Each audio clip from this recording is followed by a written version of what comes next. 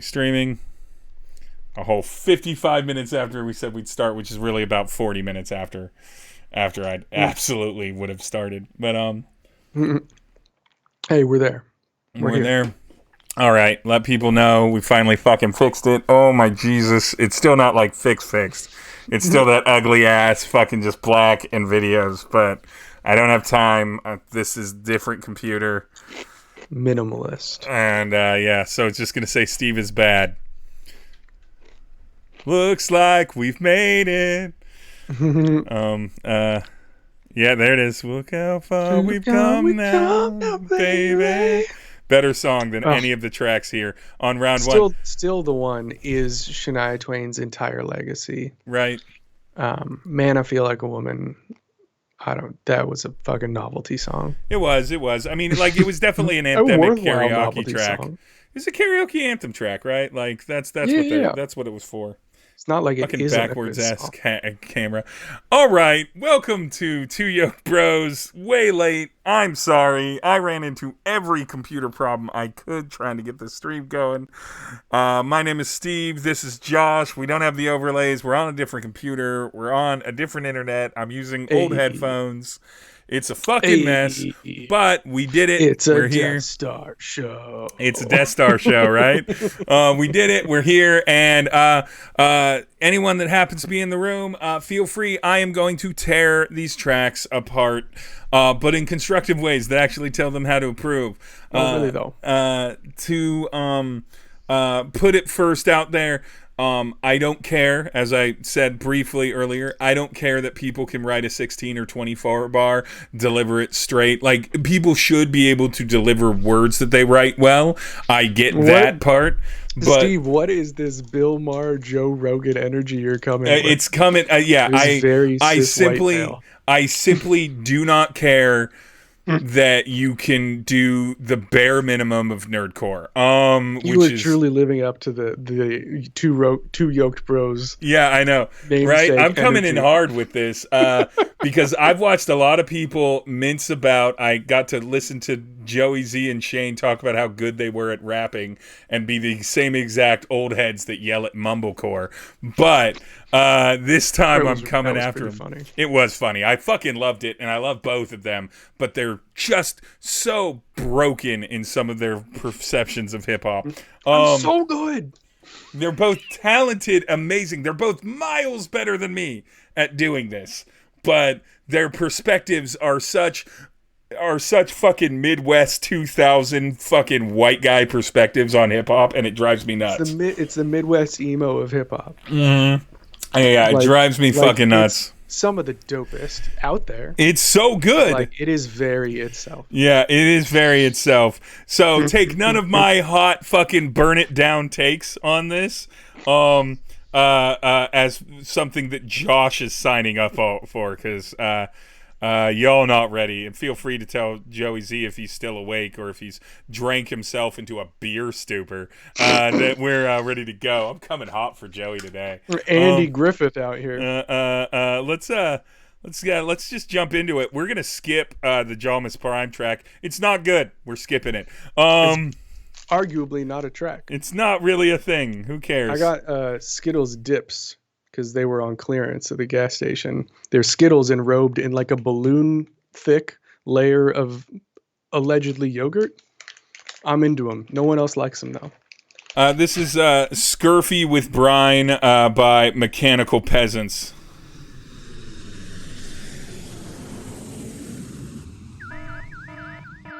I'm pulling up the lyrics. Pardon my smiling. AJB live at the island. Live at the island. Plane crashed, maroon, spent 400 moons with my best friend, but still I need some elbow room. We never found her jet or any of the wreckage. Strange. I hate this drum beat during this part. They did similar to what we did on our track with this isn't the part that I hated. It's not a great chop, but where that beat at the beginning of the verse is Winstons flash megabyte 8. We've got enough battery for just one take. Oh, that only says 4 megabytes. Great. Turn up the juice, let's put it to use. I'll That was send an cute. SOS to the I like world that. you produce. So get ready for the last thing you'll hear from us. JK will bump tracks for the next 30 years plus. Pardon my smiling. Kyle Vice live at the island. Live at the island. I built a raft out of MP3s and emptied me inside of the lyrics, but it crashed at sea. And practically, it didn't sound like trash to me, but I didn't fit in the box for how it has to. Screw iambic pentameter. Try to fit a song. That was fun. That's a That fun. was a cool jive. Yeah. Yeah. Walk its diameter faster than you can say boom. It got me. Laka Jack Maradu. Not scared of you. I don't care if you can sing a high C. My thirsty. He's doing an admirable I'm job hungry. of writing what's a pretty awkwardly chopped rhythm.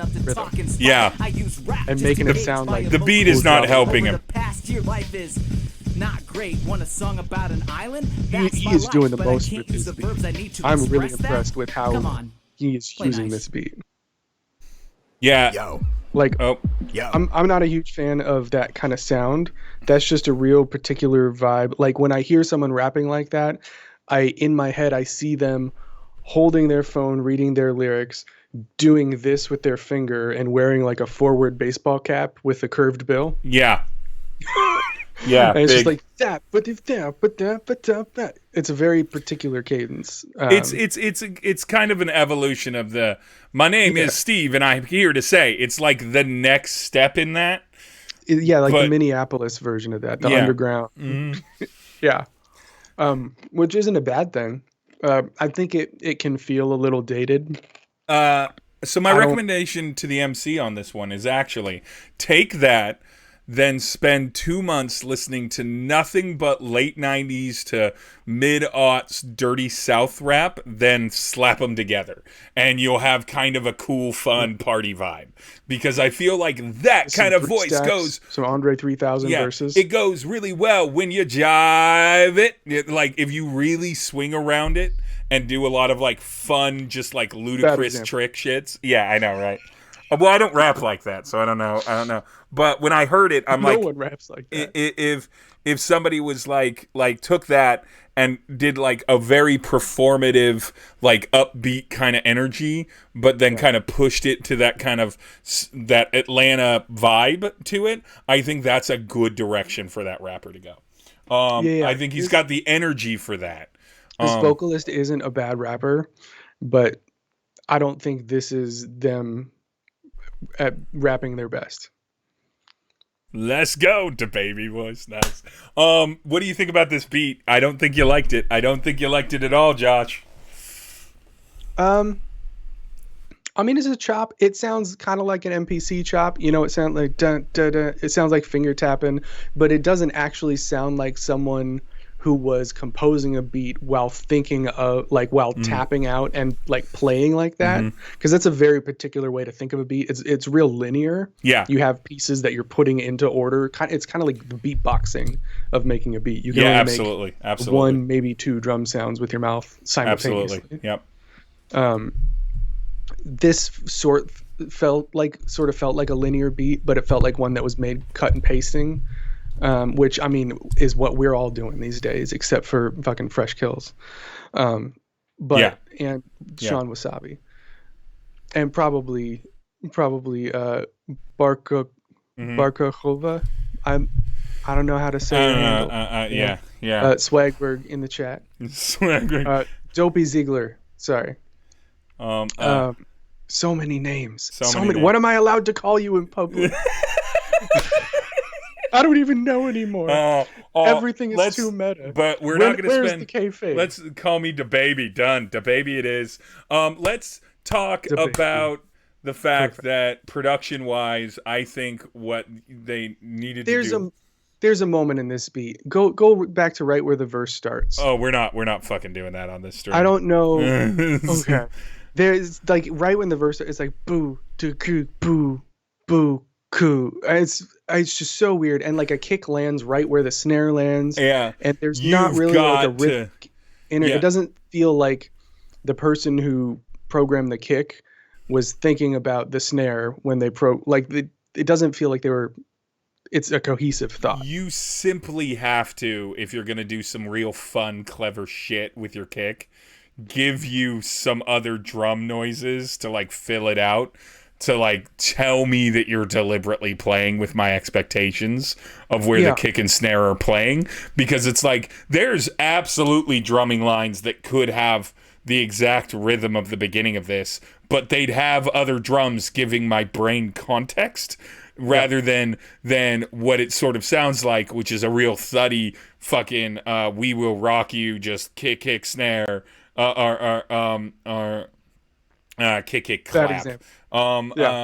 Kick clap, I should say. I totally, because that one, that's an identifiable simplified, and that's what they sounded like, and immediately diverge from it, whether that's deliberate or not. I don't know. It's not a very good way. Really, just kind of, throws off kilter. It totally changes right when the verse starts and that weird beat starts. Okay, cutting and pasting samples is one of the most difficult ways to compose drums that sound natural and don't have like a stilted on the grid rhythm. Yeah. And so you've got to, while you're doing it, you've got to try to conceptualize being a drummer. You've got to think about the way a drummer uses their body to play. When they're hitting the hi-hat, they're hitting dun, dun, dun, dun, dun. You need to turn down the volume on some of these, make it sound like someone's hitting a drum harder this way. Maybe the drums don't hit exactly on time. The snare's a little before the hat. The kick can be a little bit late here, a little early there, like halfway between the quarter note and the triplet. Yep.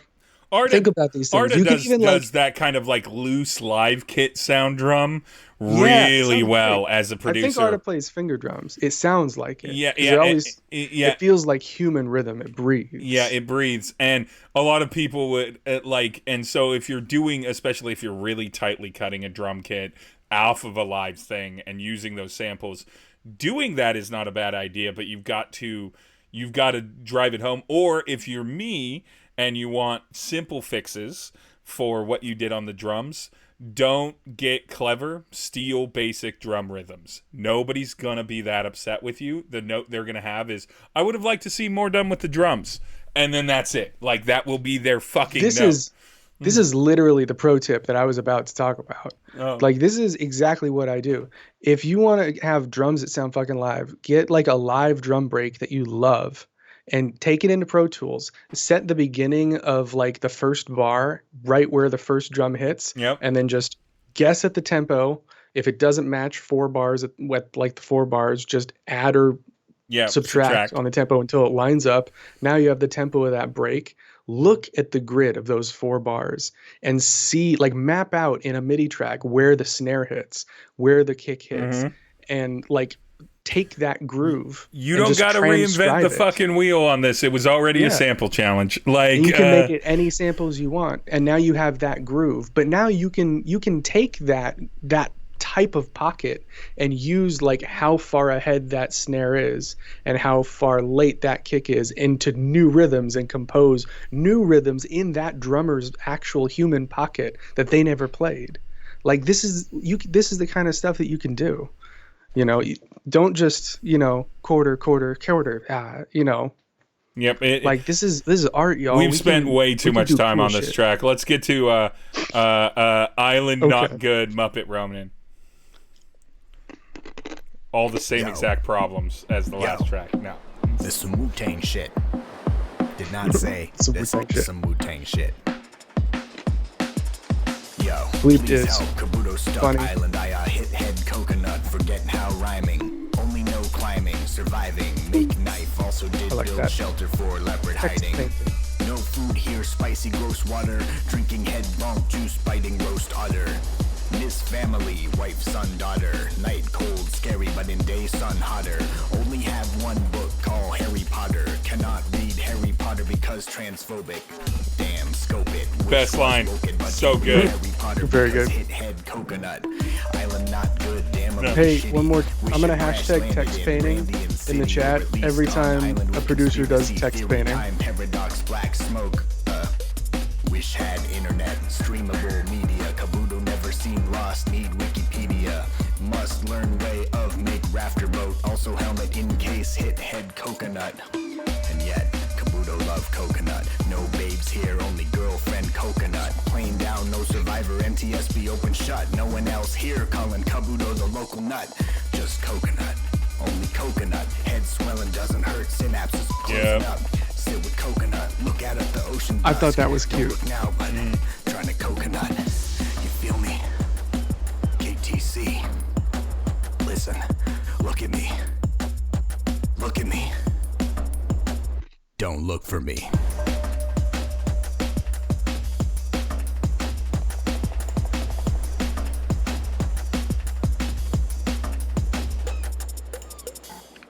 That was troublingly intimate. It was troublingly intimate. All right, so as I feel suited the song. So I like this beat in direct. One of the things I like about the song, because everyone's talking about how good Kabuto did at like passive aggressively giving him a finger to the phrasing while still respecting the challenge as best as they could. And you know what? People keep saying this, and I don't even understand it. Dan said this. Yeah. This got my best execution of the challenge. It's a great execution. It's simultaneously, well, because every other human being just understood. It's like, yeah, just don't use weak verbs. Try to avoid weak verbs, and just don't use to be. That's fine.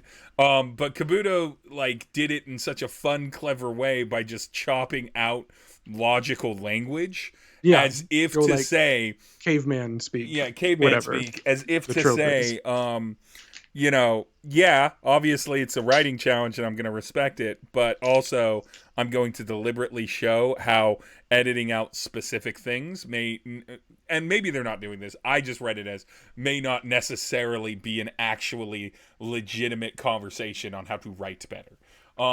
Every creative writing class will tell you weak verbs are bad, and every best-selling novel and tons of the novels that children have to study in English literature are filled with them.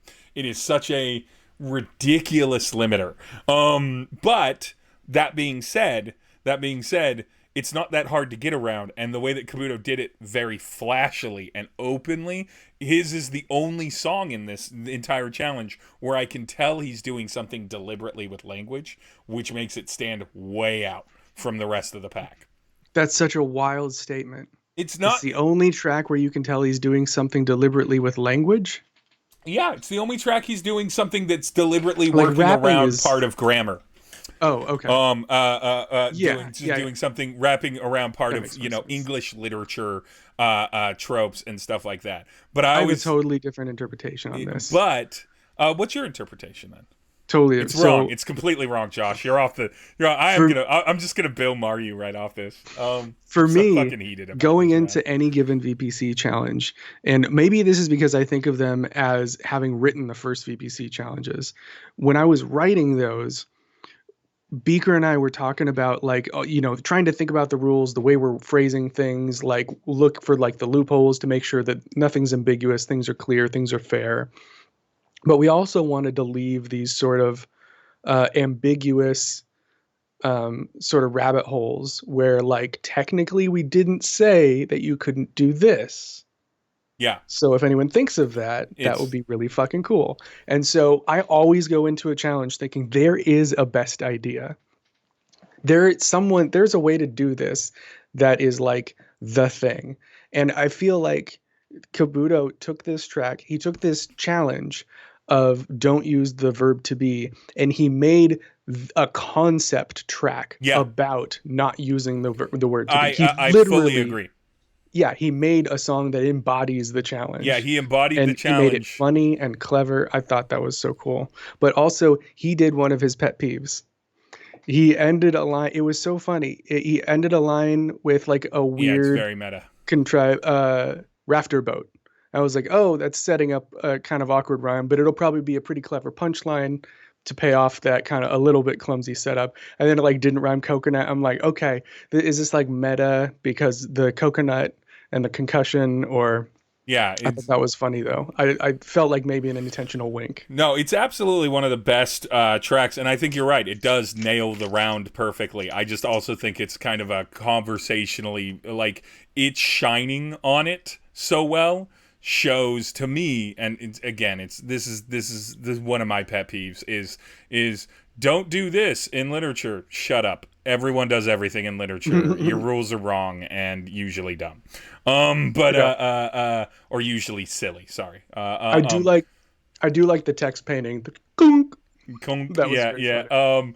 Last I want to know what that sound effect was. It sounded like a wiffle bat or like. But I did want to say, Beaker's beat with this really worked for me because there's that sense of urgency in this type of beat, and then there's Kabuto's sort of like very controlled, stilted caveman delivery based off the language that he used. Not that he doesn't feel fully natural in the space. That's not what I'm saying. But like just the nature of how the phrases are written with deliberate word removal. Really feels like this kind of push-pull of, you know, the beat like is almost partially demanding double time, and then he's not giving it to you. He's giving that like very natural Kabuto, I'm confident in how to flow over whatever and make it feel like I've been rapping it forever, kind of thing. This track had a bit of a drum and bass vibe. Yeah. And that's sort of like, that's how you always hear like grime rappers rap over drum and bass, you know, like British drum and bass rap. I feel like Kabuto was going after that vibe. Yeah. The beat felt utilitarian. It did what it needed to. The only thing I remember like things happening fast and like interesting stuff every once in a while. But the main things I remember are that the drum beat didn't really change much and just kind of did the same thing. But then every once in a while there was that kunk, and that was funny. Here's the full question for you. In a tight song where obviously, again, I'm just gonna say this, in what is clearly a cypher challenge round, in the way that ciphers are recorded on YouTube with 4 to 8 rappers that just like, you know, 16 bars. Oh, you something. mean round 4? Yeah. No. I mean this round, where everybody's basically writing their own cipher verses. They're essentially writing usually 16 to 24 bars, sometimes 32. I don't think I'm catching your meaning when you keep talking about cipher verses. Do you mean because everyone's writing about the same thing? No, I'm saying that when you watch YouTube ciphers, right, everybody goes and they take their turns rapping their pre-writtens. And they just kind of rap them continuously. The YouTube camera is usually still or like gently panning, and then that's it. Oh, and it's you over mean some just like 40 hard bars. Yeah, just straight just bars, like right? And not no rapping dubs, a verse in a song, no post, narratives. no post production, like no significant post production. Like that's how this felt like a cipher to me. Is that because they're like live single takes with no over. Okay. Yeah. Okay. And I so catch what you're saying. that's now. what I'm saying. Thank you. I mean, it's a I appreciate cipher clarifying. style challenge. And so when you're doing that thing, I don't know if the beat needs to stand in the way, because like the whole feature is sort of the MC. I'm not saying it can't. I just don't know if I required as much in something that's supposed to be, you know, like MC forward like this, because it was pretty clear from the vocal challenge they wanted to hear if people could fucking rap, right?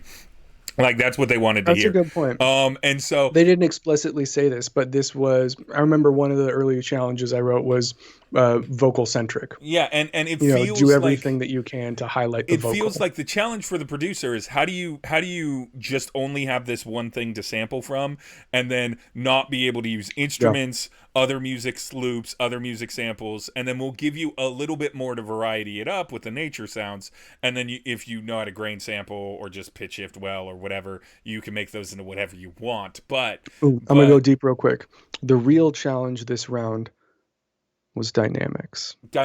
So yeah, and so I'm not saying that I wouldn't have liked to hear it, but I don't grade it down as much. So that's why I'm less intense about it than I would be on a song that has like a verse and then like a bridge and then like a chorus. Exactly. And I expect the beat MC to go with them. 40 bars over drum and bass break, you know. Yeah. You're not in less than 2 minutes switch. of actual rapping. Yeah. You know, like 90 seconds. So this is a cool track. It is a cool track, but I do agree My favorite that Beaker is execution the of the worst challenge. producer in the team. No, only if he's watching. If he's not watching, then it's not Beaker's fun in to the dunk chat. on him. Beaker's in the chat still.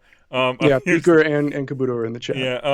Let's. I mean, I don't know if I'm allowed to say that. Yeah. Let's go Too over much to kayfabe. Return to Sender, because we all know that this was a good track overall. Let's go to Return to Sender. Oh yeah. Let's listen to Beefy and Tanner. Shrimp Boat Boys. I think this sounded, I don't know if it actually was, but it sounded like the only turntable implementation of the sample. Testing, 1, 2, 3. So glad your equipment survived the crash. Non-conformists, they sing in chorus to poor performance. Receive a warning, your beefy sporting a stegosaurus. All this jet, but still my importance remains enormous. Often dormant, cause feeling boring just never for us. Why don't we find the one getting the rub? The one straight up coming in enemy blood. The one sticking coming in all of your love. They're blending like roots. It is. The flood, and never way generous stud. Addicted to tenor like audio drug. Neither of us ever given a fuck. Baby, what up? Oh, jeez. God damn. Faces they changing like Top Gear. Check for a minute and out in a second, cause nothing can get me to leave here. So why you even trying? Said that I'd go off the grid and beef not known for lying. Finally I saw myself, the image terrifying, levels rising. I don't remember who said it, but this is the Shubzilla hook. Yep. I think it was Shane. 100%. Giving up easy, making up progress, laying out carpets, eliminate profits, take out the targets, make them regret never calling you artist. Return that shit to sender, independent, no surrender. Return that shit to sender. This beat is so grimy. Yeah. I love it. Hey yo, return that shit to sender, independent, no surrender.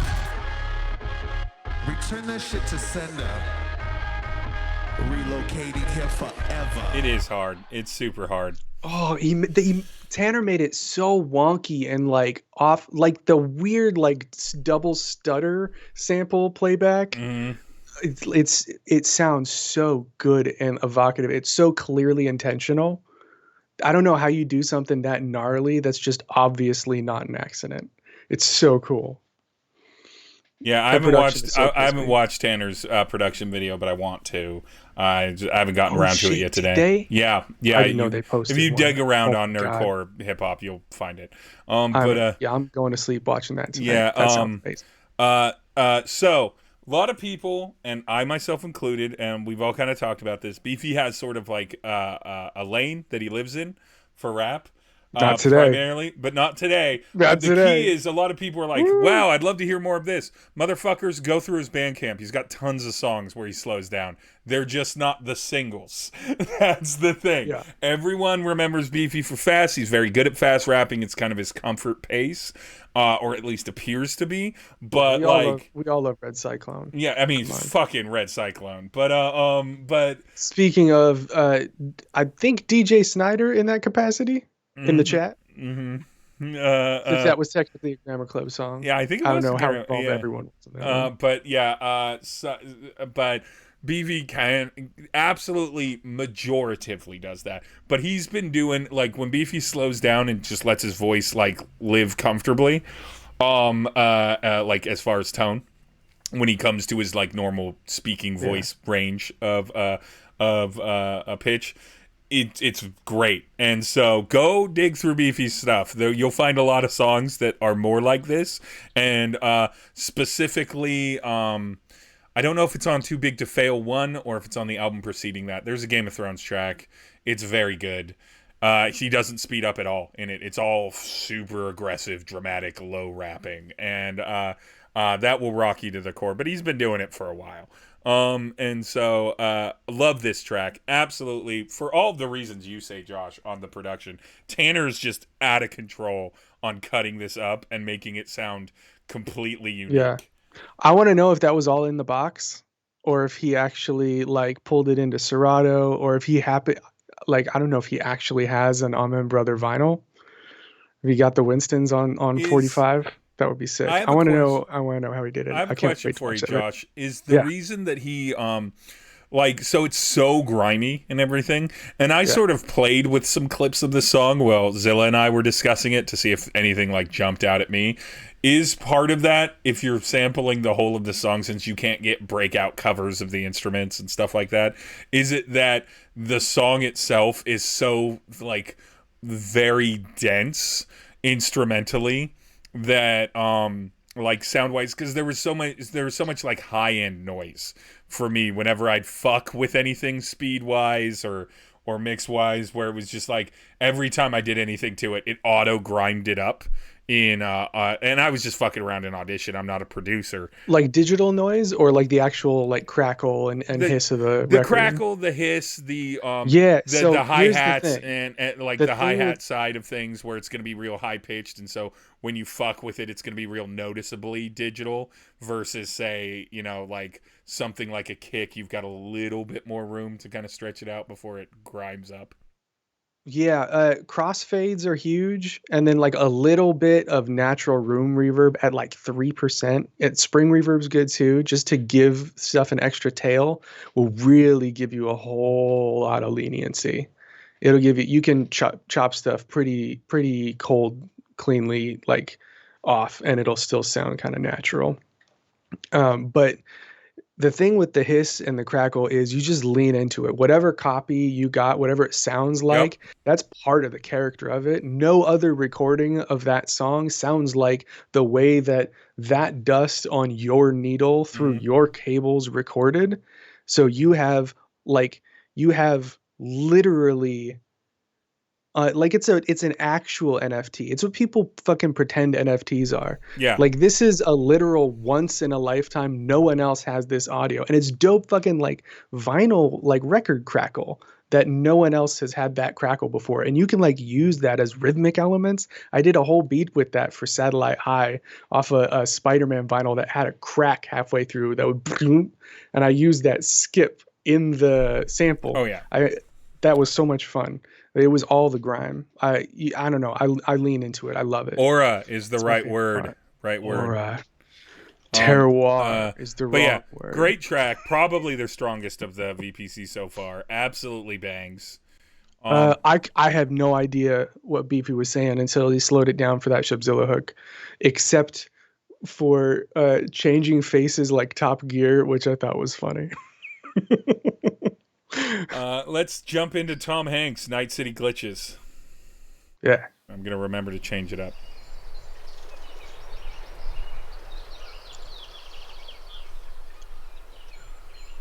Every time I hear Night City Glitches, I try to remember which song was theirs, and I can't remember. Did they have the one that sounded like a kind of Regina Spektor remix? No idea. I don't need to They have this. on that USB. I got a mermaid pregnant. Start a family. Oh, and God. we live on this island for eternity. Don't type no lines. I'ma live my best life. I'm not hallucinating. Dude, that mermaid is my wife. In this fool's paradise, there can be nothing wrong. Try and leave if you want. No shoes, but I'm staying on. Oh, man. I'm kind of not feeling that good. I think I need to drink some water. Something I think I'm seeing stuff. Gee, you probably don't even know shoes washed up on many shores, the water knowing these blues. No stranger to storms, they know there's nothing to prove. The plane's gone, the song's words, the last bit that I'll do. So many hugs that I missed, opportunities dusted, bonds strengthened and broken, tokens familiar and rusted. Taking blows from my friends when foes from yesterday trusted. Onward comes a slow death, these bones who barnacle and trusted. Tell my kin that I love him, assure the missus not worry. It's all been a trip, ignored the road for the journey. Must have really done dirt, fate chose a deadlocked jury. Not merely a flicker of what was a blazing hot fury. Damn foolish of I to say I've made no regrets. I've got a lot more to say if we'd only found a cassette. Not much. This verse is really long. Yeah, this song gets that feel on long. I don't feel like he's giving me like these many bars worth of content. Yeah. All right. So I want to jump in here at the beginning. Then I'm going to let you talk, but I'm going to jump in a general vibe. Do it. Your lyrics don't fucking matter. I'm going to make this clear. We just listened to Beefy's song. Josh didn't understand a good portion of those lyrics. But the ones that I did, you mattered. liked. The ones that you did liked, but overall, Beef not known for lying. Yeah, Oh yeah. Everybody loves that line. Your lyrics, maybe 5% of them matter. unless they're in a chorus, and then they very much matter because that's the repeated part of the song. You're speaking in general. I'm speaking in general. Any given lyrics. And most people are only going to listen to your song a few times, right? Maybe they love the song and they start digging in. The only person that gives should give a shit about your lyrics. That's my experience too. It takes me like 12 listens of a song before I really hear through to the words. The only person that should give a shit about the lyrics is you. And so if you're fine with like super basic lyrics, cool. Welcome to most popular fucking hip hop. Jesus Christ. There's so many fucking heads in this group that act like lyricism even kind of goddamn matters. It really doesn't. And trust me, from a person... If you got vibe, you can say anything. Yeah, if you got vibe... And it is now, actually hot. Why does this song's lyrics, why are they noticeably bad? Because it lacks vibe. If the vibe was great, people would forgive a lot of the lyrics. And that's the key. Do you know what vibe is? Vibe is humanity when it is like shining through viscerally. That's all vibe is. Find a piece of your humanness and figure out how to communicate that on the mic. I guarantee you it will be compelling as fuck. You are 100% on music of PSX. Tons of quantity, not a lot of quality. I cannot believe how different I am now to how I was 8-9 years ago in Nerdcore with my opinions on vibe and lyric and cleverness. I could, if your song literally is just filled with single syllable rhymes. It was like 10 years ago you record the verse. We said, "I don't want to hit a doggy, Scooby-Doo." Yeah, that is vibe over lyrics. That is vibe over lyrics. Absolutely. But like, I needed the joke and thing to be clever on the interior.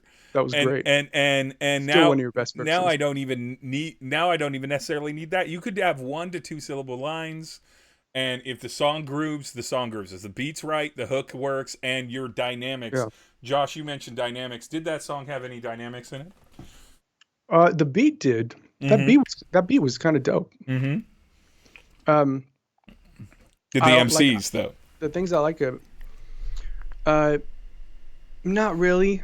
But I mean, like the thing that we were saying about dynamics is that you don't necessarily need it in the context of like an under 2 minute, no hook song. But that one felt long, which means it needed a little more than it had. Well, right? I think the verse felt long. Yeah. I think it was going on more than. You could have done shorter. I mean, we're 2 songs out from a 50-second banger. Like it was still going. I didn't feel like I was still getting things communicated to me from the speaker. One thing I want to talk about. I hear this a lot. This is just one of my like personal preferences on like meter with rhymes, but like rhymes start at the emphasized syllable. So if you say what was the rhyme? You probably don't even know shoes. The thing you need to rhyme with there is not shoes, it's no shoes, because the last emphasized syllable is where the stress is, where the rhyme begins. Wherever you're rhyming, it starts at the emphasized syllable that you're rhyming with. Yeah, if you're gonna really hit that, shoes, you can't say water knowing these blues. It's blues. Blues doesn't rhyme with no shoes. It just rhymes with the shoes portion. So. Yeah, meter is an important aspect to rhyme, I guess. And it is. And syllable emphasis is extremely clutch to really driving home phrases and really making your punches and your rhymes fall. Don't do it the same every time. But yeah, if you're going to hit something like you probably don't even know shoes, like I better hear oh shoes, like oh ooze, following that up in the second line. And then honestly, I better hear it at the beginning of the third line. You're on an island trying to get a boat, try to row through something. There's a lot of things you can do. Yo, Noir Grime. No, this is so here's how you fix this song. Number 1, no need for the producer to rap. Perfectly fine. I'm not even going to judge their rapping. Not a rapper. Not the vocalist of this team. No need for them to rap. Number 2, work on. I mean, I want to say It's antithetical. Number one, I mean, it breaks the rules of the competition. I mean, I'd like to give some constructive. Okay, if you got some constructive words for hashtag Raccoon. So, and this is less just like a this makes it bad thing, and more just like a this makes it hit weird for me. I don't know. Gender's so weird. This verse feels super like male gaze. Like I feel the male gaze in this verse. Like you're through by the end of the verse, we found out that you've like met and married presumably a person, but like the way you introduce it is I got a mermaid pregnant. It's such a like I don't know. It thrusts the male perspective onto the listener in like a weirdly forceful way, which just kind of hit my ear wrong.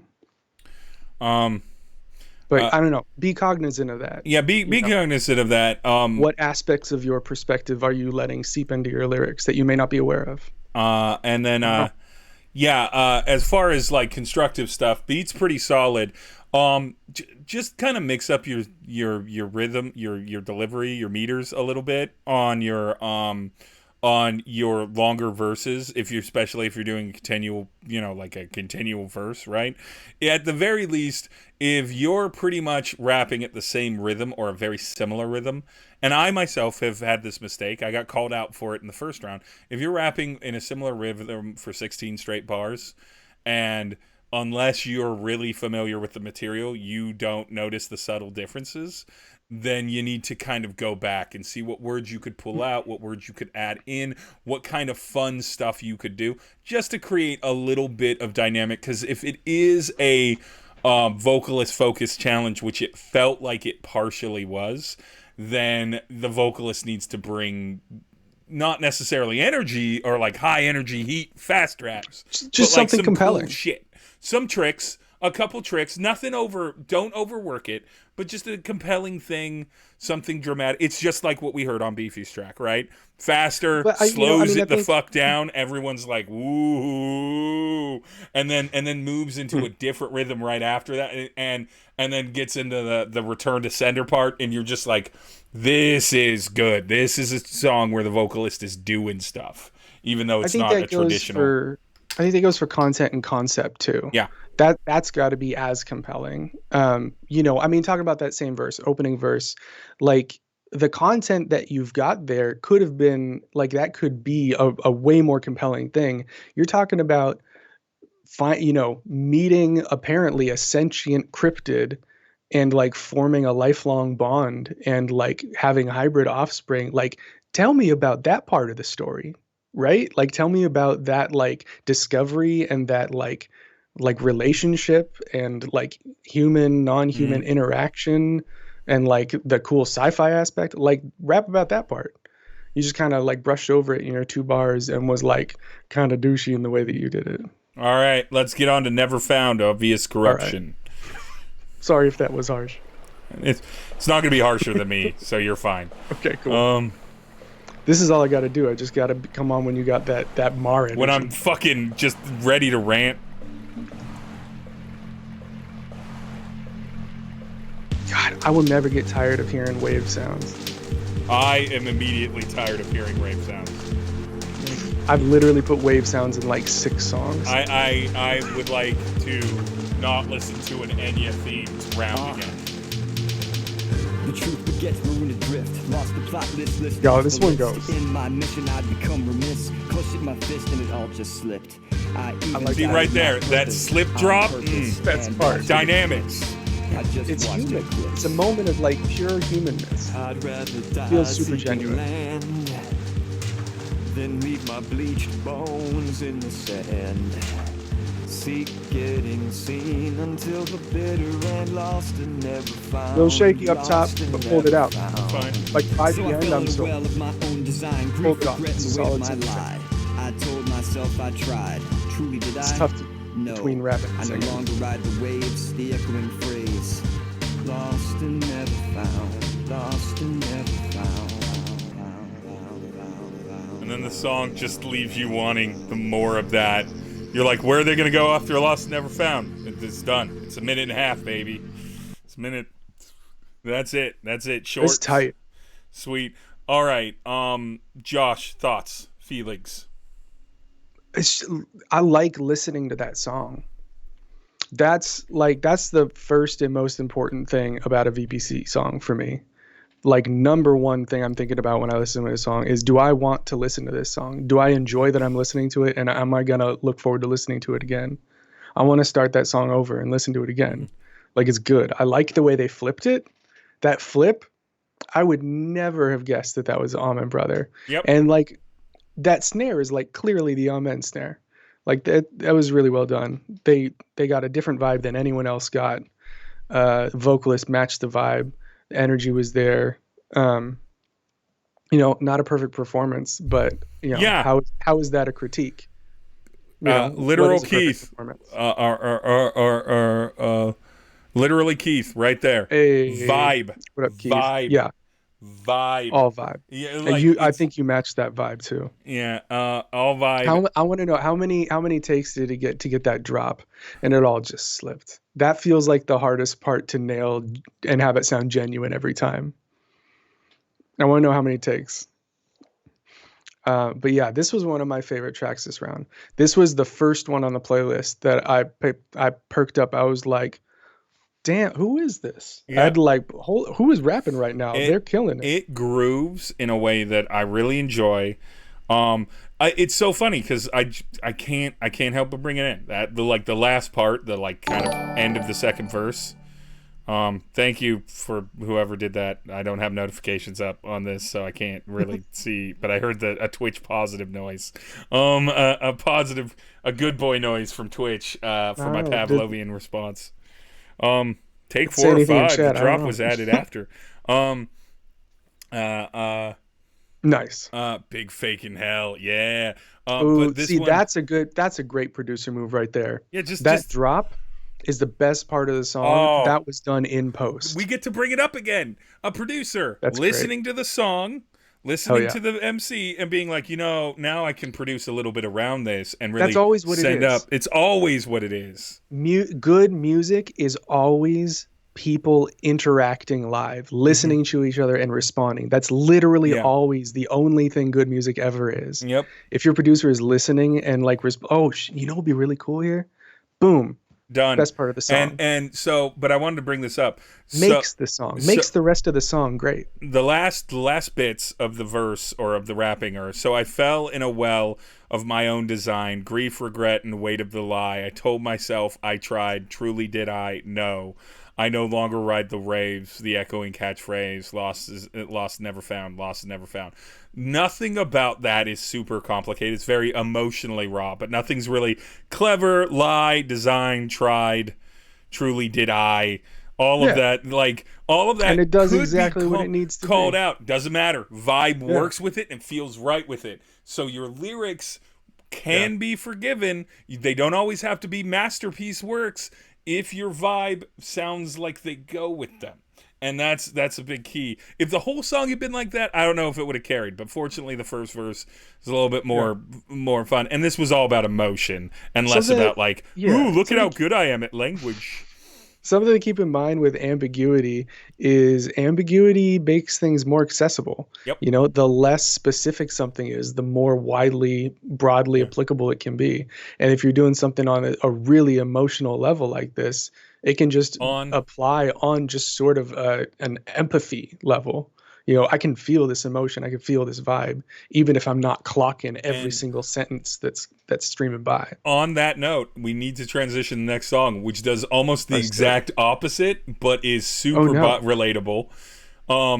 Tomorrow in 50 Seconds, Perfect Cell. Nice. Joey Z. Only 1 o'clock, great, not too late yet. Get up, get brushed, it gets tough. Stepping up and delivering every time. It's that motherfucker who can't miss. Put on a random pair of socks and if they match, sick. Feed the cats, change the litter, scoop the cat piss. I should probably eat before I get too hyperactive. Get too distracted with my long list of microactions. Fuck it, try to wash the dishes. I think about my laundry, then immediately forget it. I turned on a podcast and didn't even listen. God damn it, I walked away for a minute and forgot all about them dishes. Bring the motherfucking ruckus, write a couple rhymes down and every one of them buckets. Running like a thief in the night who screams in the mic cause it keeps you alive till I finally get a piece of the pie. Alright, wind down with the long rib gauntlet. Oh shit, totally forgot to do the laundry. I guess I'll do that shit tomorrow. Done. Clean. Yeah. Maybe the best treatment of the sample. Oh, well, it's certainly the most, like, masterful, traditional, I understand how to do sample flips of the sample. It's a sample flipping etude. Yeah. Like, this is a hip-hop etude. Yeah. Absolutely. It's almost like a display piece. It's like I talk about this I'm sorry, I apologize. I'm a little high right now. So we're going to get art philosophical. Yep.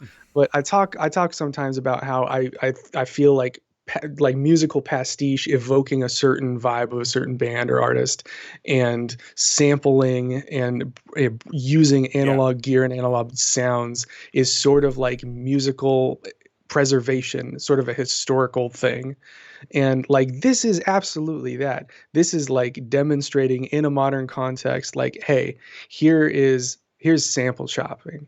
Like, here's taking just a record, EQing it so that it sounds like a fucking beat that you can rap over, and chopping the instrumental breaks in different ways to like switching up the vibe, throwing in a drum machine underneath it when there's not drums that you're chopping, and like different flow. Like, this is, I don't know. It feels like, I don't know. It's definitely a conceptual piece about hip hop. It feels like a love letter to hip hop. It definitely and I appreciate does. it for that.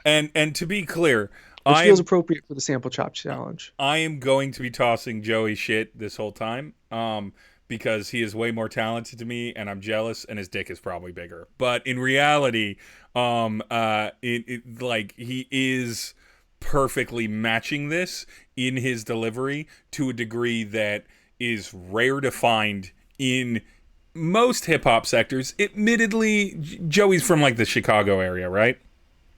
I don't know. I feel like he's Midwest. He sounds Midwest as fuck. As far as like what was delivered there, that kind of like loose, like earnest, but like very confident bars, just like easy to get you interested with tone of voice and delivery tricks, while not feeling deliberate about it. It's so natural. This is somewhere where the Steve Joey Z Venn diagram converges on Muppet. I see Joey Z to me. How dare you insult Joey by comparing him to me at all? Go on. Joey Z is he has a brilliant cartoon rap voice, and I love it. I don't see it that way. So I don't hear it like that it's like all. Animal. Like, it's like, oh my God, Animal's going wild, but then he gets on the drums like, oh, okay, Animal can kind of bang though. Animal's got pocket. Fuck. All right. What were they called? So I compare it more toward the looseness on like the fucking I hate bringing this MC or this group up and everything. So the looseness on the atmosphere. Are we talking about Marky Mark and the Funky No, Bunch we're not. band? No, we're not. We're the looseness on the atmosphere. Oh, what were their fucking mixtapes called? Where like Domestic Dogs on one of them, stuff like that. Where hindsight's 2020. Yeah, I know, right? I mean, it wasn't. At no point was I surprised. Like it was in the periphery the whole fucking time. But it's in the bars. Yeah. This like there's such a comfortable like loose almost. Like I kind of agree with Animal, but like it's more just that manic ability to express emotion very quickly that I think he does. That compares to it. I would never insult Joe. Like, I'll throw a lot of insults at Joey. I think his hair is flat. Put some volumizer Joey's in that hair shit. Is fucking gorgeous. It's so beautiful, but it's flat. He might as well be a woman in a 1960s LP cover. Just center part down, baby. He honestly looks a lot like a lot of the fans I used to see. I'm thinking of my Mongo Santa Maria record right now. You are. Now, if he put on some mirrored sunglasses and like a fucking like a suede blazer with some fringe on it, I'd be all about it. But I'd also assume that he was there to show up to watch like a Saliva concert in 2001. But how has Lil Nas X not successfully brought Fringe back yet? I don't know. It's one day. But I love Joe. I love fucking Joey so much. If Satan was real, it would happen. Because he's just a hot mess of a person. Like at times, and then he's like also a deeply insightful person. And he's also way more talented than I'll ever be. So I'm gonna give this it to is a really this team. fun song. This is a fun concept. Super relatable. Yep, super relatable. I don't know if Joey has ADHD, but I got ADHD. It's super relatable. This is my life. Now the opposite of Joey, me. Forgetting to do the dishes. I literally forgot to do the dishes. Let's do Everyone Leaves You, Pastrami Persona. Ooh, all right. Oh yeah, I gotta. Oh, that's right. You got Sad Steve. Yep. All right. Body Steve. The music plays on in an empty venue. Everyone gone, just waveforms and you. The music moved on. Why do you continue? Everyone. Okay, Steve, you did the emphasis thing. Venue and you. Setting, familiar repetition. No longer new kid on the block or the new addition. Not quite holding the ambition of a hungry house musician. Single player, first person shooter, lacking ammunition. They never listen. They never really did. You tell that to yourself that you did it for the id. But that bullshit blows beyond a little fib. White lie from this white guy. You did it cause it fit. But sweat and age fades the suit. The stage made for youth. You played games with truth. You saved face and loose. You fake grace, but you age like a dying fire. You don't burn Ooh, bright, you burn rode out, that flow for expire. just The as music long as plays I on in wanted an it empty to. venue.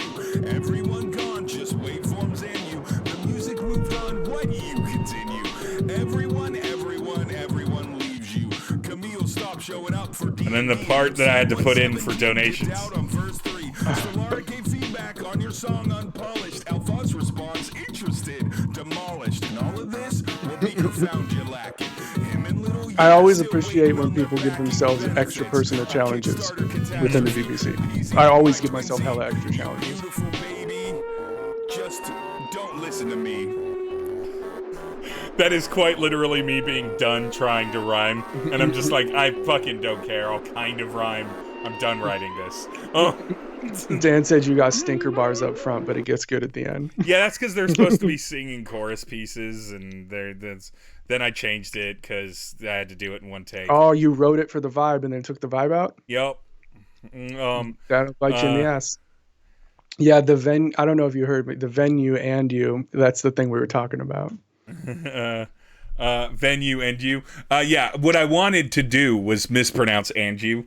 But yeah, and you. And just it didn't sound like you said and you. It sounded like you said and you. Yeah, I did it wrong, Okay. but like again, one taking it. If I'd been able to punch it in, but I only was willing to spend so many minutes on this song. I only put it out just because we were talking about it. No, like it's a dead on. It's a dead on. You nailed me right there for it. Yeah. This is a good one though. Do Better Live. Were you in here, Joey? Well, I was just like we just did your song. I think I called you Zoe J. 50 Seconds of Fame. Man, I feel so bad if you just missed me just trying to trash you while acknowledging that you're better than me at almost everything I try to do. Steve stepped up when I said that you both sound like Muppets. Yeah, you do not sound like a Muppet. I say that with all the love in my heart. I'm so sorry that Josh. I will kill Josh's character in D&D as punishment. Try me, I'm a god. I'm going to talk a little bit about this track. Zilla and I hated doing it the whole time, and it isn't about the continuous thing. I have speech impediments that make doing that really quickly off the writing hard for me. But that isn't the issue. I don't like I like dubs. I like fucking singing and layers. It's obvious.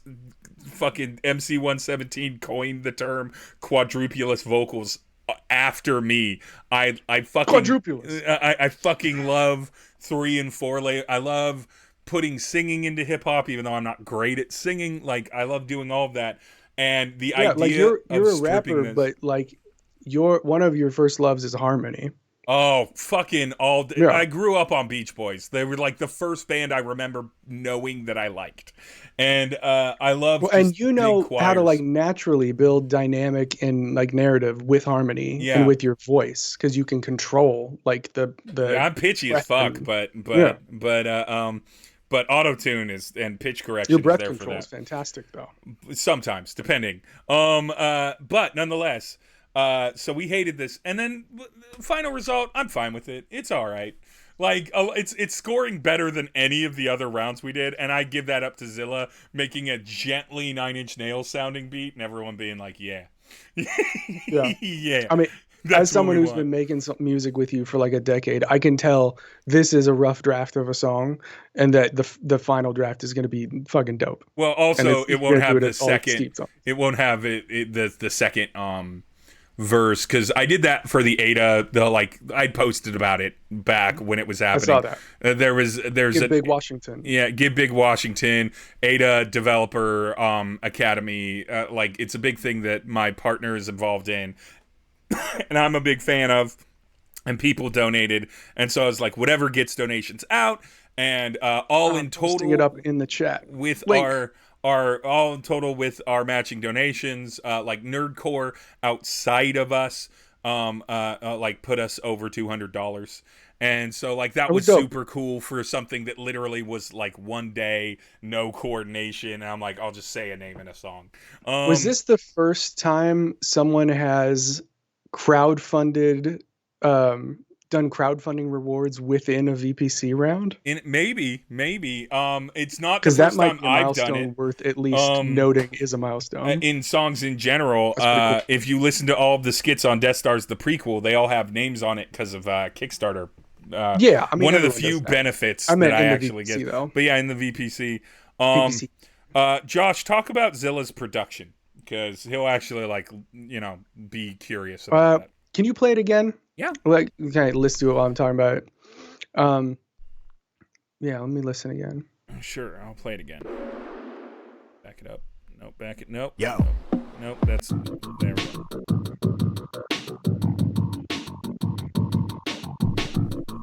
It's kind of a goofy bass. Like it sounds a little like a jaw harp or like a didgeridoo. Like there's something donkey about it. Like a donk. Put a donk on it. Yep. I like the whale songs. This is pretty much it. It's just this and then alternate to the whale. Yeah.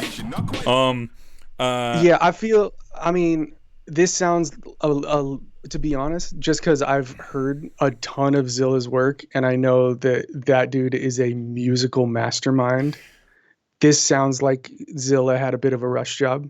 Yeah, it's not in his have a lot of wheelhouse. time. He doesn't sample usually. Interesting. Yeah, he doesn't. It's makes not a that ton he of doesn't sense. sample flip a song. Zilla doesn't sample.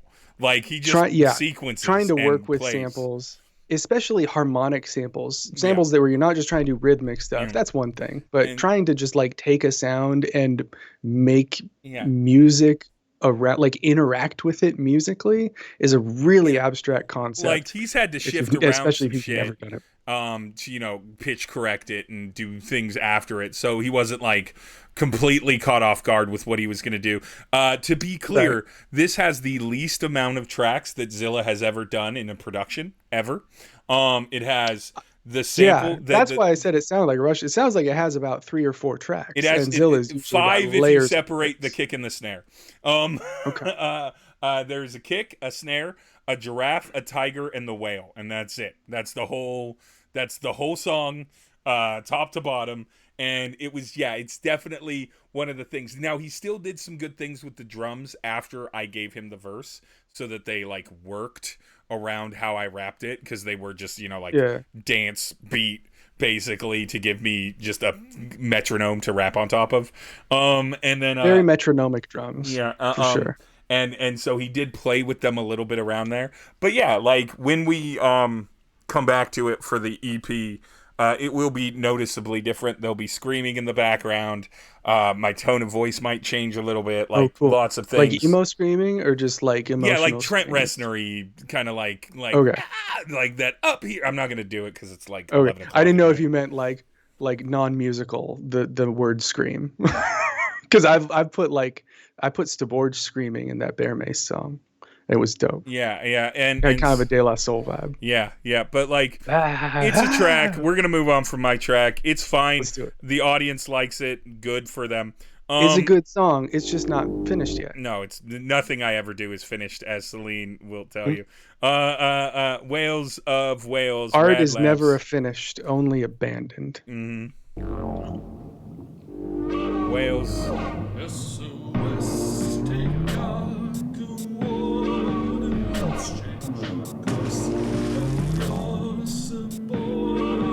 All right, you have my attention.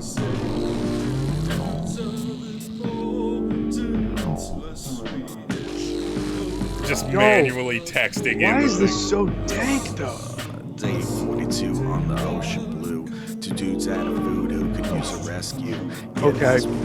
No, I know. It's heartbreaking. This beat has been so run over. 1, 2 weeks a year, and a lighthouse could go for a Yeah, right? tight blast. Right? The whales of the Right? whales serenade our sleep. I wish someone would help off of the reef. Our island sinking, survival instincts kicking, thinking, salt water drinking.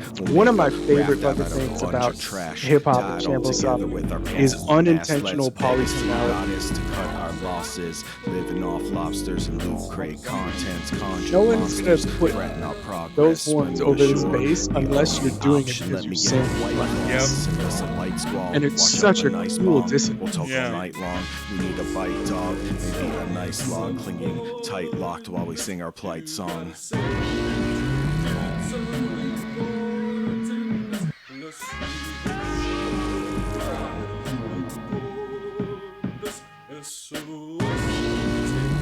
Oh my god. Yeah, that added layer. Yep.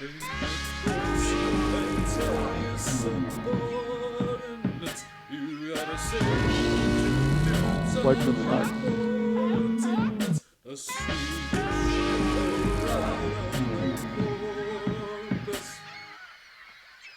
And then seagulls.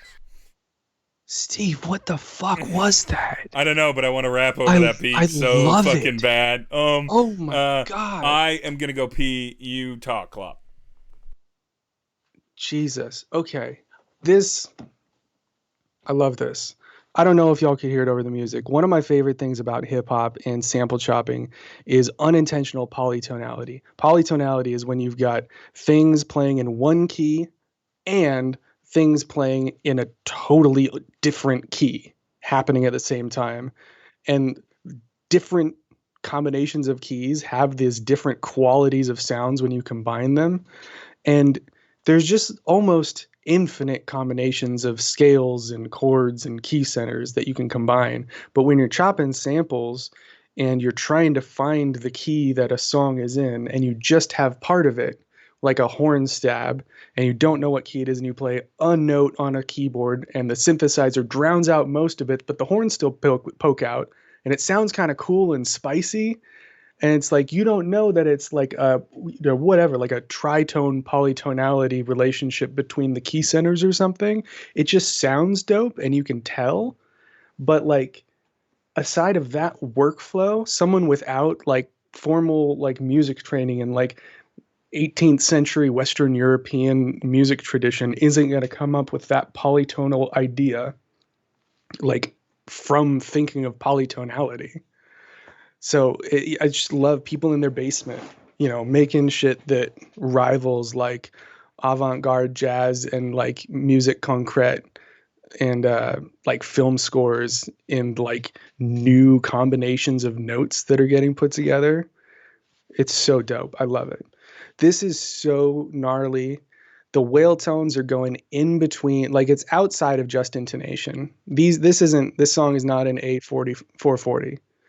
This is going in between the notes. It's sliding. It's microtonal. It's polytonal. Somehow it works, and it does one of my absolute favorite things in hip hop sample chopping.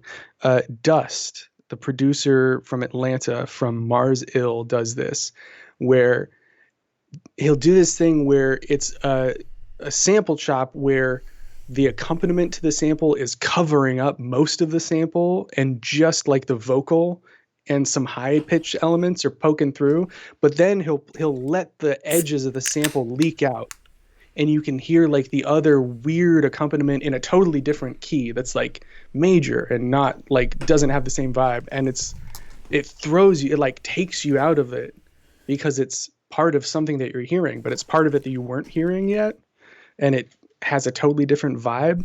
I love that. And then as soon as the silence goes away, it drops back in and brings you back into the weird unsaid. I don't know. I could talk about this song for an hour. Yeah, it's this might be my favorite song of the round. That was the first time I heard it. I do not care for how the MC decided to rap over it, but I don't think that it matched up perfectly. I also think that they should have. I'm just going to be simple. Klopp might have already covered this, but I was busy mid-rating. I didn't say anything about the vocalist yet. I'll just say I don't know. It worked as a whole package. Yeah, for I me, didn't notice anything, but for me, all of it. Like, I just think that for clarity's sake, for mixed clarity's sake, and maybe it's because I'm half deaf. Take those like looped backup vocals and put like a pass filter on them to kind of muddy them up a little bit, just to help the front vocals stand out so that I don't have word conflict, which I definitely did during multiple times. But that might be a half deaf thing. I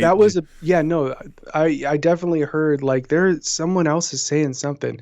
That was sort of part of the weird, mysterious miasma of it all, though. No, the beat though is dope, and the moment you hear it and then the layers on it, it's great. It's its own thing, and it's wholly unique, and they should be very proud as a team, because even though I didn't love how the MC worked, other people might.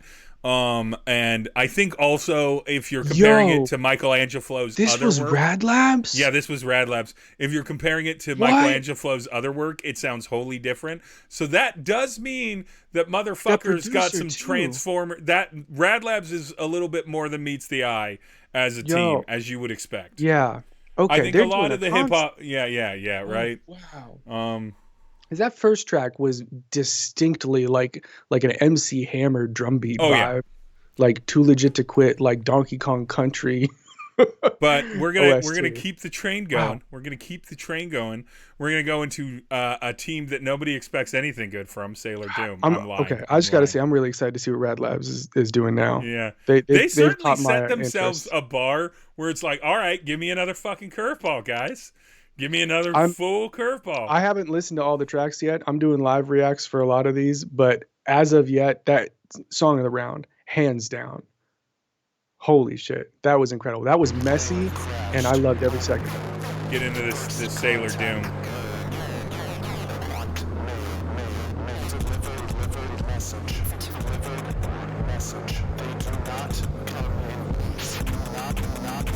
They hide among clouds. They lie alone and wait.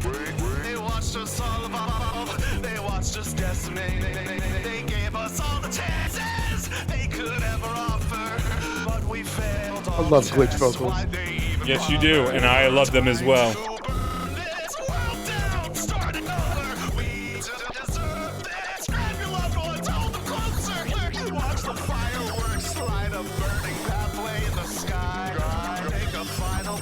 Kiss it all goodbye. No stars in the sky. No God showing love. The songs in the sky. It's raining death from above. No stars in the sky. No God showing love. No chance to survive. Just death from above. Judgment Day finally falls upon us. You can't blame religion. No collision of the comet. Just you hopeless parasites feeding on the earth. Void of any worth, undeserving overbirth. You could have heard them if you only listened. We've conquered galaxies, the sun. Oh, that switch up. The stars. Great self-reference. Is it? Last round, their song, We Conquer Galaxies, the sun, the moon, the stars is part of the melody of that. In the sky, it's raining death from above. No stars in the sky, no God showing love. No chance to survive, just death from above. That was cool. Josh Williamsburg Klopfenstein. What are your thoughts? I got a lot of thoughts on this one. Firstly, like vibe, this sounds like Power Man 5000 and This Is What It's Like When Worlds Collide meets There Is No You, There Is Only Me. Yep. Nine Inch Nails, 100%. This beat, I feel like there are 7 songs this round that deserve most transformative use of the samples award. I don't even know if any of that was samples, but I bet it was. Like, you could do anything with samples, and that sounds like some weird granular sample treatment. Yes, it does. That was cool as fuck. Since there aren't a lot of people in these modern days doing rap glitch vocals, I feel compelled to speak to this because I've done some, and I know the struggle, I know the battle. It sounded like some of these were automated. It sounded like some of these were manual. One of the best workflows that I've found is getting like an automated random glitch plugin and just giving it a few passes on the whole vocal, and then just going through finding some cool stuff. But you're always going to want to do spot just stutter repeats, where you can just get stuff on the grid, chop, line up, but you want to do different intervals, different size grains, they call it when you're stuttering. Sometimes you want to get some big ones, because I, like a lot of these are those. But on the screams, they're allowed the shorter ones that kind of like when a stream freezes, and it gets like one frame repeating. That can be really effective on vowels. If you just get a whole vowel to freeze for the whole time, and it's a real kind of fast, more digital sounding glitch. The other thing that I will say is, because glitches stick out to the ear so much, there's a lot less leeway in the listener's ear for repeating the same motifs of glitches. So that those tape stops, once you do get one like of those, one, you get one. Yeah, they're gonna jump out. You got to make that one count. That might but just also, simply if you be a repeat time section, issue. If you repeat a section, you may want to consider doing different glitches for most or all of the glitches of that section from the first repeat. Maybe different versions of glitches in the same places is a good way to keep it consistent but not repetitive. Overall, this was solid work. It sounds good. This is a great song. I love it. I think they both did a great job. This is super dramatic. Knowing what they are going for, I think they fucking nailed it. They fucking nailed it. And cool. It's yet another proof of, it's like, watch Johnny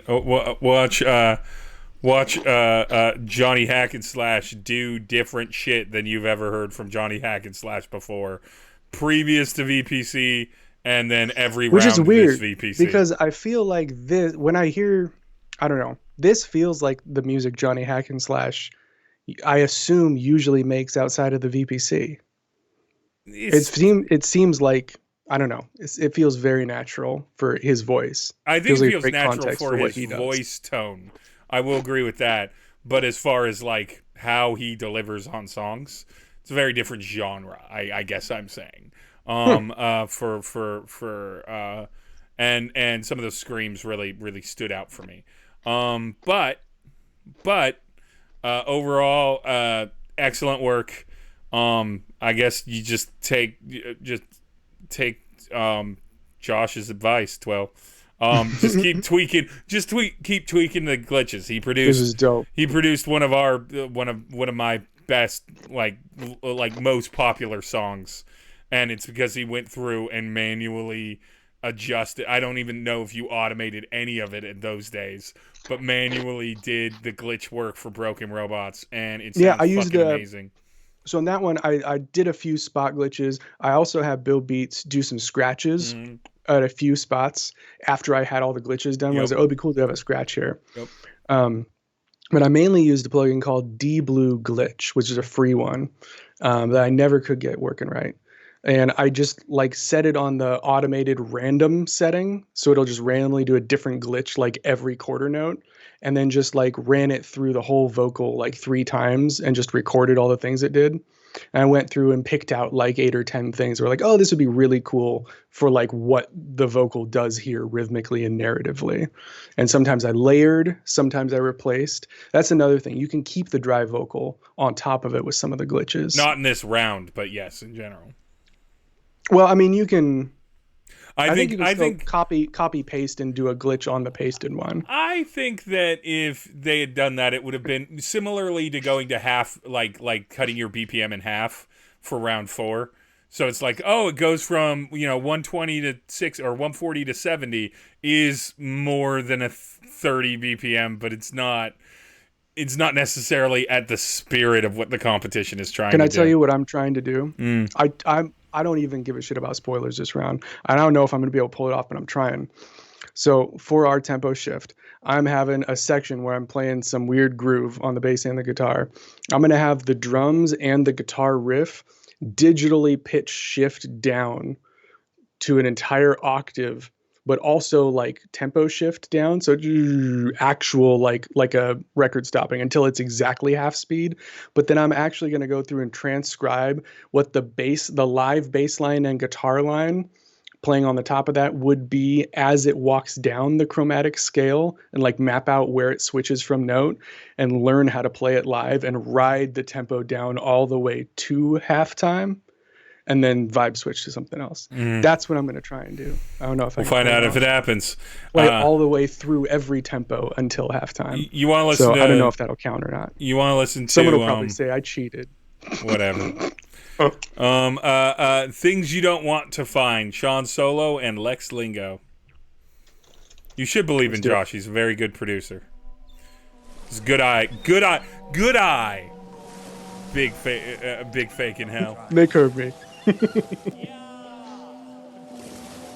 Yeah, that's the most Lex Lingo intro. Yeah. That yo that starts with a YE noise. Oh, it's a good flow. Swear I tried, but I needed my supply. Like, here I stand, deep, head planted in sand. Swear the pills get demanding. Like, bitch, go grab me a sandwich. Need a bandage. I took everyone I could manage, and they just kept taking advantage. Fell and I finally landed on my face. Locked in that dark place with no escape except my fate. Lost without my grace. Changed my face till it erased. Think I need my space, but I still long for your embrace. Attitudes I chase, chemicals I taste. Looking like some palm trees, rotting at the Chemicals I taste. That's my favorite line. Talk about abuse. Seen too many fall and still I thought myself a meal. You like to accuse and you ain't got no fucking proof.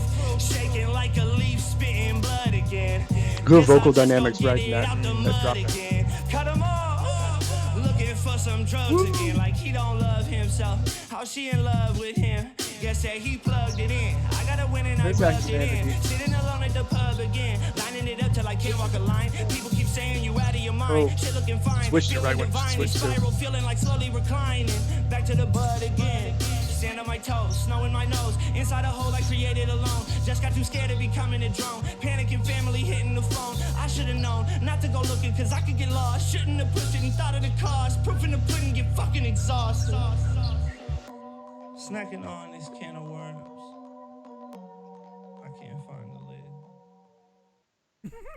lid. Yo, real talk though, putting the sketch up there. This feels like old school sketch flow. Yeah, it does feel a lot. That's why I put it up there. What was that song he used to do a cappella live and it would just kill, it would murder every time. It's called like Boomerang or something. Yeah.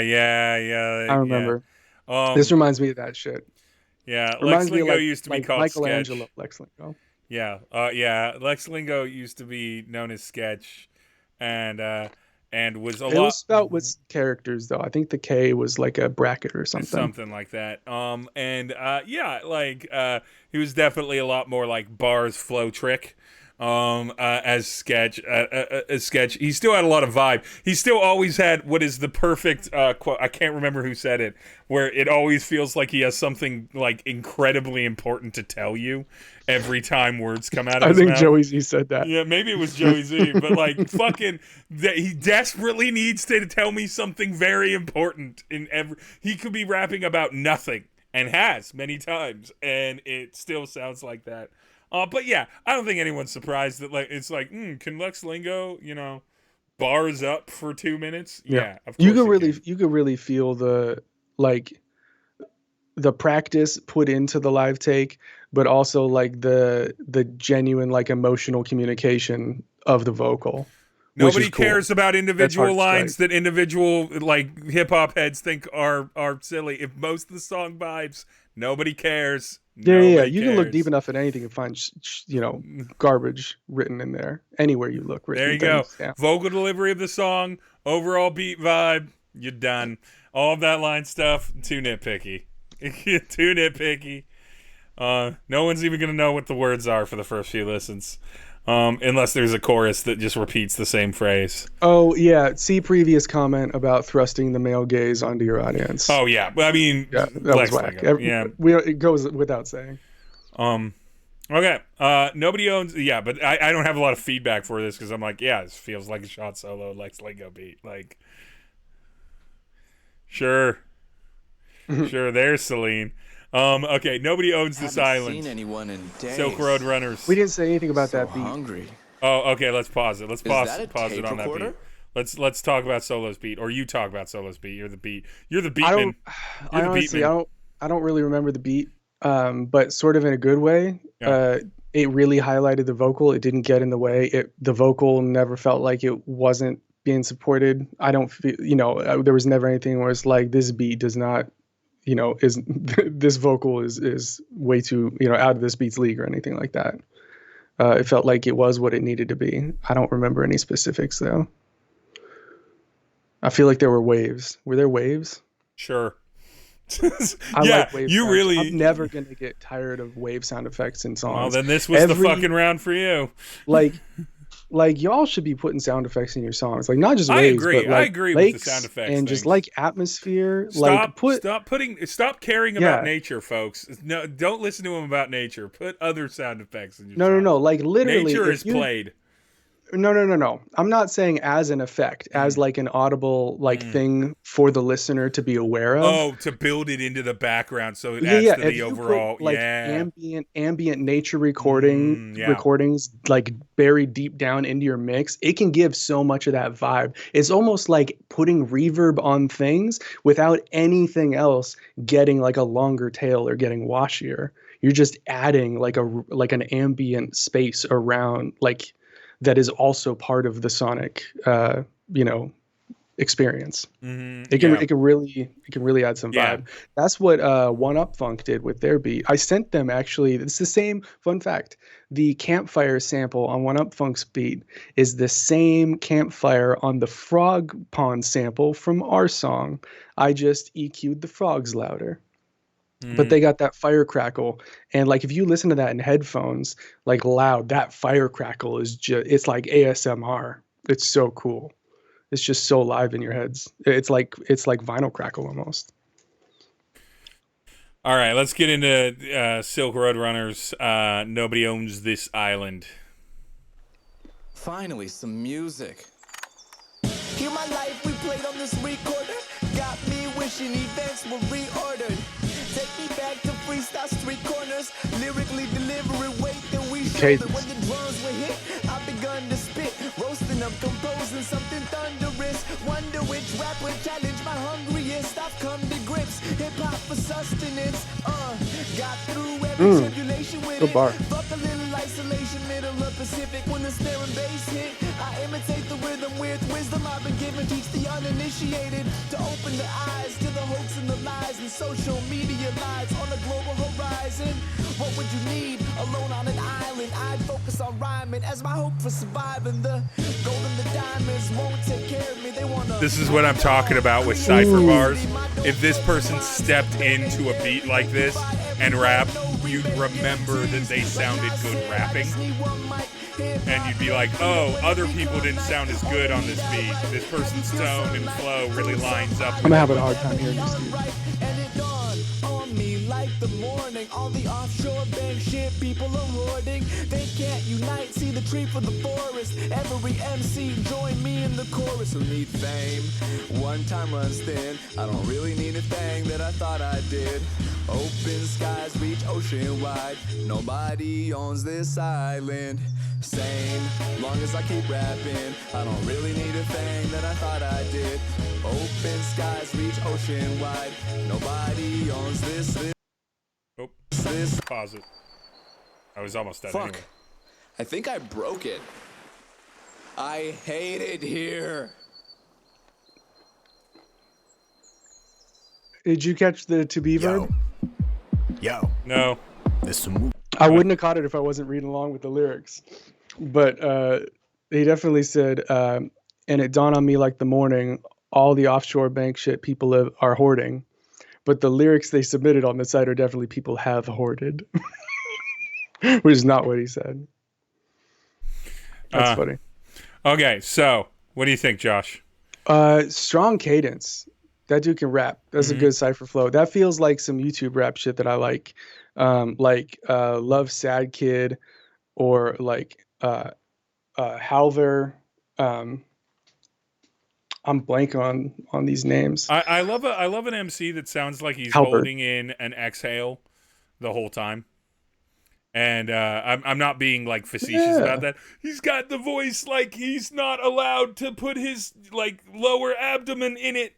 Like that kind of delivery where it's like my voice doesn't match his, but it's kind of like it feels like they can't project. It's real the sound. animated. It's like right on the vocal break. I'm rapping and I gotta tell you something important. Yeah. It's another. I have something important to tell you, and it's these bars. They sound flustered. Mm-hmm. It works. It's it's good vibe, dynamics. 100% vibe. Mm-hmm. Go on. It is. I mean, mood. Like that'd probably be me. I'm like, well, stuck on this island. Let's write some bars. Let's freestyle for a couple hours, pass the time. I can relate. One of the things that I will say when you get to the singing part, at the end of the song, when you do like a sing, because it kind of almost sounds like you were doing like a closeout chorus, almost like you were kind of like, I'm just gonna repeat these lines. It's gonna be kind of like a hook.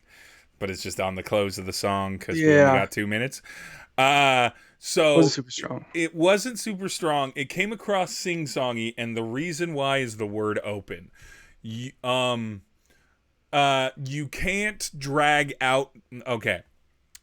When you're constructing singing lines where you're not doing them very rapidly, you can't drag out the word open. It's not a good, not at the front of the line. Because they go open, they say it is two very distinct separated syllables. Oh. And that's not how you say it. You got to go open. Yeah. And so, if you were singing and you did something like open up and did it real fast, that would be fine. Yeah. But just the way that it came out, because you were trying to force a word that doesn't really vibe with the first phrase, with the first line of the chorus, into that sort of dragged out thing. And by doing it, it makes it sound like you're being really deliberate with how you say it, which means it sounds like a nursery rhyme song, which means that you've lost the chorus hook. You've lost the chorus hook the moment you step into nursery rhyme singing, which is that very spaced out syllabic singing.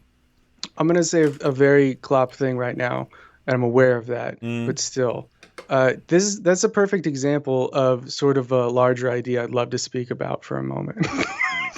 All right, Klopp, go. Do it. So a lot of the lyrical criticism that I've been hearing people talk about, whether it's this sounds bad, or the meter doesn't rhyme up, the missed rhyme, this feels awkward, it feels like you're rapping this way. Literally all we're talking about, these are all just different precise ways contextually to describe things that are distracting a listener from getting what you are intending to deliver. Mm-hmm. That's the whole thing. The one, you can't, art can't be good or bad. Art is valid. It's art. Like, that's not what. One thing that you can objectively measure, though, is how effectively did you execute what you intended to do, or even just how effectively you're communicating what you intend to communicate. How is the obvious receiving your intent? How well is the audience receiving your intention? A lot of the critiques that are being leveled art is bad. Are about. I agree. They're about like mechanical execution things that can be corrected to help remove the things that can distract a listener from getting the intent of the concept, of the ideas, the bars, the rhyme schemes that you're doing.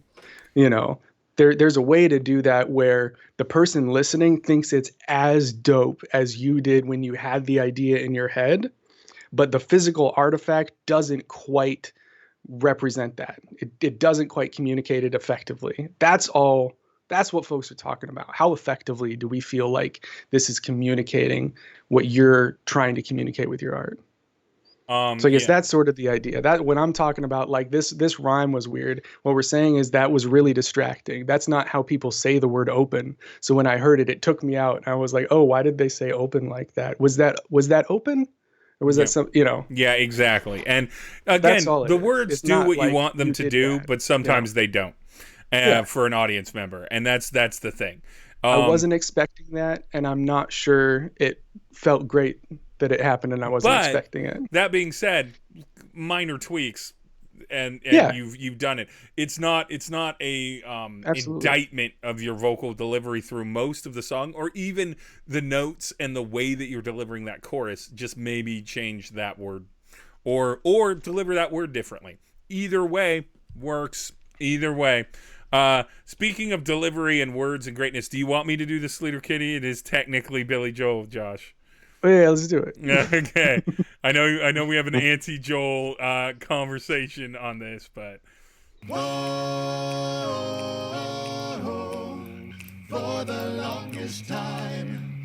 Whoa, for the longest time. Said how my life got flipped, turned upside down. I'd like to take a minute, just sit right there. This is supposed to sound like they were singing this sitting around a campfire. Yeah. Does it sound like that? I'm not sure that. I think it's a little too well mixed for that. Okay. It's too balanced. Can you hear the fire crackles, or is it mostly just frogs? Mostly frogs. Okay. For me. I gotta talk to Ryan about how they got that crackle popping out.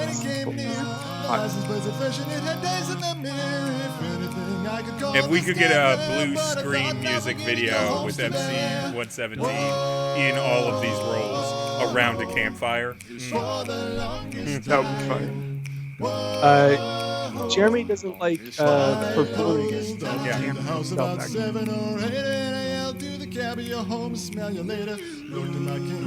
Yeah, it's very pentatonic. You're right. It's just very well done, mix wise, so it feels less natural. I knew it was gonna be on a playlist with 41 hip hop songs. Yeah. I gotta put loved it. I loved it. I gotta put R bass on the vocal track. For the longest time, for the longest time. What if it's a blue screen of several cats around a campfire and the mouths are being animated? To be clear, I didn't mean I wanted the vocal mix to sound like they were mixed around a campfire. I was just trying to, like, once I got that crispy mix, I was like, okay, let's put like a forest reverb on it and campfire sounds. Pope Peaches said they heard crickets. It's like thousands of frogs. We were over in Cape Disappointment State Park. What you're hearing is the distant frogs. But yeah, I'll send you that. It's like 30 seconds and it sounds really nice. You got to get the stems out according to according to Person of Mystery. Barco, whatever the fuck.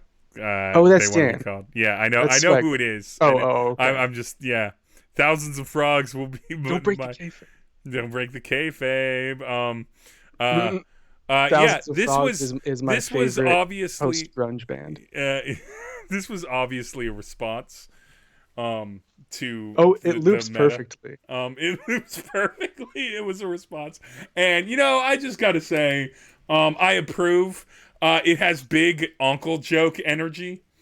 like what if this plus this, like two, and I do like that. I do enjoy it, but I only want to see it with cat stuff. The reason I got salty is because like the way we did the loop felt to me, the intent was to be like I figured out like the way to solve it, where I do it this way and people be like, oh fuck, why didn't we think of that, but instead it sort of read as like I hit it too well, I guess. They didn't realize read as the beginning end of the song. I was like, what if I make it sound like it ends but it still perfectly loops?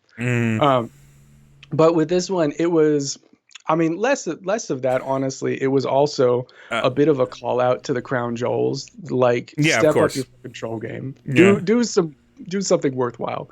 Put effort into your shitpost. That's what makes a shitpost. By the way, you need to send out stems. You need to make stems available for the Nerdcore community. That's what the chat wants. No. So that's up to you. Okay, I'm checking handles. I got a sneaking suspicion Crown Jewels are in here or something. No, Celine wants them. Okay. Celine wants them. Person of mystery. Oh, it still did. I forgot to change Those it. Are his stems, Thank you for reminding me that I forgot to update it. I'm just going to update it to the next one since we've already pretty much talked about your track. But yeah, those were all. Jeremy practiced until he got all of those into single takes. He kept sending me a couple updated takes. The bass track, I think I got a couple. Okay, I got a better one. Snaps were all one take too, though. All right. Next team is Sloth Dubs and Ronan. Only one Ronan and Sloth Dubs on Wii. Oh, and full credit. That whole thing was Jeremy's idea. It read as Jeremy's idea. 100%. And I love it. Wonderful. But on Wii.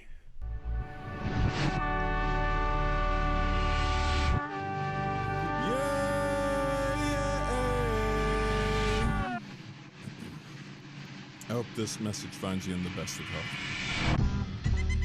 Yay! Yay! Yay!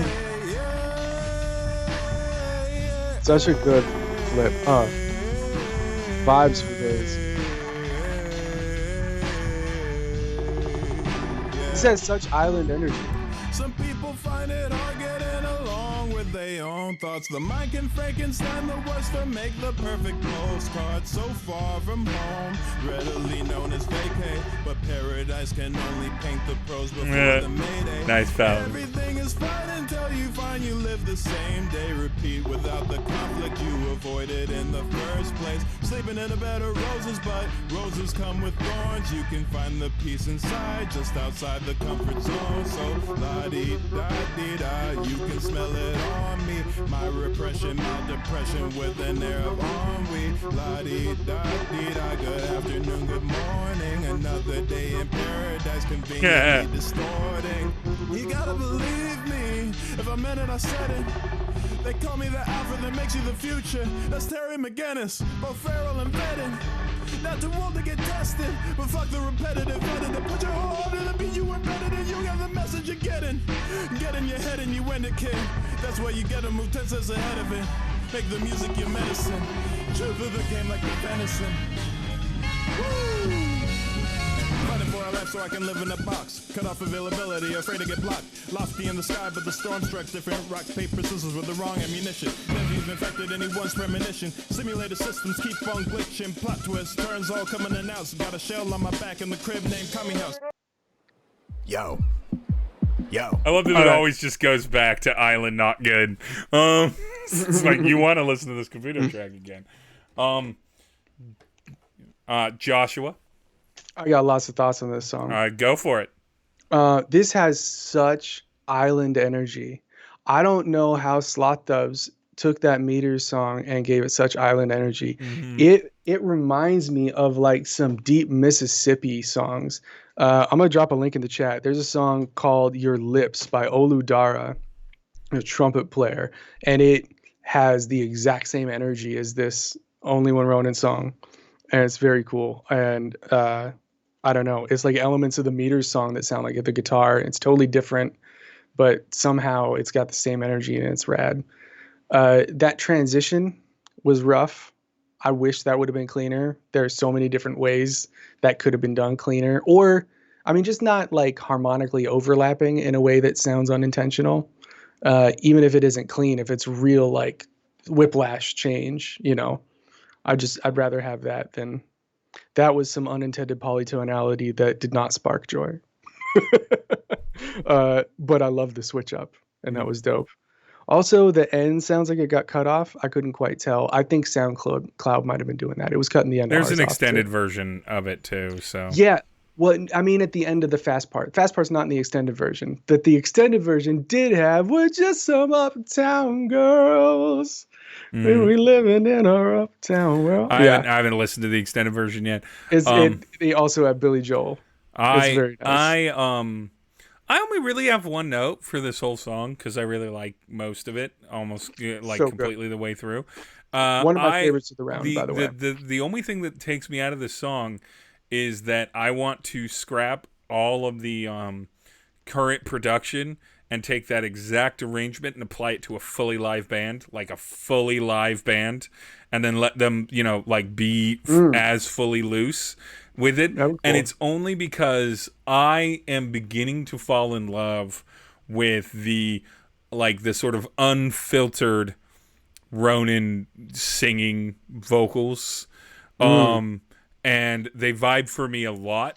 But I think in anything that sounds like the problem for hip hop and R&B, when it's like produced, even if it's cutting up and resampling a thing, or like from an actual live performed song, is that it's so mechanically perfect to some degree that it feels wrong against that kind of vocal lead. And maybe this is just the impact. Does it? That reggae... I thought it felt super loose. See, to me, I felt like it was still... It just wasn't... I don't know. Maybe it's just that it didn't feel as present. Maybe it's something about the vocal mix there that was hitting my ear. And again, maybe it's because I'm half deaf and I hear everything in binaural sound. So a mix is squeezed down. I don't think that impacts vibe too much, though. But like, and so what I want is just the full presence of like a live kid. And maybe it's me just listening to a bunch of live ass reggae, which is not my favorite genre standalone, to be clear, or like constantly every time I hear Ronan sing, just transporting back to 14. Are you saying just live drums or full live band? Full live band, full every aspect of it live. That would be cool. And then that way you could have the kind of like interplay of the live band that you want with that kind of stuff. Full live band. But for me, maybe it's just because, every time I hear Ronan sing now, all I can think about is like really good Jimi Hendrix performances vocally, because I feel like they give me that vibe. They're like, how they sing notes feels very similar to me. A lot of blue notes. A lot of blue notes, and I love it. Drenching yourself in the space between the notes. Yeah, and like confidently. Yeah, and it makes me feel good. And so maybe that's why I want live, because that's what I would have normally heard with it. Give me those blue notes. Give me these neutral thirds. Ugh. You know? Fog that harmony. Coconut. Oh, go on. Well, yeah, so one other thing I love about this, I totally lost what I was saying. So the sample chops on this are really cool. I like the way it feels weirdly loose and wonky, but I love the use of the nature sounds in this. That's what it was. The bird calls. It's like a and then like a woodpecker, I think. Woodpecker's definitely in there. But it's cool because they're they're natural rhythms, naturally occurring. You know, it's not something programmed, so it feels good. It's like an interval we expect, but it doesn't have anything to do with the tempo. So it's such a cool extra rhythmic, like just, oh, whoa, what is that? You know, it's like when you got, it's like that Dua Lipa song with that on the go-go. Don't Start Now. I love that. That was one of my favorite parts. Every time one of those pop off, it just perks my ears up, and I'm just like, oh, what is that? For the next song, it's Coconut Surprise Slop Slop. I don't know who this is by or what this song is. I haven't listened to it. Is it like a thing that we should listen to? Some of the people Yeah, I mean, it's worth listening. I mean, have you listened to it? Yes, it's probably the best Spandex Moose song yet. It's a Spandex Moose song. Yeah. Okay. This skit's pretty funny, I think. I've gotten that feedback before in my life. Hey, Frank! What? Check this out. I found a tape recorder. Looks like I've been able to a battery left. Right. We can use it to say. Welcome to Island Time Live, the #1 rated and only program on this Island feels TV. like Please real welcome strong your host, Simon Mike energy, to be honest. I mean, Mike Bananas. Hey, thank you so much. Hey, how about this one, Frank? Check out these stretches. What are you doing? Pilates of the Caribbean. Oh, Shane not feeling this. Woo! Chilling on the island. Feeling like a pirate. Cause I think I got scurvy. It's like fish wrap. Haven't eaten in days. Yeah, this does sound like a bit. Coconuts equal diarrhea, and no TP makes a red raw rear. Yeah. And a little bit of poo between two good friends. Time for a key change, more like a sea change. When I do wheeze out my dick, I get pee pains. Went from yellow to turning red. Speaking of red, I got terribly sunburned. Coconut solo. Tree solo. Crab solo. Oh no, Frank, what'd you do to Sebastian? I ate him. Aw. No, I'm not listening to any more of that. I control the sounds. And the sounds say. I was hoping to get to the end of it because the very end of it is where the title of the song comes from, and it's the worst part of the song. He says something about why are you making me listen to the worst part of the song? No, you don't have to listen to it, but he says something about how like he wants to come in a coconut, and he said, "Oh wait, don't drink that, slop slop," and slop slop is supposed to rhyme with coconut, but also have something to do with like ejaculate, which I've never. All right, we're finishing it. So hungry. Gaze into the. But that was the title. Gotta Coconut eat, slop Frank. slop. Wait, what? I said I gotta be frank, I gotta back up in my spank bank. 300 days since I had a dank wank, and I really need a bust in a coconut. Bust in a what? Don't drink 'em, slop slop. Slip slap, gonna whack on a hat. Walk down to the waves using hair from my back to make rope. You've lost it. Look Now an we can oasis. I guess today I gotta bring it back to you. Not even how it goes. Alright, well, good night everyone. Hope you enjoyed the show. I know I did. I host the show. Me, Mike Bananas, every week. So until next week, see you later. Mike, tell him the coordinates. Oh yeah. The ending is funny. I appreciate the framing device. Do you? You know, I do appreciate the framing device. I think it's clever. I think it's funny. I think it's well executed. They do funny skits. They have good chemistry together. This is not a good song. It feels like tough. The fact that they're rapping is supposed to be a bit, but like that coconut slop slop doesn't rhyme. He follows it up with slip slap whack on a hat. I don't know why that line is in there, and I don't know why they named the song slip, after slap, that line. wag on a hat. Coconut all alone slop, on slop Saturday night. That was the worst idea in that song, full of terrible ideas, and they made it the title of the song. I mean, I don't understand why. I mean, yeah, Spandex Moose is tough because, like, obviously being in Death Star, right, and caring about making fun, stupid or fun, ridiculous songs, like, and having some lowbrow humor songs, certainly. Hey, damn, Celine just did the William Shatner joke from the Brad Paisley music video. What? I did like the ending. When the song was over and you stopped. Yep. Yeah, I fucking love that. He said the ending is my favorite part of every Spandex Moose song. Yeah, I don't care that the song doesn't rhyme. It's not funny, or it doesn't appeal to me and my sense of humor, which means that it fails because it's not strong as a song outside of that. A comedy song that doesn't make me laugh but that is catchy is still gonna make me listen to it. I mean, Lonely Island fucking lives in that space sometimes. I like some of their songs. I don't like other of their songs. But motherfuckers know that it's like, if you produce a banger, it doesn't matter if people are actually find it funny or not. It's a banger. Listen, I don't want to be racist, but there's a reason Flight of the Conchords is more successful. It's because their music sounds good when they're funny. Sorry. You don't want to be racist. I mean, Australia, New Zealand. You know. Oh yeah. But I mean, that's 100% true. I mean, it's why everyone loved Tenacious D's first album is because it was fun and dynamic and shit. And then it was That's silly. what makes comedy music good is when you're like, oh my, why is it actually good music though? I hate to bring him up because it's you and I sitting here, but we all know that the granddaddy Tom Lehrer knew that shit and delivered it 100% of the time. He also referred to the Beatles as children's music, which you have to respect. You have absolutely asinine judge statement, and I love it.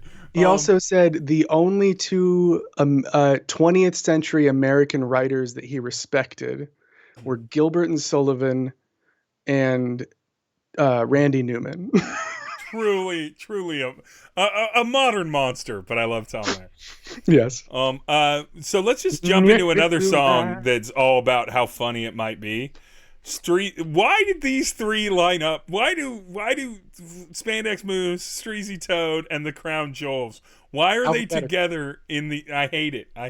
Because of the alphabet. Oh man. We're not gonna listen to the Crown Jewels. Don't worry. I know how to get Blame off the this Mesopotamians. island by going back to my roots. Back on my bullshit. Ayo, young stroke. Spit it. They say stroke, you need to cool it. Bomb, back on my bullshit. They ask stroke, how do you do it? Simple. Bomb, back on my bullshit. I done came down more throws than the discus. Ran so much game, I done tore my meniscus. It goes down like physics. My flow's non-Euclidean. My whip all black, I drive a Chevrolet Obsidian. Okay, hold on. You got that Euclidean and a Chevrolet Obsidian were used to rhyme each other, and you were impressed? It's the lines going up to non-Euclidean. There's like Young Stroke makes bad music, but Young Stroke makes bad music that is full of gems. And there was it goes down like physics. My flow's non-Euclidean. I done tore my meniscus. It goes down like physics. Yeah. My flow's non-Euclidean. You're not gonna hear that anywhere else except like that's racist or something. Yeah. Like it's pretty outside baseball lyrically, and I love it. I enjoy hearing someone say my flow's non-Euclidean. I done tore my meniscus. Like that's not a good song, but it's enjoyable to listen to that part of that song objectively. I got a stolen Picasso, got a pet bald eagle, stolen Da Vinci, pass the Neosporin, my trigger finger itchy.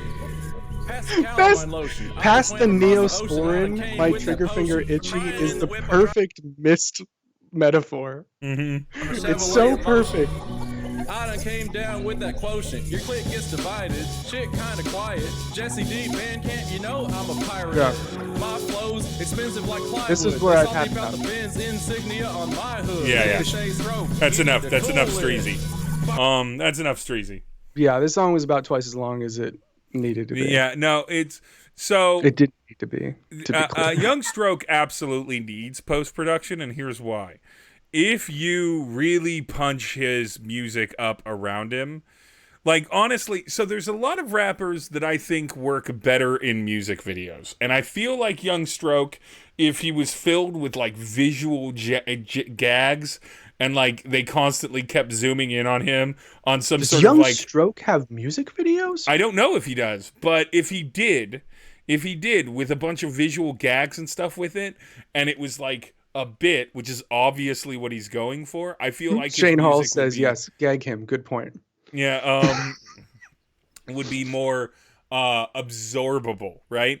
It would be more like, oh, this guy's having fun doing a bunch of stuff, like in the same way that like people that just rap bars that are book report or like character analyses of different animes, and like that's their whole repertoire and everything.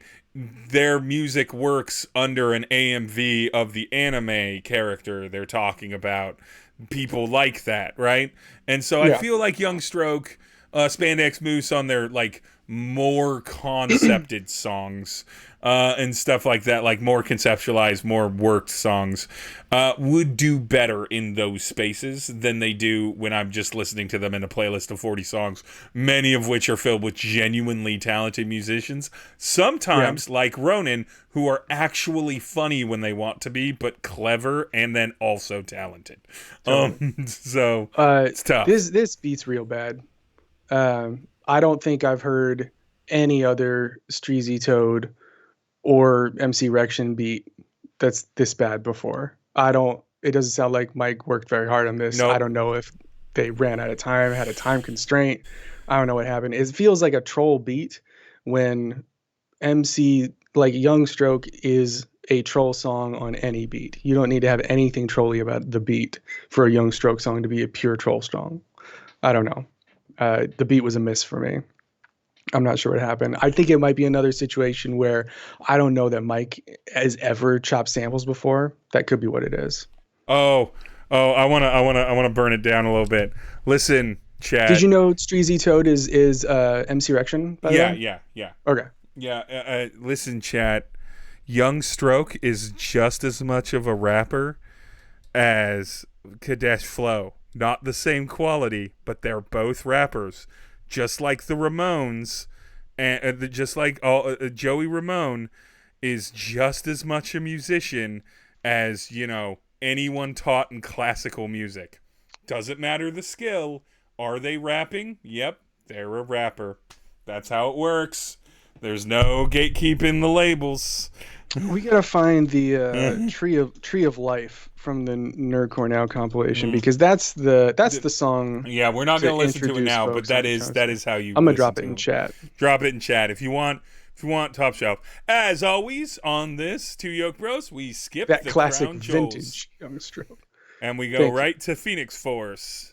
There's no reason. There's two groups that I am skipping regularly. We haven't gotten to the second one yet, but we will. Let's get to Phoenix Force, Gizmo, and Pat Kill Pat. Wait, Weefy.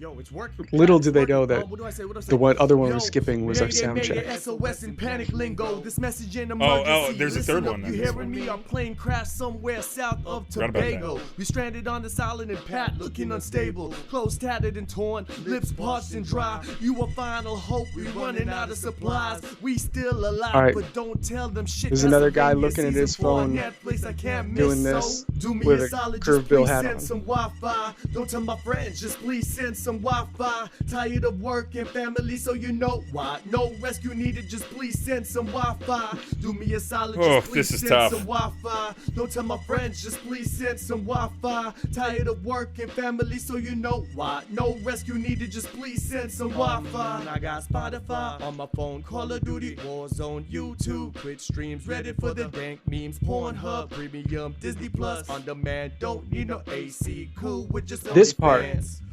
There could be something there. There could be, yeah. You know what I was going to say? I think Dan's still in the chat, previously known as DJ Snyder. That part absolutely reminds me of Bits' verse on Metamystics Incorporated's Jack Was Right. Remember the song about Jack Was Right, the guy who tried to ban violent video games? Pac-Man made me do drugs. I did mushrooms after doing a great Super Dragon X verse. Terrible feature by Bits that almost ruins the song. That flow sounds exactly like Bits' flow in that song. It's wild. Yeah. It's also kind of like a little stumbled. Yeah, it's a little stumbled. So that's the only part of that song. We don't need to keep listening to it. That's the only part of that song that I hear, and I'm like, all right. So if you worked on this part of this song, and you decided to get it right, and then the production worked with what you were doing, and then you panned it left and right appropriately and stuff like that, and you made sure that it wasn't overbalanced on one call and then the response, all of that stuff, you could get something out of that moment. And that is what I'm going to say feedback-wise for this whole track, because I feel like there's a lot of work that needs to be done on it. A lot of work for Weefy. I was saying while I was playing, this is another one of those tracks that has the energy of dude in a curved bill baseball cap holding his phone out, reading his lyrics, doing this while he raps, angrily faced. Same energy. Yep. We're going to go on to Melon Island by the Southern Demon Nerd. Oh, is this Gizmo? Yeah, this is Gizmo. I didn't know that was Gizmo. Mm-hmm. I've heard other Gizmo stuff that I like a lot better than that. Yeah, that was a little stilted for Gizmo. We crash landed, taco and smoking, not the bell bear or bandit. Man, so sandy, we got this shit. Just shoot the message at the demon, heard like lickety split.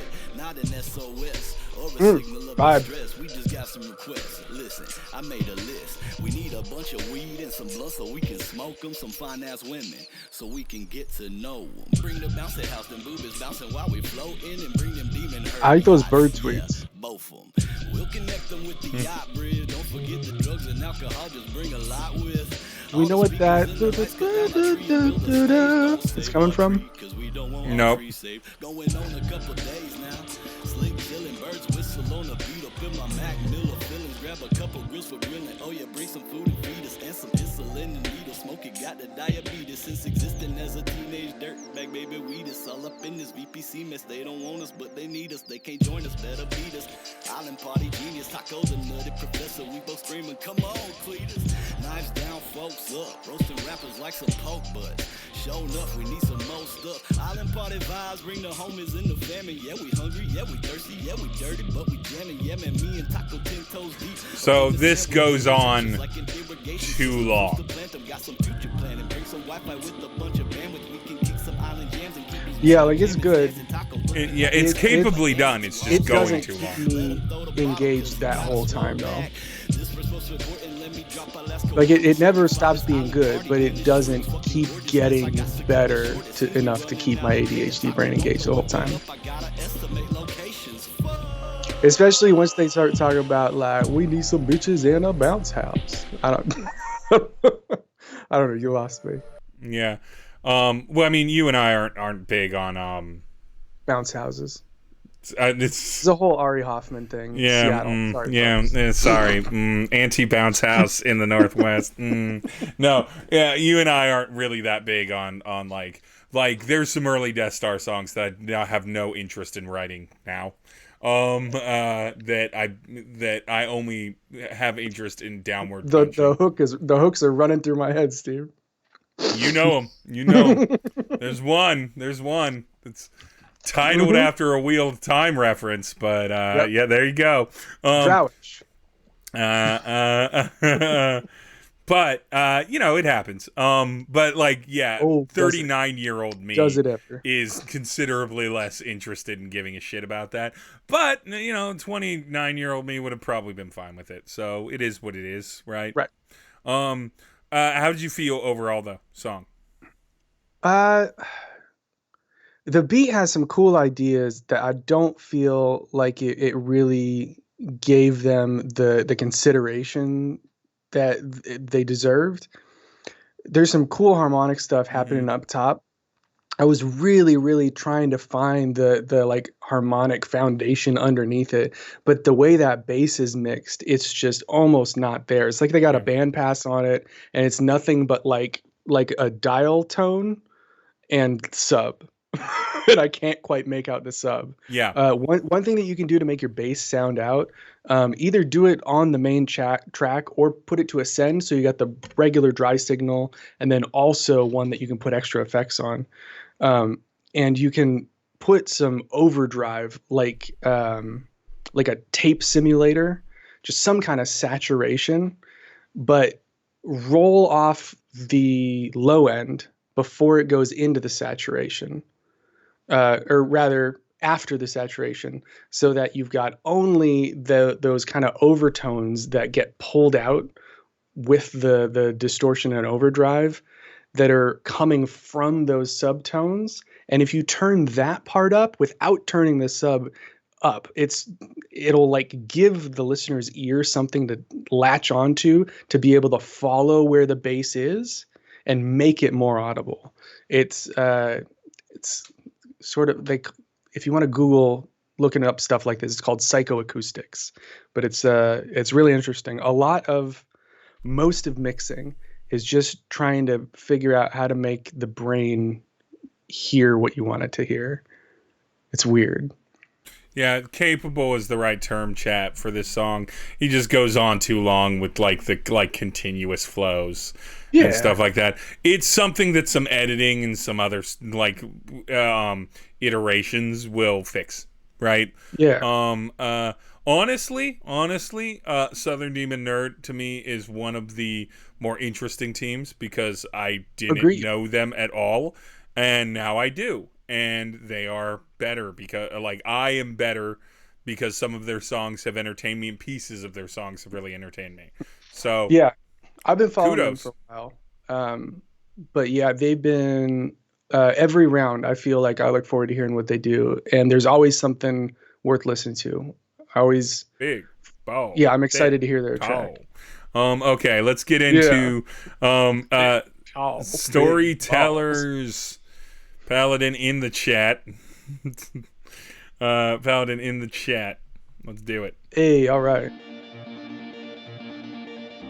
Peasy's on Eastern time, so he said he's catching the VOD. Yep. Can't believe you and me in this tree.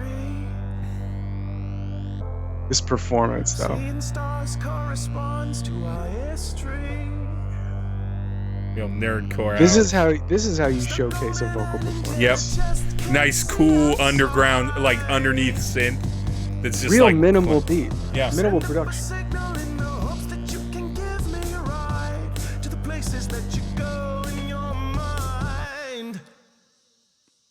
Staring in your general direction, your eyes fixed on the horizon. I know we can buy ourselves time if we can. That's a hook.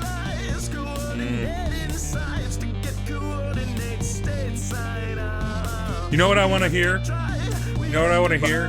I want to hear Paladin on something made by Crunkwitch.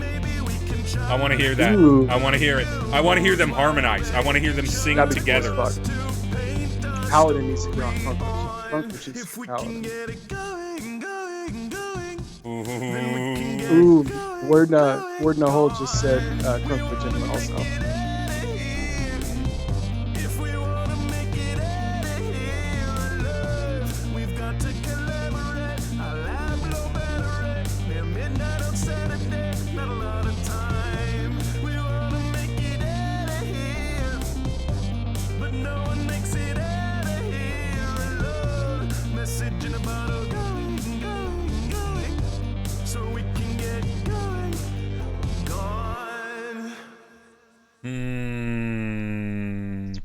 That is a person who has put in a lot of hours of practice singing. Mm-hmm. Someone who has mastery over their instrument. God damn. Yeah, so Paladin, I hope you're ready for 1,000 nerdcore MCs to be like, can you get on my hook? Can you me included, me 100% included. I mean, we're gonna get a Death Star hook out of that. Death Star, Steve, Klopfenpop, the whole Northwest coming for you, Paladin. I mean, obviously, my partner this VPC is ZillaPerson, who I found listening to the VPC and being like, this cat can fucking sing. You know what I can't do? Real talk. Sing, rap, or perform, but I definitely can't sing. So guess who's a Death Star now? Guess who's part of the next Death Star album and who's ZillaPerson partnered up with me 2 fucking VPCs. He's on 10 Death Star songs across several releases. And so, don't question it. Singing is so much about word choice and vowel choice and stuff like that, and then pronunciation choice. Rapping is too.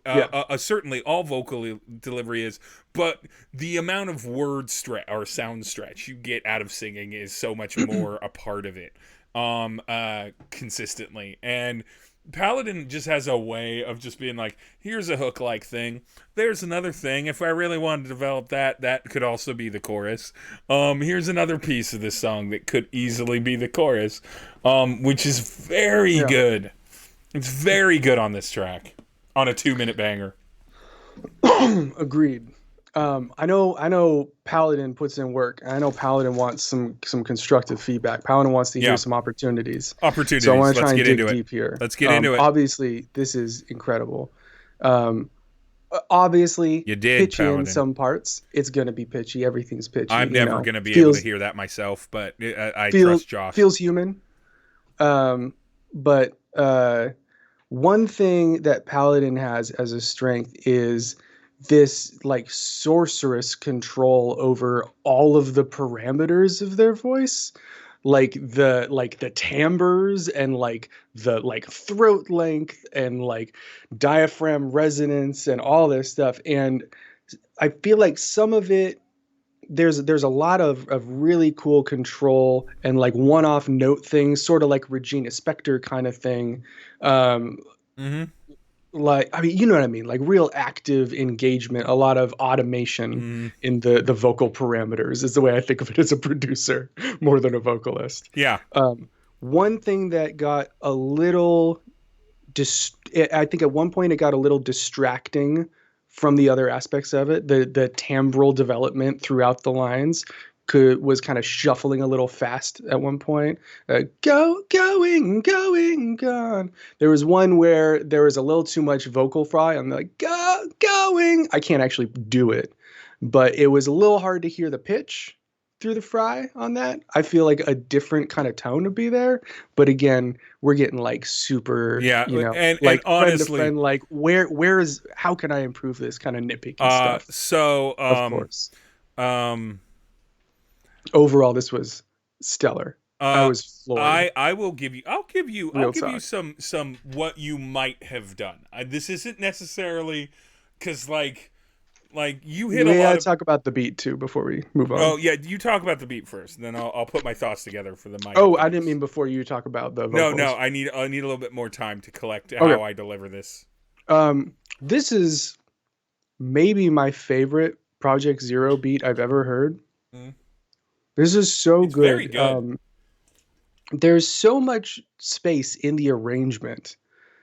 I feel like PZ often does arrangements where he has a whole lot of good ideas, but all of those good ideas don't necessarily cohese really well and interact, and there isn't necessarily always that sort of attention to detail on the post editing aspect of it and figuring out how to lock it together. This feels like there's enough space that it is just locked, and it's just sort of leaving room for Paladin to just showcase on there. Yep. And when it comes in, it's just to support and like launch that foundation up right underneath Paladin. And it just feels like when that kicks off, it feels like, remember when they go to the planet factory in Hitchhiker's Guide? Yeah. And they just all of a sudden onto the factory floor. I see that right when that beat drops. That's the energy. I'm not going to say this with a judgment on the quality or lack thereof of the group overall.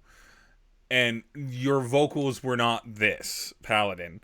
But on the note of the beat, I was getting some very like Muse choices where when they decide to back down and like let the lead singer of Muse croon. I'm not a fan of Muse as singer. He's my least favorite member of the band, but that kind of is what pieces of it felt like, where it's like we're gonna mix this down, we're gonna create the room, and then this is gonna let the vocalist go where he wants. Part of the reason I'm not a fan of Muse singer is because I don't like where he goes. But separately from all of that, here's my thoughts on what you could have done is a significant change, which would have been nigh impossible to do in one take, but you might have been able to do it.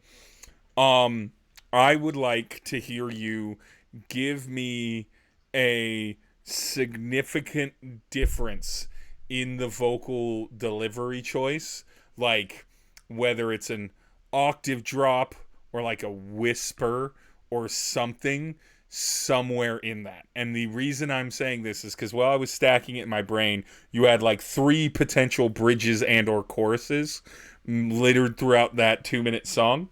Are you talking an additional layer? No, I'm talking about like in the main vocal line, and this would be a significant change up to it too. kind of like what the going. I'd have to really sit with the song, like really sit with it. But if I wanted to give the song a dynamic punch, or maybe a dynamic punch in verse 2, like where it breaks and like the person just speaks a line or two and then it hits back in, classic like pop cut to the chorus again, but half a step up, that kind of bullshit. You go an octave up, have kind of a Vitas energy. Yeah, like you could do a lot. You could do octave up, you could go octave down, you could whisper, you could talk, you could probably not rap a few bars. The song's vibe didn't really give me that, but like speak like a little bit. Like there's a few things you could have done. Are you talking about this song? This song, yeah. This is, I gotta be honest, this is the weirdest feedback. I might have not been listening for the first couple sentences and missed the context, but this is wild feedback for this song. So the reasoning being You're telling him to drop an octave and whisper and maybe rap a few bars? I'm telling him he could drop an octave or go up an octave. He could whisper, he could talk, he could do a lot of different things. Like for a few notes? Yeah, for like a line or like a couple lines, right? Go. Yeah, especially at the start of a stanza, right? Where you start a stanza, or perhaps a 2-bar like break between sort of like your complete pieces of each melodic movement of the vocals. I think you could do that. The more I'm thinking about what you're saying, the more it kind of makes sense. Like I feel like whatever project Paladin's going to be in, it's got to be one of these like vocal showcase kind of ensemble. Yeah. Where it's it's Muse or it's like Sun Lux. Like the vocal is a texture, but also like what everything revolves around, like Tom Waits kind of thing. You know, it's, I don't know. That's fair. Yeah, and in the response, that's an interesting thought. This is 100% for a full length song, especially in the back half of the song, especially in like if it's a 2-verse song at the end of the second verse, if it's a 2-verse and then there's like a like between the last chorus repeat, there's like a little interlude or some fun little thing, that would be a good space to go to it. It's something that like boy pop groups do a lot, where they'll like cut like the last line or last 2 lines and have somebody like say something or like whisper something and then punch back into the chorus, and a lot of times into the chorus a half step up or whatever that you want to do. In your head. Yeah, exactly. That kind of bullshit. But that is literally me trying to figure out if I was going to add an ingredient to this, which I did not feel I needed to do, what would I do to potentially make it a better song? Always a good impulse. I'm like, that's me being like giving feedback. You might have done that a little bit. Ooh, Shane Hall said a modulation could be cool. A modulation could be cool. Yeah, like there's a lot of things like a weird modulation, like a minor third or something. And then again, all of this would be fixed by what if there's a harmony layer? Okay, well then that does the same thing, right? There's so many different directions as a non-one take. This could have gone where I wouldn't even thought about it. I want to hear hella harmonies on this. That'd be cool.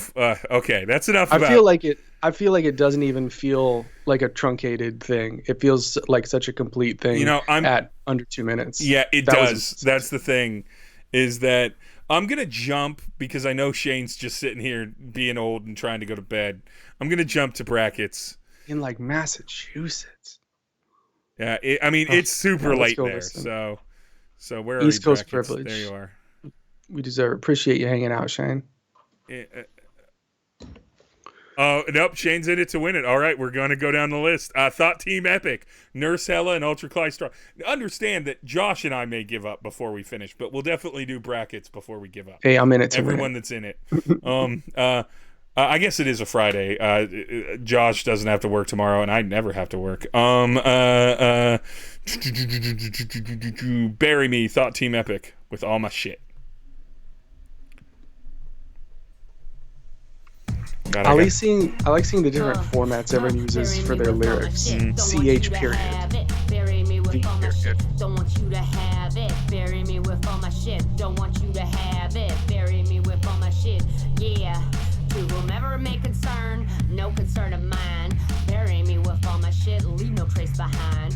Holiday, a castaway. Murder and a suicide. Heaven knows Caruso goes on Friday nights for homicide. Someone gets some just rewards. Wilson never get ahead. Willpower makes you fuck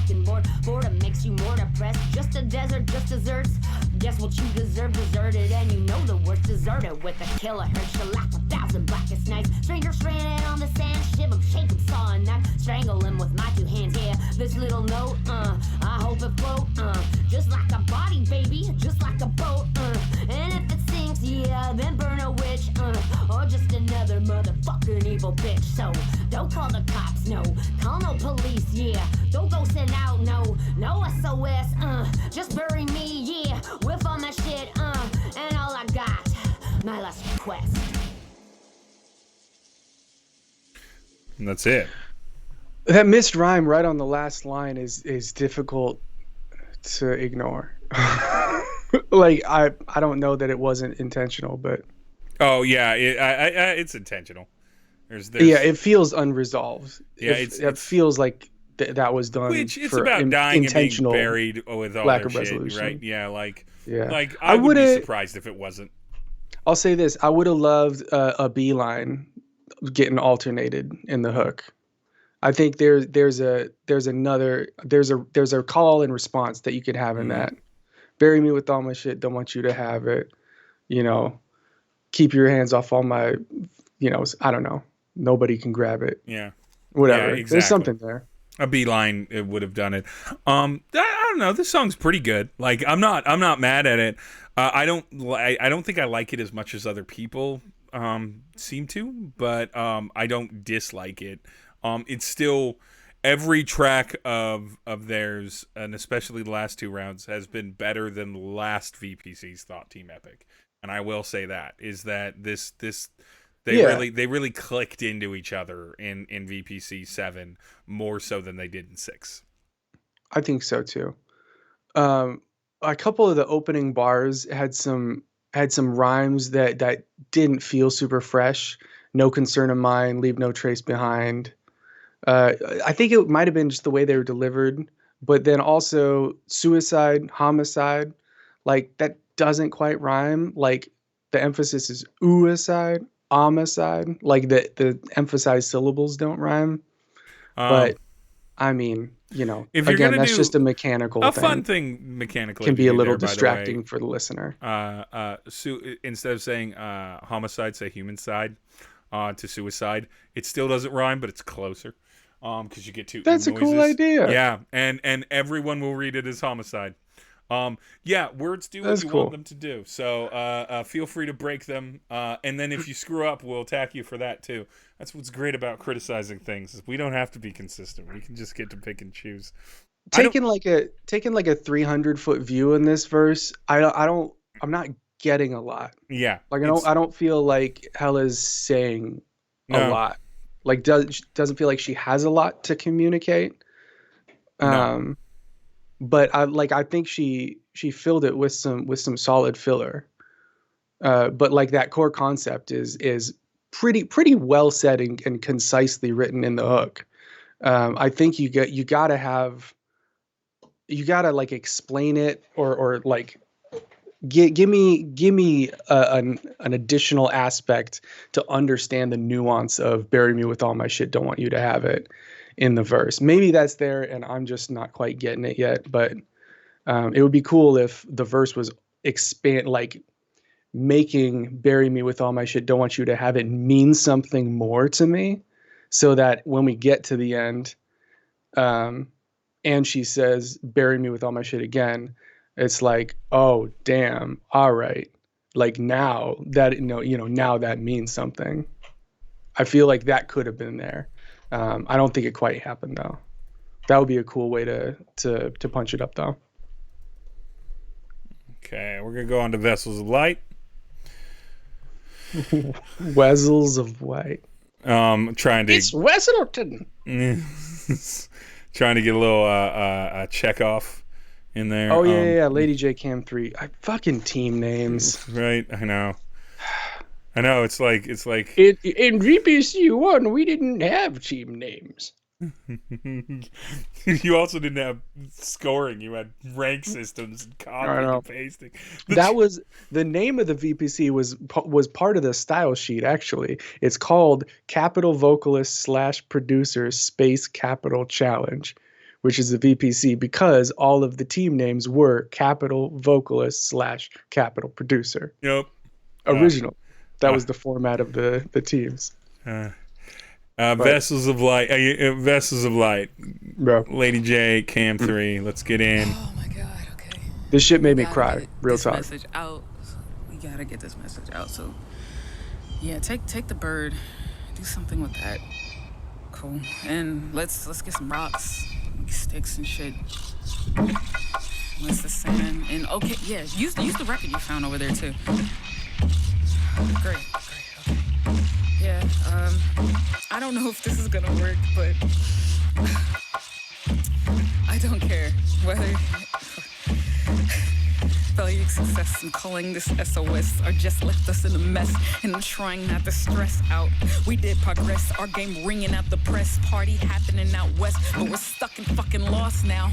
All I see are just trees, water, and all surroundings, and junk is washed up for weeks. I don't know how we gonna eat. I do not wanna believe we ain't gonna make it to meet the Enix team, the big leagues, releasing feeding our dreams, but we're braving the savannah and making shrimp in cabanas. Our sticks we find in the sand. I'm just trying to fucking manage switch up and the use style. the skills I ain't had to. Make it makeshift bathrooms. I shit when I have to, but I picture it like Destiny's Island. Make a raft climbing trees and enjoying the climate. Cause vessels of light and the darkness retirement. Hold our keyblades high while we munching on giant ants. I can't stand it.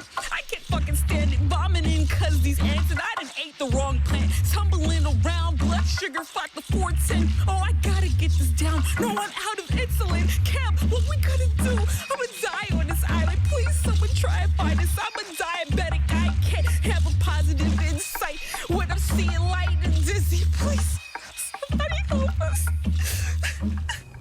Somebody.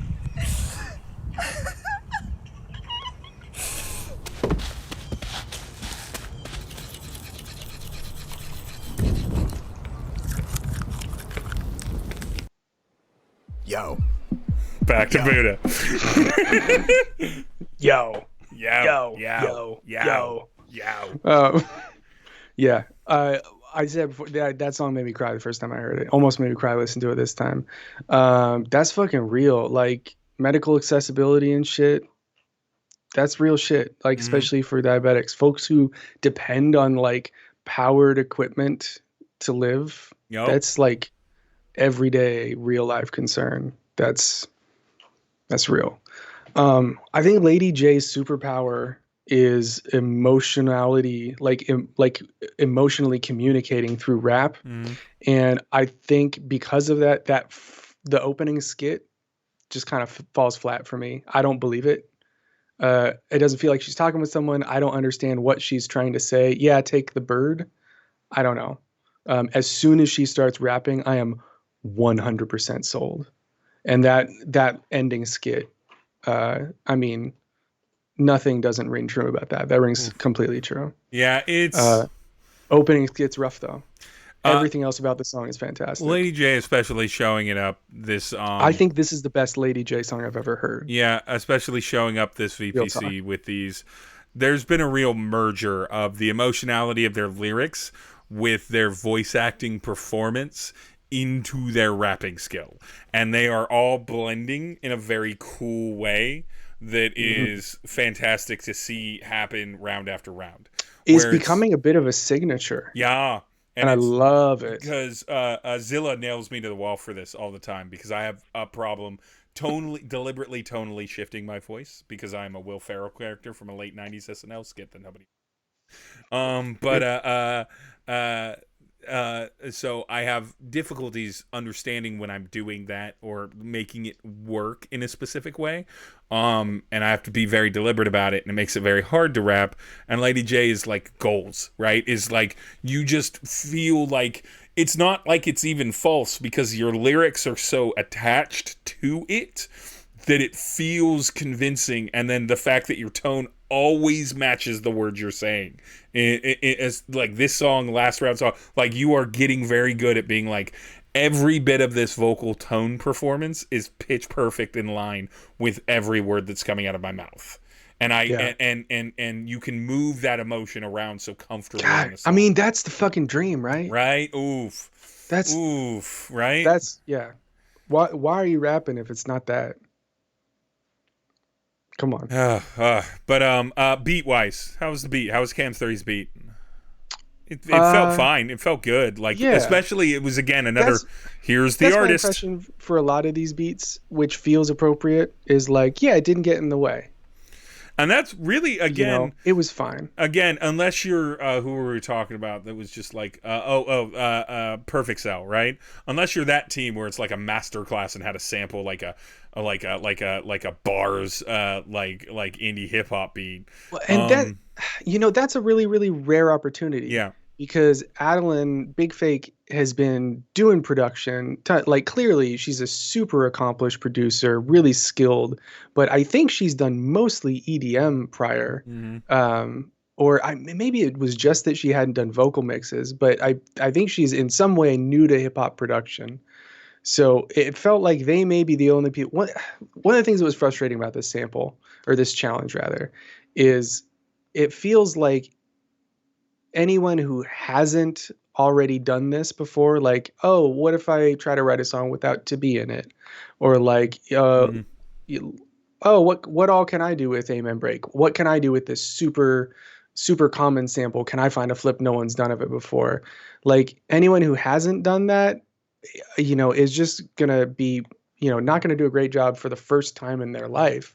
But like anyone who did that like 10 years ago and, has played with the Amen Break a ton of times. And like, these are exercises that they've already done, I don't know. Like they've wrung the life out of these ideas. For me, I think like I'm not 100% sure what the exact expectation was of because I get the point of the challenge. It's very kind of like minus the nature sounds. This is a very kind of like get classic with your hip hop. What if you were like live and the DJ just had this and another record and you just had to rap bars and there was no pre-recorded hype track and stuff like that? Felt kind of like the point, but I don't think a lot of people took advantage, our own team included. And I don't know if, a different song would have changed that. I don't know if different challenge specifications or verbalizations would have changed that. I am curious, but we should continue our train going on to Young Sullivan, Lil Yaz and Young Sullivan, people who do not respect typical vowels. They don't respect them. They do in the title, I guess. Gotta get born up in here. It's a Wu-Tang show. Let's go. Only a silent vowel. Crying and begging for scratch. Crown me king of the jungle, baby. I murdered your pack. We talking claws in the face. We talking stabs to the back. I tore a stock in your town.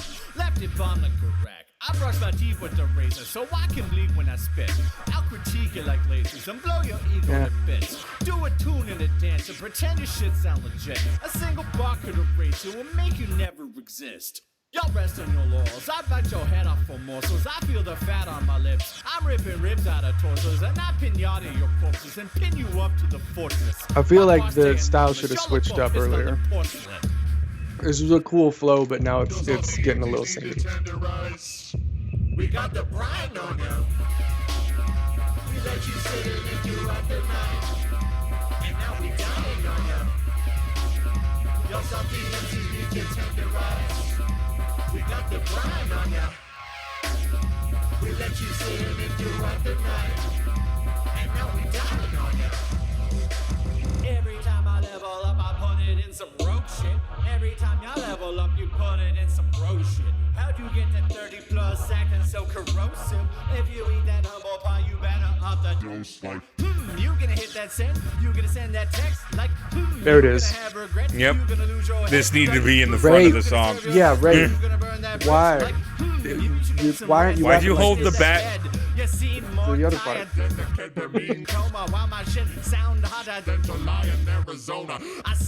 It gets so much better in the back half. Yeah. I feel like that was the round 1 too. Dr. Weird did that.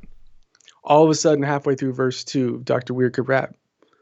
Yeah, that's gonna happen. Obviously, our general critique is please mix it up more in the first verse, and then we will get to because the only reason I listened to the end of this is because I knew the song was only 2 minutes and we were doing this critique. Otherwise, I would have moved on as a listener because it wasn't. It didn't start to get annoying until like 3/4 of the way through the first honestly, verse, but it was like that whole at the half point of the first verse just switched up. To add on to that, by the way, you really rode that really loud high note or like high tone word at the beginning of each line that whole time as well, and that added to the redundancy, right? If you just been delivering flows with kind of different tones, but it was the same exact rhythm, in the first verse. In if it had been the same exact rhythm, but with different tone of voice and word inflection, that would have changed it a little bit. But because you really were copying and pasting the exact way you delivered each previous line, it got to the point where it's like, is this going to do anything? Then it starts doing anything. Then it starts doing things. And it's the Rafe that I know that can rap, that has rap talents underneath all of his new bio has rap talents. New bio has rap talents. Fresh bodied Rafe. What did you think overall? Yeah, the cool parts were cool. There were a couple. One little nitpicky thing. Hyenas don't live in the jungle. Hyenas live on the savannah. But God damn it, Josh, I know. No one cares. Overall, not Rafe's best work, but has some really cool Rafe rapping in it. At parts, for sure. Didn't deliver that consistently. This beat, I think this is one of my favorite transformations of the Amen drums. Yeah. Although I think they're mixed terribly. Yeah. I the mix love on this overall, the production, the mixing mastering portion of this overall is real rough. Yeah. The low end's kind of muddy. The kick feels a little buckety. Like tubey, a little bit like a donk. It's got that. It's like a doom door. But I love the way that it totally transforms. The drum sounds sound like different drums, and they sound like cool, affected versions of drums. It's just like, the mix needs to get cleaned up. Get the mud out of that kick. Make that snare a little crispier. I don't know. I like the switch up. There were different vibes, different drums that you could still tell were sampled from the Amen break. That was really cool. I think this is some of my favorite work with the drums specifically of the sample, especially like the multiple layers. They got some, we get some polyrhythms where they had like the but underneath it's like going to like triple speed. That was cool. I like that. I love hella percussion layers. Yeah, definitely. I like overall this was just like, this was again one of those strong rough drafts that you're like, give this 2-3 more passes and some mixing and mastering, and this could be a banger. It's not close. This is gonna be a good song, but it's got bones. Just rework it. Now, didn't get finished in time to be the final draft for the VPC. This is gonna be a good song when it's done though, for sure. Yeah, I hate programming drums too. It's why I don't do it, Shane. Speaking of Shane or Messiah, let's listen to their track. Thinking what will happen, I set the alpha, dropped on the planet, get me after, stop to flex, test the master, the best of the best with the best cadavers, never make threats to just cadets, no regrets, don't forget your debts, bring the rest, just come correct, don't get stressed, to get the best, used to feel a little, but the little didn't do, so the little got more and more, just kept trying to get into the middle, but the middle, such a bore, everybody knows what they think they know, in the end, who's really sure, everybody knows what they gotta feel, never know what they're feeling it for, might have said it once or maybe twice, maybe never said it before, you gotta keep track to keep it on track. Remember, see me settle a score.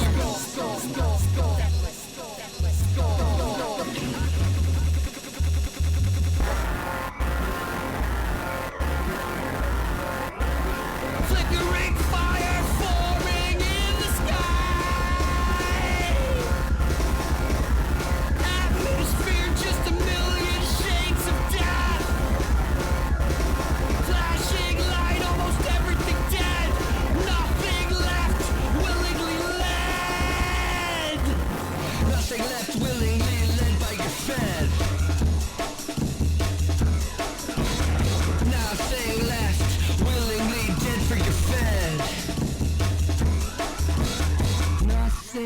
left but revenge.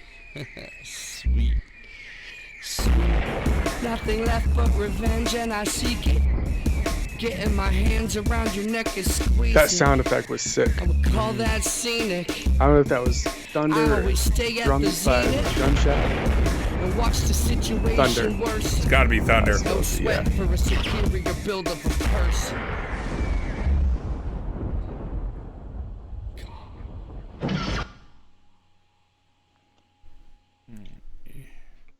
That's got some cool ideas going on here. It's really hard for me to listen to though, because Shane's vocal, it feels like it's about like 27 milliseconds like late out of sync with the beat, the way it was laid onto it. And it's like, and it makes it sound like Shane is like rapping late for the whole song. It's just barely. Navi released a rap cover of "Fuck You" by CeeLo that was also had this same sync problem as like the whole song. I feel like I'm waiting for the beat to catch up to the vocals, and it's like, oh, it never happens. And this is. I don't know. It didn't bother me so much, but I like a real loose collaborating remotely. Yeah, it happens. It didn't bother me so much. Like it felt more like a choice to me. But I also like a real loose, like because it was the whole song, especially for the front part of it, because all of it was that way. It felt like maybe I just accepted it as like an artistic choice, and I was just like, oh, that's just how you're gonna rap on this song, because it was not. Like it was out of sync consistently for like, as you're saying, or it was off sync consistently as you're saying, but it was in sync with itself, and they were in the same, like it was in the right like time for me. So I was just like, maybe yeah, it's just fine. Like the jungle vibes from the verse, like that jungle break vibe. Yeah. Like it's so staccato and like fast. I feel like it implies a certain grid, and like when the drift is wider than that interval, it's tough for me. I think for my ADHD brain, I don't know. Mm-hmm. One of the overall, very cool. The one of the things that I like about this team the most is the way that the beat and the delivery and the production all seem to be focused on like the concept, the content, delivering the narrative, and like evoking the emotional like atmosphere of the story. Because I think I'm not super familiar with old Star Wars lore. I think this was about when like Spock is stuck in some cave where he can see his home planet get destroyed, right? I think, I don't know. You are burning this whole thing down. A Star Wars to Star Trek cross reference, talking about old Star Trek lore, and then referencing the reboot movies. Like, you're Is that not it? On fire. Did buddy. I say Star Wars at one point? You did say Star Wars instead of Star Trek.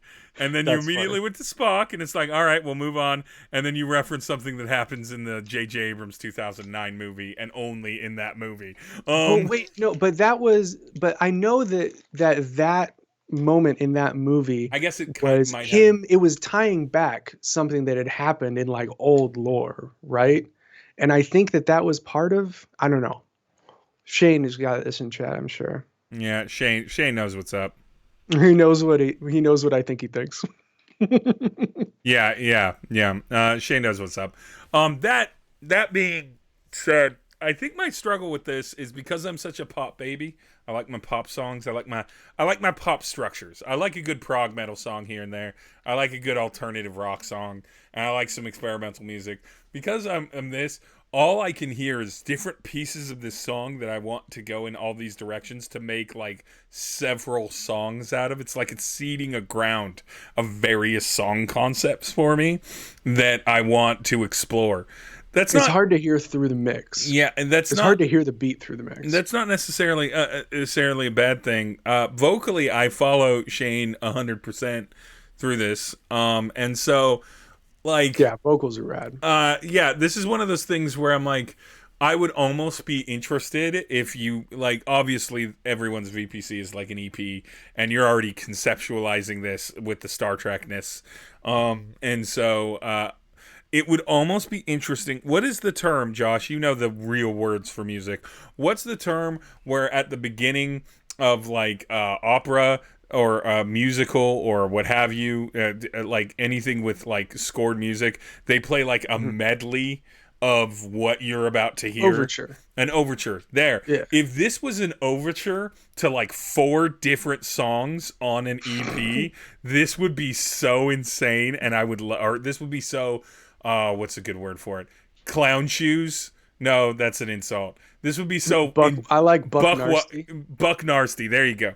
This would be this would be so Buck Nasty as like this is the thing, and it's like, wow, this is really experimental. And then each song is 100% locked into the style the vocal delivery gives, and is a whole new backing track.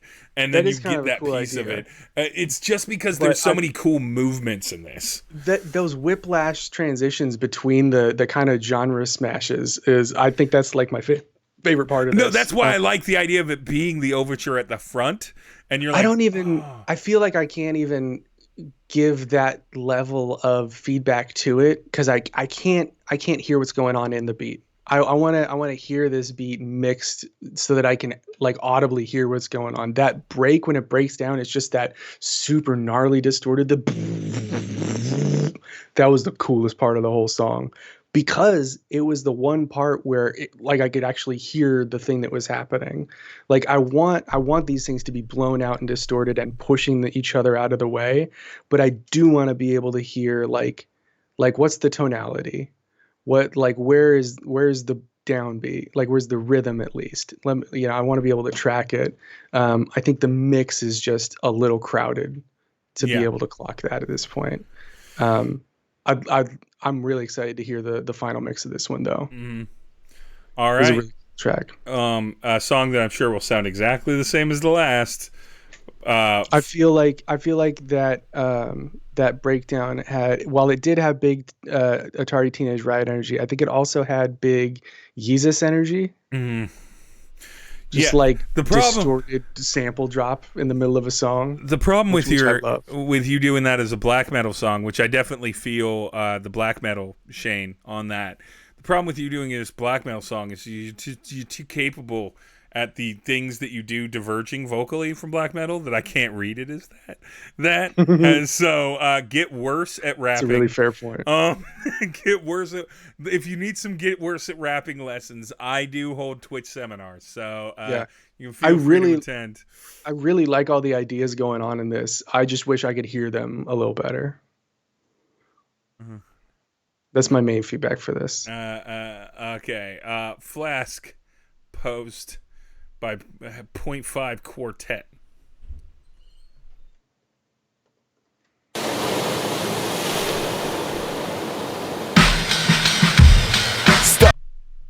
Trouble just piping and rising above the horizon. Nothing surprising under the bright sun. Fuck with Poseidon, get struck by the trident. Son of the Titans, thunder and lightning. The undeniably crummiest timing. A couple of hyphens.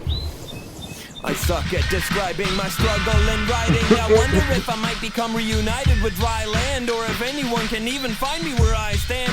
You wouldn't happen to recognize this white sand by chance? Cause I can't, the return address. Desertedness, if this ever surfaces, pretty sure I guess you've never heard of this. Purposeless, better start preparing for permanence, cause of the limitations I observe myself working with. I wanna leave, but it dawns on me I'd probably rot on the speech if I thought I'd see other people I'd believe posthumously. Artemis keeps working hard on this beat, but I'd find it less awkward if he'd bother talking to me. In shock or just seething, cause he thinks I caused his debacle. Lost in his thoughts, will mine get tossed in this bottle? Context long gone, God crossed off the gospel. Just gotta process the awful like hot sauce up a nostril. Nature a hostile as possible. Fatally harsh and too far from a hospital. Lots of unsolvable problems and obstacles. Consciousness distorted itself through a boss pedal. Give me the bronze medal and shit going wrong. The minute we've gone, I'll sing the victory song. Time ticking along, trickery, contradictory. Wrong, shorter hours, seconds getting unpredictably long. Don't know what we should do. Except we've stepped into a Kobayashi Maru. Colossally screwed across the great blue. Yonder wandering, we don't have the philosophy to ponder. Finding the long shot. Star Trek references are brackets references. Hardly too somber, two goners, doomed to wander a handful of square feet. Lucky if we last a mere week. Ooh, Star Wars reference, excellent work. God damn. God damn. What do you got to say, Mr. Klopfenstein? I mean, Vincent EL is one of my favorite rappers. Every time they rap, it feels like they're rapping like better than you remembered they could rap, but also casually juggling 5 pins. Yeah. Absolutely. It's just absolutely. I mean, the amount of writing Vincent has done is apparent in everything that they write. Yeah. It's funny because Vincent really doesn't carry themselves like there is like there's no ego to Vincent about their rapping very much, or they don't like come in on like they don't come in heavy on a lot of like hip hop critique. And they're just like, this is my, like, they'll come in way heavier on other political shit than they'd ever come in on conversations about vocal delivery. And I'm just like, but you're so good at this. You should just be yelling at people all the time. All the time, Vince. Just yell at them. They're so good. Vincent EL's rhyme schemes have their own narratives to them. Like, this entire song is driven by like the scheme. The turnarounds are driven by the rhymes. Like at one point, even the drum chop, which by the way, Artemis's drum chop, this is maybe my second or third favorite drum chop out of this. This is a fresh drum break chopped from very, very familiar drum pattern. I've never heard chopped like this. This sounds like a totally new break. It's dope. I honestly would have been like, if Arda didn't crush this, I would have been like, Arda. Yeah. Arda. Come on. We know that you know how to flip some goddamn samples in clever and interesting ways. The filter mod. Very cool Cypress Hill reference, or House of Pain. Jump around. Yeah. Yeah. Be like, Arda. Classic. I've absorbed 10% of a conversation between you and Bill Beats. I know what you know how to do. Even at one point, there weren't a lot of switch ups in the beat. I would have loved to hear more. There were drops and stuff. I would love to hear a little bit more chopping to some of the punches. That's one of my favorite things. You know, maybe we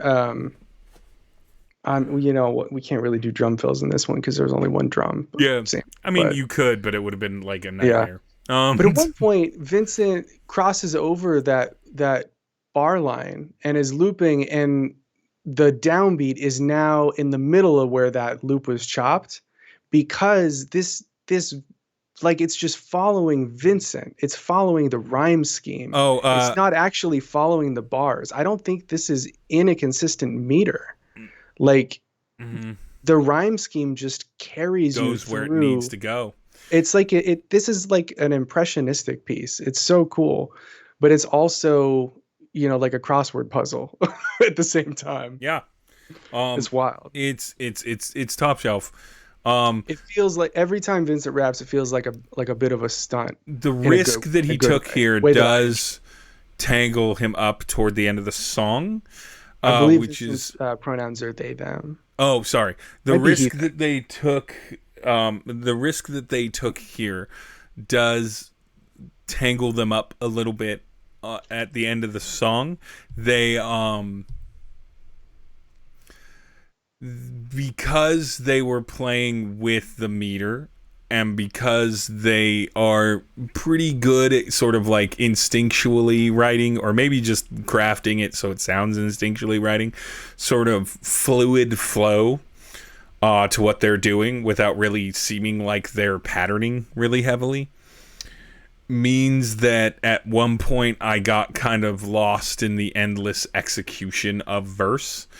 I normally don't have problems following someone for about 24-ish bars, maybe 32, before my brain triggers, and I can usually like count them out and count them, count the stanzas in my head, and I usually have like a subconscious instinct on where things are going to go, and eventually I kind of ran out of length, which usually to me triggers that there needs to be a significant vocal delivery change of something dramatic, like singing, like going to half speed, like pitching down, like something drastic and shaking.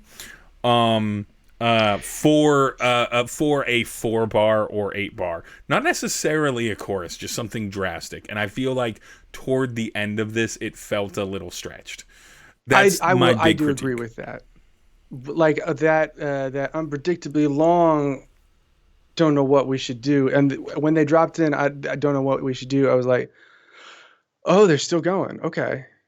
Oh, okay. This is dope though. But I did have that moment of like, oh, okay, wow, this is a lot. Because when that drop hit, it was such a breath of fresh air. Those, just nonstop wall of incredible bars. It's like, oh, whoa, that was wild. But then it picked back up. I was like, I felt like I sort of lost that moment to appreciate what had just happened. I don't know. It might have been intentional. All right, that one took me off the playlist because sometimes the playlist just jumps me to a new tab. Don't know why. Okay, we're back. What do we got? Beaches and Cream, One Up Funk, I think. One Up Funk. Is that I didn't notice the title of that song. I wasn't looking at the names when I was listening to these. Yeah, it's Peaches and Cream. The R&B song, pop song, Peaches and Cream. Is that about jizz? I don't know. We ain't been eating nothing but maggoty spider meat for 3 stinking days. Yeah, but we got 8 pairs of Reeboks, dog. Ooh, what's this? A mixtape. Labeled nothing but amen. Oh, brother. the Firecracker. On loop. That's from my campsite. Let's go. Fucking loops, man. Ryan, look where the fuck we are on this island. I can't do this right now. Sounds like Vinyl Crackle. Okay. Thank you. But I got these random shells. Ooh. And I got some sticks and some random beach debris. Ooh, that'll work. Let's go. A rider's busted I'm up, gonna give this dropping for rhymes like you, a coconut, hoping that Shane. provoking the totem chimes Their and it intro, opens up. little A too broken long. structure, ruptures from the scenery, intertwined That's with just vines. for The Shane. king time It's a beneath little me, too a long. tropical island, got a sidekick Poseidon, trying to fuck with Poseidon, but it's hard to stay fluid as I It is. scribe on papyrus. The esophagus tires, by sensory fire in time with the movement. Circle tighten, so we have a palaver. Squawking with the sparrows, holding court over this challenge. The Lord of the Flies says, piggy's on the spit now. Watch me take this corny round and crank out a legit sound. How it's going down, rapping through a busted gut. Throw ripping Dynamic nasally, scrub, picking telegraphing the was slack awesome. up. You better back up, I learned how to bellow. Stoke the fire, ripping pyre glistens, get the marshmallows. Kicking lyrics by the ocean, the coastal erosion. Broken by the tone, spoken at the quotient. Copious atonement won't show the globe. We've sown and we're imploding, so enjoy COVID and a collective of open mourning. No adorning fans, no exploring random sands. The globe is shut down for expansion till we get our stab. What the fuck was that, a crab riding on a deer? Please, can we get back to the studio with our gear? I fucking hate it here. The fuck was that? Fuck is that? Dude. Jesus. It's a fucking chupacabra, man. No. Get the fuck out of here. That thing fucked us up last time. Call back. Yeah, but we learned some pretty sick dance moves, baby. Fucking. I gotta get the fuck out of here, man. That's the most Ryan shit ever. Jesus. I feel like nothing is more hookshot than we learned some good dance moves, baby. Baby. Yeah. Oh, yeah. That is 100% accurate. All right. Thoughts? Best One Up Funk song of this VPC so far? I disagree, but all right. Why do you believe that? I'm curious. I think they did a good job showcasing the vocalist. Yep. God, this beat is so. I think this is the simplest beat that goes this hard. Mm-hmm.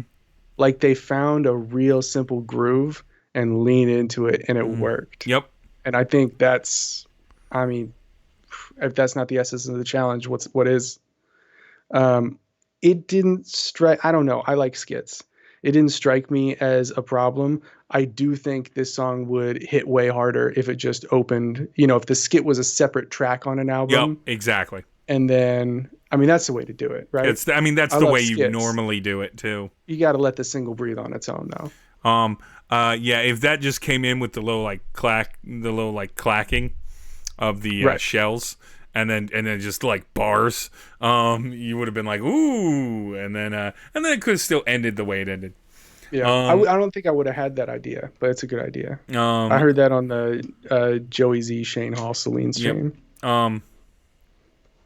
Tape Fake Out, though, is good. You're 100% correct on that, Celine. So here's why. So number one, if you go back, if anyone wants to go back, you can dig up Bobby's old pre-One Up Funk stuff. This is consistent. Like, Bobby's always been able to, well, not always, obviously, but has lots of songs pre-One Up Funk that are just like bars songs. Bars. And where it's just like it can go and does go hard. Lyrically, they're better now, but like this is a better example than then. But as far as like delivery wise and like overall strength, it's there. Yeah, I think you can tell when Ryan lets Bobby write his own bars, and it shines through. Hello. That being said, in the same way that, how am I gonna put this? All right, I might get in a little trouble for this.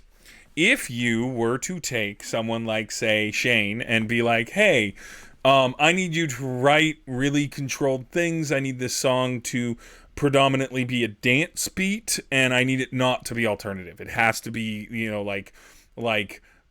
radio Did FM you just use ready. the word alternative as a genre descriptor? Yeah. I mean, it is. 1994. It's a radio. Like, I need it to live in mainstream pop mechanic and focus, which we still have, and therefore we still have alternative to that. Sorry, I guess I just listened to an interview with the trumpet player from Cake this morning from 2003, where he was talking about how you couldn't really use the word alternative anymore because it didn't mean musicians anything. always like to pretend that, and then like 98% of people are like, yeah, alternative. Yeah. The question was, what genre do you think Cake is? And his answer was a rock band. No, Cake is definitely. That's not the question. Cake is definitely. That wasn't the question. God damn it.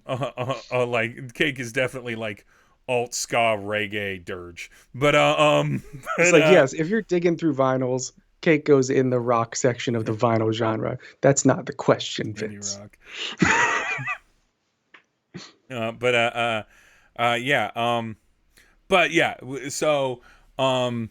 If you took the weapon from Shane, if you went to Celine and you were like, don't use your beautiful, deep, fry, excellent, up close, warm voice, you're taking weapons away from these people that they're masterful at.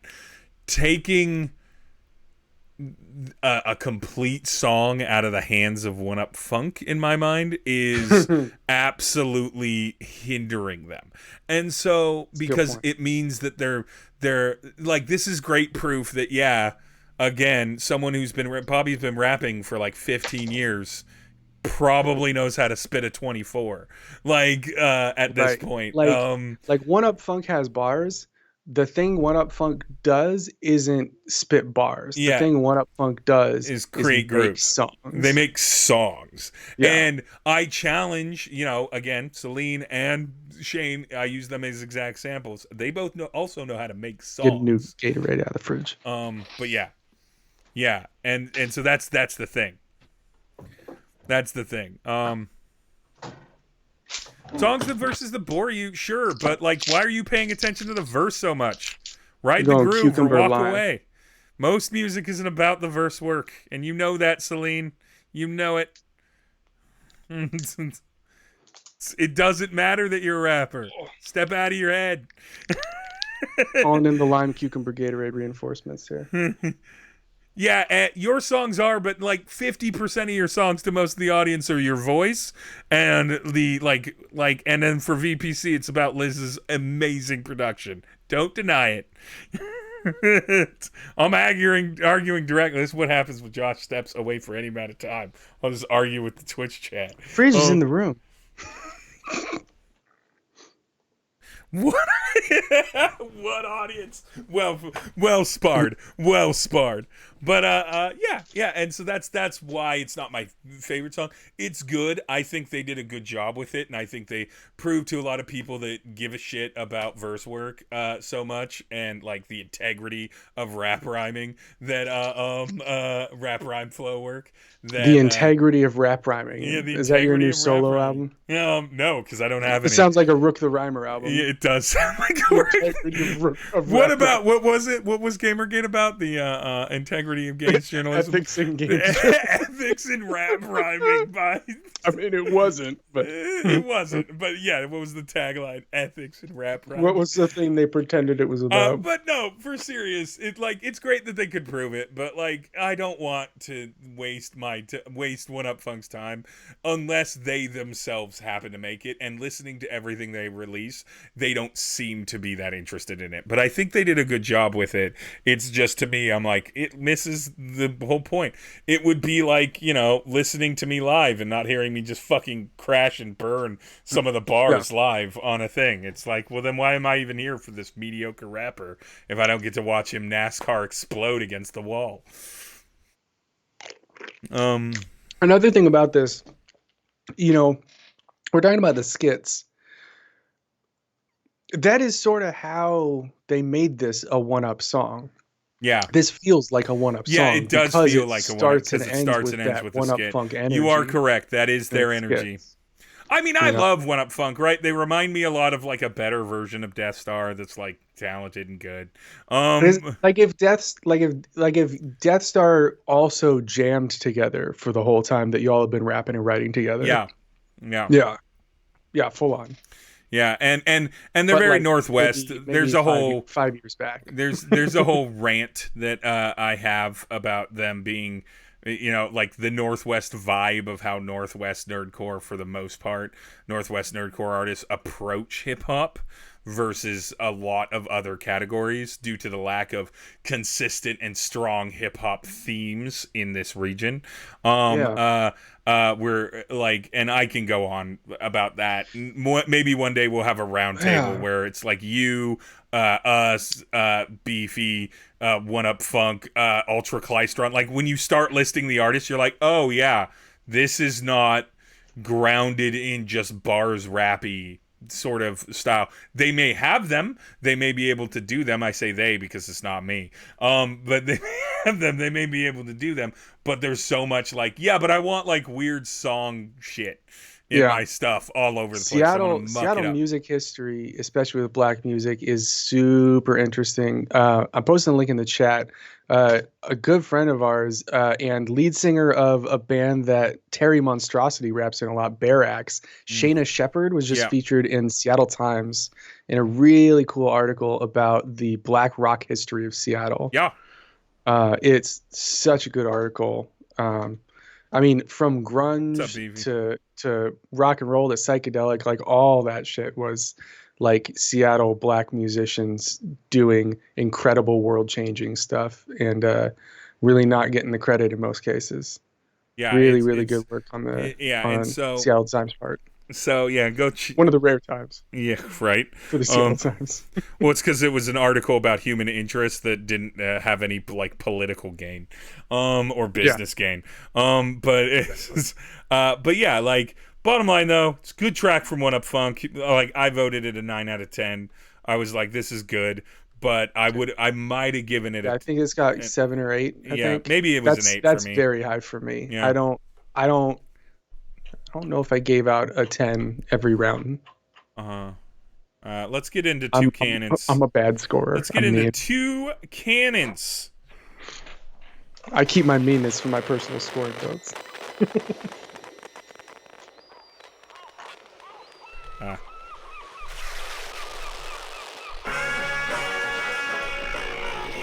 Come to the moon. Island of Messina. Where all your dreams come true. to the island of Messina with tequila flows. Aquafina, the Serafina, Latina goes down like calamari on the Barbie with Bacardi. We'll party until our souls expose or glow. This new Catina's was cleaner than the one before. Senorita sunbathing like diamonds upon the shore. And buffets galore, you couldn't ask for more. Hop aboard, come explore this happy phenomena more. Come lounge in our underwater oasis. Quite spacious and famous like Vegas with gracious merry faces. Experience the feeling of carelessness. Oh wait, you're probably me at the coordinates. Here, longitude 15.5526. Latitude 38.1939. Yeah, see you there. Come to the new island of Messina, where all your dreams come true. Shut up.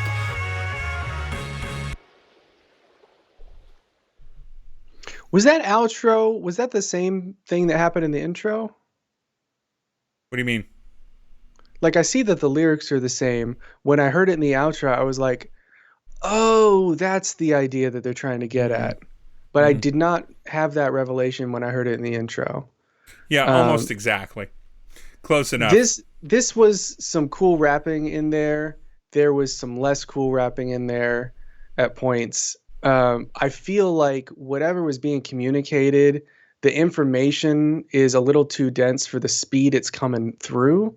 And I am not following what's going on until the very end. I feel like I got a little bit of some sort of like world building where they're trying to entice people to come here, something fantastical. I don't know. It sounds cool. That part has me intrigued. I don't feel like the lyrics quite delivered on that in a way that came through on a listen. Mm-hmm. And you know how much I cared about that? Not at all. That song was vibe. Everything was effectively like delivered. Strong it was opening. high energy, strong opening.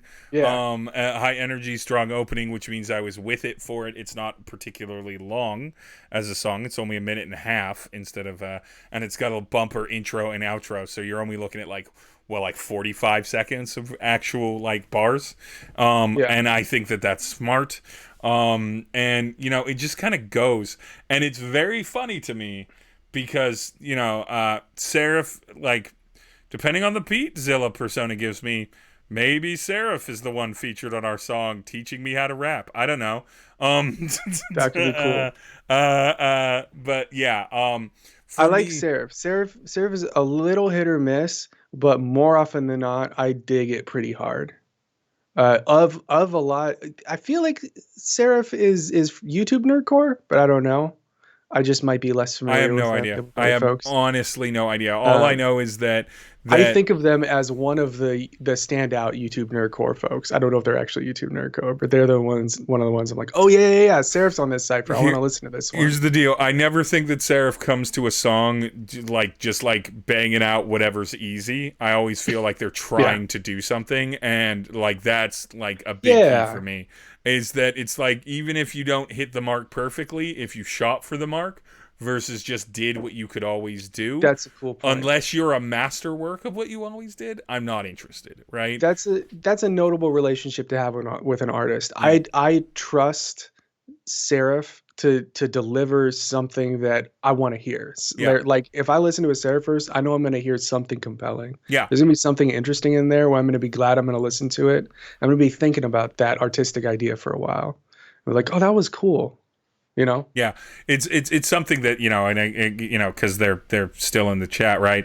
Yeah. It's something that Celine. Oh, are they in the chat? Oh, no, something that Celine is absolutely in place with too, where Celine is gonna be in a pocket a lot these days, only because they know what tools of theirs works, but that pocket is going to have various sub-pockets, and they're just going to dip into one of those and be like, but what about this with this? What if I did this with this? What if I changed it here? And so I'm always happy, even when right now, extra dial gets noisy. Celine's attention to rhythmic detail is near unparalleled. Mad pockets, yeah. It's unparalleled. they're so natural. They could just ride on their laurels, and yet they choose not to. So even when a track's like a little too noisy for me, like with some of the extra dial stuff, and I can't hear through it to get what I want out of Celine, I'm like, yeah, but there's still going to be great parts in this, so it's fine. It's fine. Anyway, let's get into Broken Pixels. Nomad. All right. Broken Pixels. Yeah, right. Yeah, you got a gift sub, Klop, to this channel. Good job. Thanks, Rouse. Hey, thanks, Rouse. Equivalent exchange. Sorry for the fights and all the nights when you turned off the lights. Sorry for the tears and conversations you should never hear. Sorry for the prom and all the time you spent without your mom. Sorry for the scars. I hate to see you always have to have your guard up. It took until the day for me to find a better place and speak the hidden words I always held behind my face. I apologize for everything I ever did, the things I never said or things I never done.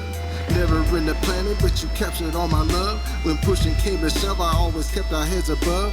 Everyone's a hero in their autobiography, but it all amounts to zero if I never see you happy. So sorry for the fights and times I risked my freedom on my life.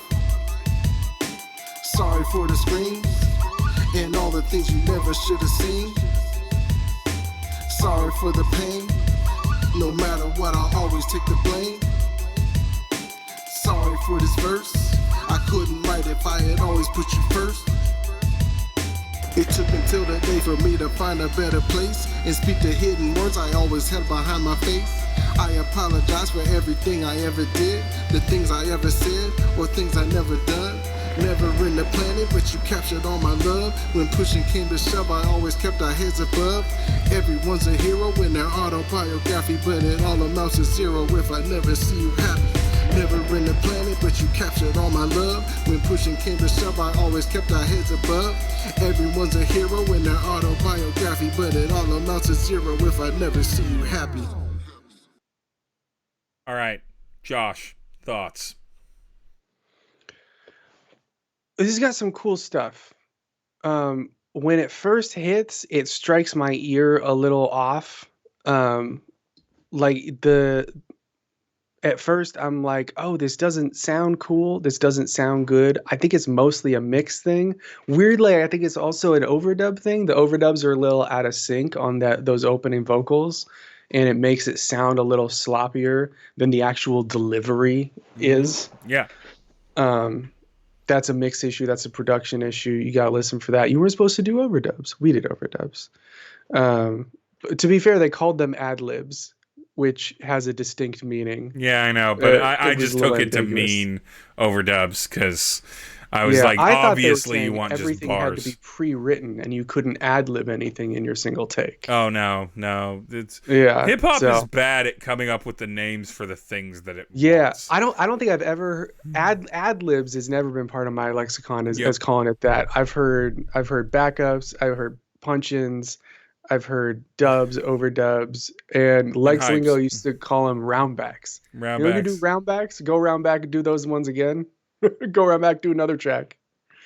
I always like that. Yeah, if I'm matching, I don't know vocal, if we know exactly what was actually intended by Adlibs. But if I'm matching the vocal, I always call it dubs. Like if I'm just like punching in the exact same words behind it, and I've heard that a ton. I think that might be a nerdcore community thing. I haven't heard any rappers outside of nerdcore call them dubs.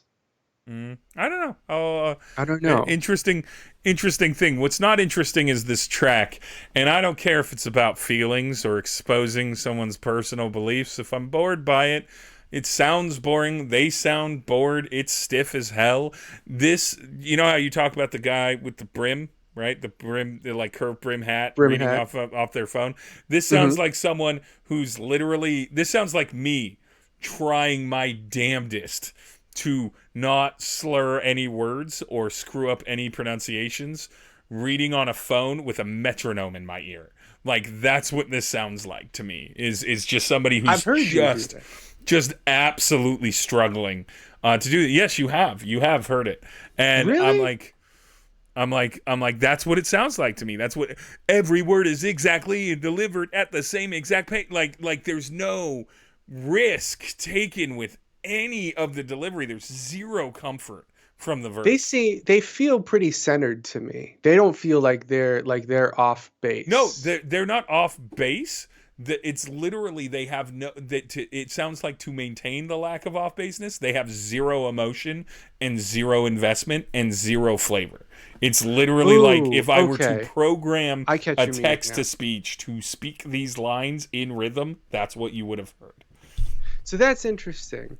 There isn't a lot of quantized raps. There it is, Celine. Rhythmically quantized or like quantized pitch. Yeah, I would say it's a little bit monotone. It feels like that works for the style.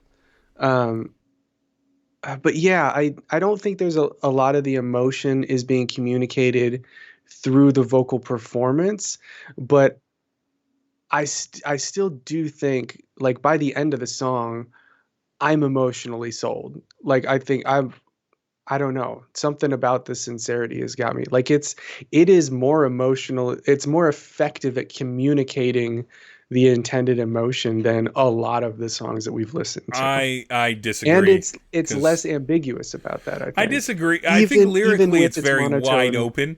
I think because I cannot hear emotion in their voice, I cannot empathize with the verse at all. Like I'm like it literally feels like they're reading aloud in class to me. Like I'm like oof.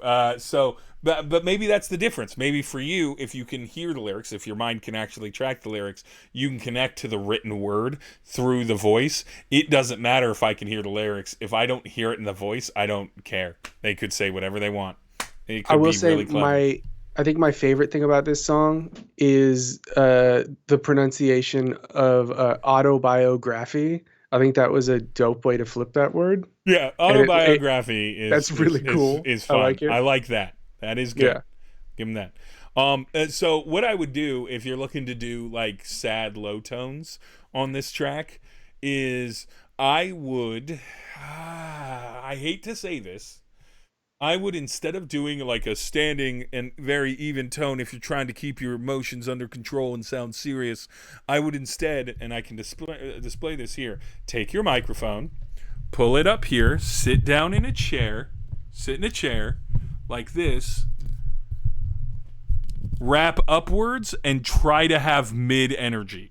And what you'll do by sitting, most likely, is that you will create a sense of yearning without giving yourself the range of the full body, especially if you keep your hands and arms out of it, and just do your best to emote with just your chest up only, but keeping yourself at like a middle energy.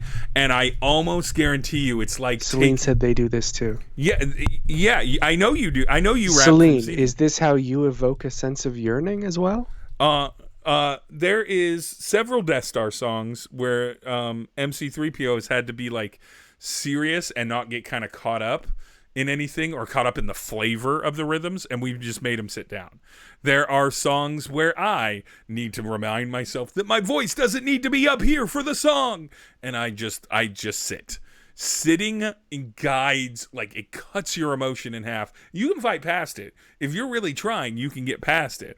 But what it does is it gives you sort of like a natural dulling effect. So you want to come in too high and have the sitting dull it down, and it'll feel like a singer rapping at the top or singing at toward the top of their range, but still in their comfort zone, rather than someone singing in the like deaded middle of their range. Which I think is what happens when a lot of people try to stand and rap serious. If they're not good at it or they don't naturally have the voice for it. Like you, Josh, have the voice for it. You can emote a lot through your midtones that not a lot of people can do. God, I'm the exact opposite. I gotta be able to move around.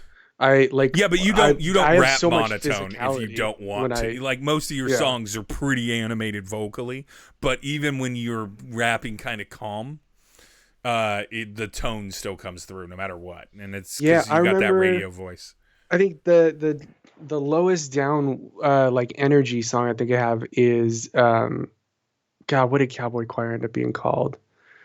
With Beefy, Hell Outta Dodge. Mm-hmm. And that one I definitely recorded. I remember standing up at Shubs and Aaron's old Kirkland apartment. Yeah. Yeah, I don't know. I gotta move. If I'm not moving my whole body to it, I don't know. It doesn't come out right. I don't know. For me, I find that, especially once I'm kind of comfortable in the take, I've done it a few times through, and I'm like, okay, now we're doing the multi takes to get like a real clean sounding one. For me, I get too much in my head a lot of the times, and you've seen this too, where I get too much in my head. And on this, I actually had to do it where I just could not get through it. My mouth was just tangling up too many times. And I don't even rap fast on this. It's just the speech impediments of me getting in my own head. And so, rapping on it. And so I just did several singing takes because I can sing through anything. And then that loosened me up so that I could use my hands and gesticulate a lot more. And then suddenly I fucking just like one right after the other delivered 4 straight takes in a row as one shots to Zilla and just let him pick the best one. And I think that Beefy said they always rap sitting. And I'm the only person who has ever recorded Beefy that isn't Beefy.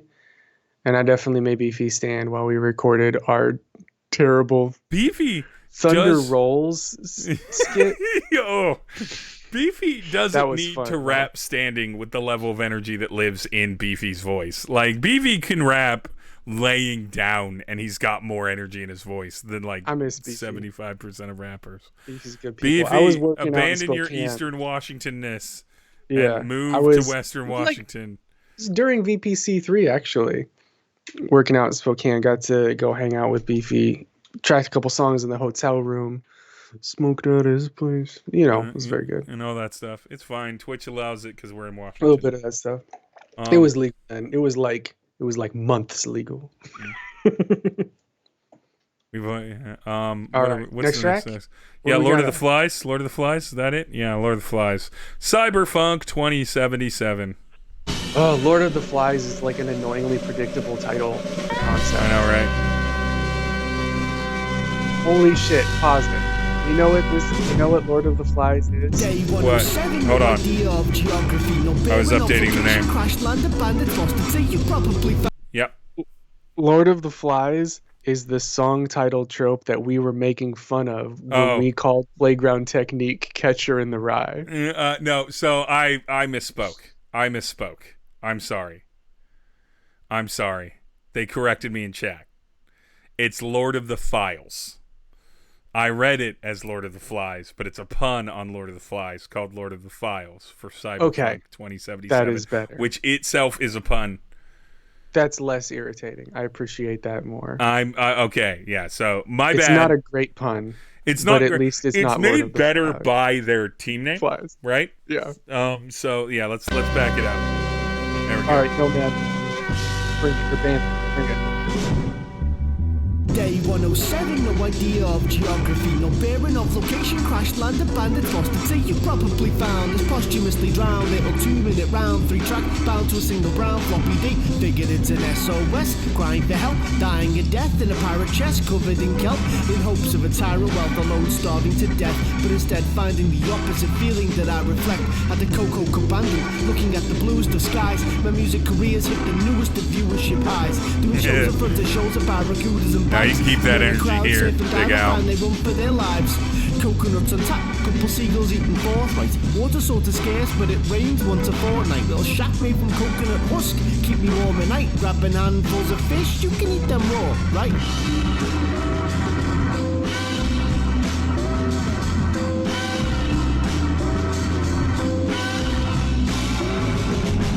It's not all vacay status, the island's vacant, but whispers who shift latent or speak to me of hatred and disdain for my arrival, which they say borders invasion, trying to use me as an agent to seek vengeance on the mainland.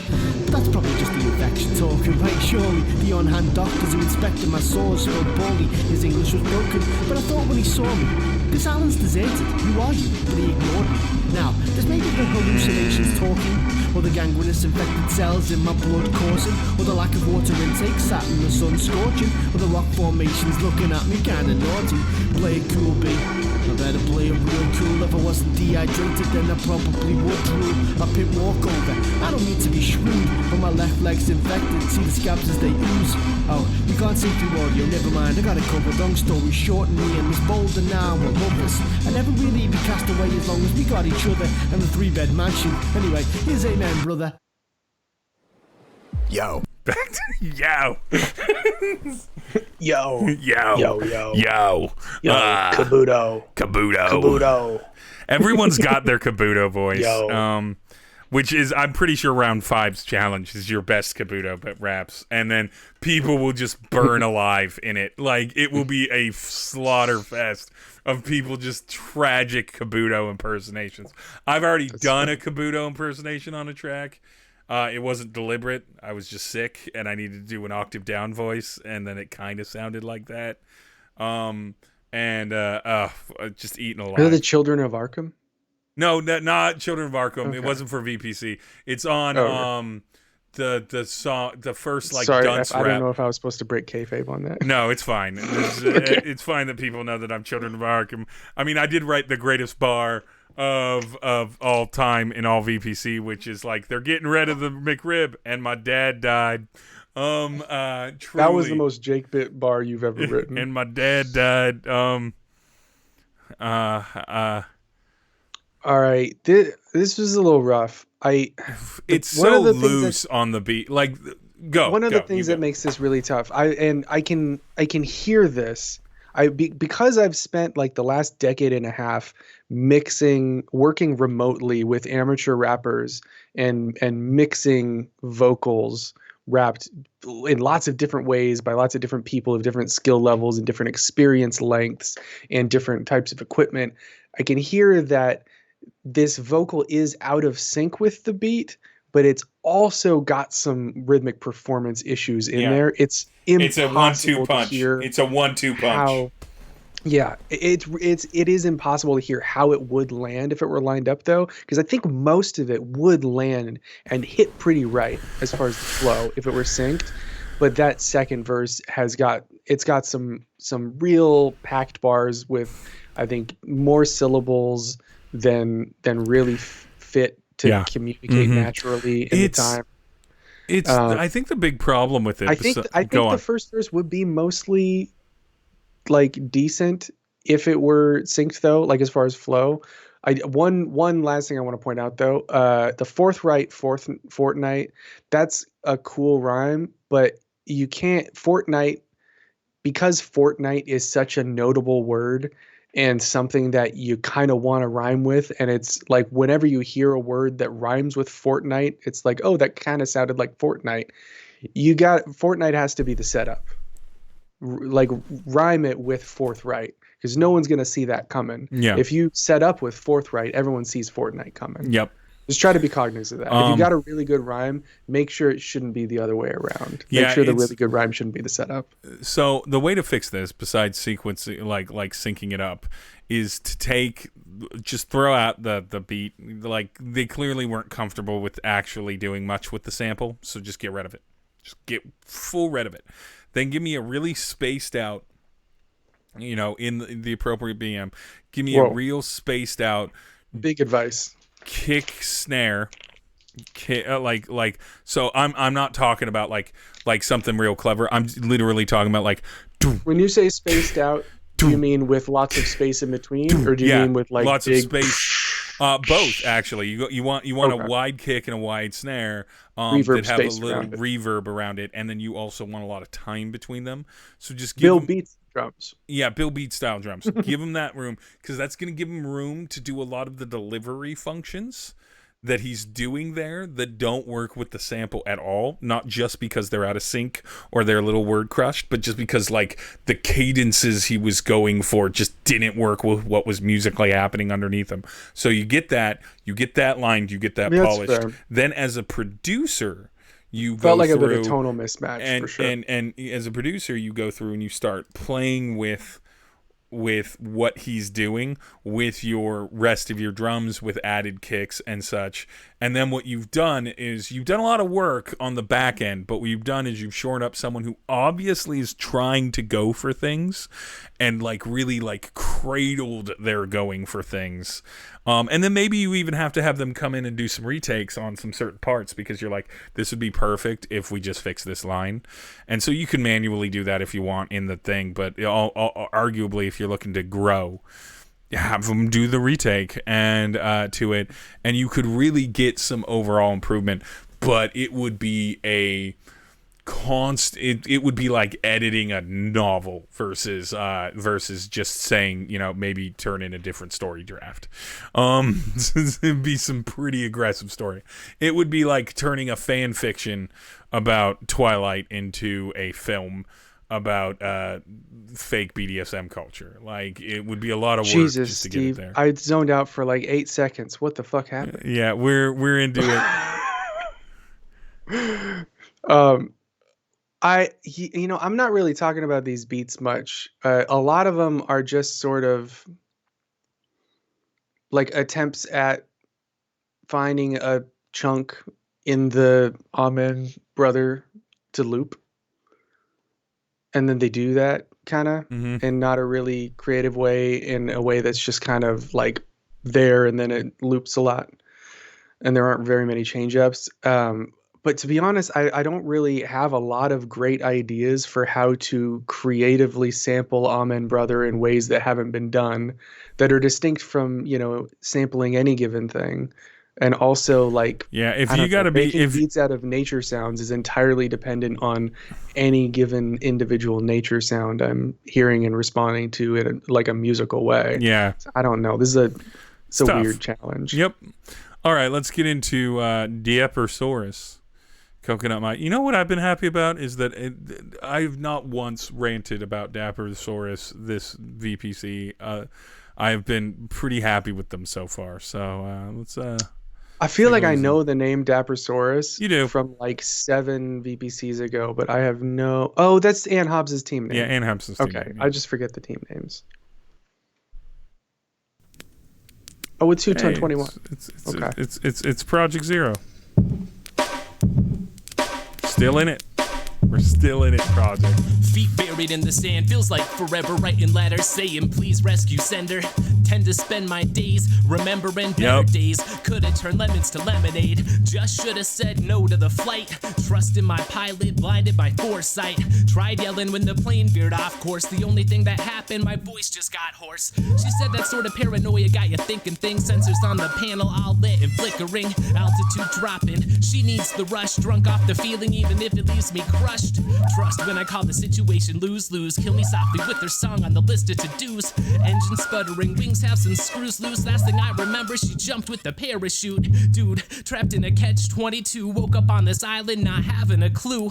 Glass look empty. Used to swipe right to put some hope in it. Now we drinking Mai Tais out of coconuts. Beach bumming, not so bad really. One with the sun. It's a long slant on that rhyme. You ever sleep with the sound of the tide? Island life got me feeling alright. That's not my least favorite rhyme, to be honest. A long look. If I had a phone, probably calling up Tom. I didn't mind that one. Like, go ahead, sign me up, son. Blame the disappearance on an alien abduction. Let obituaries read Bermuda Triangle. Sang over 245s makes the right angle. Tell him I gone up to live with the angels. All good in this hammock with the sun in my face, yo.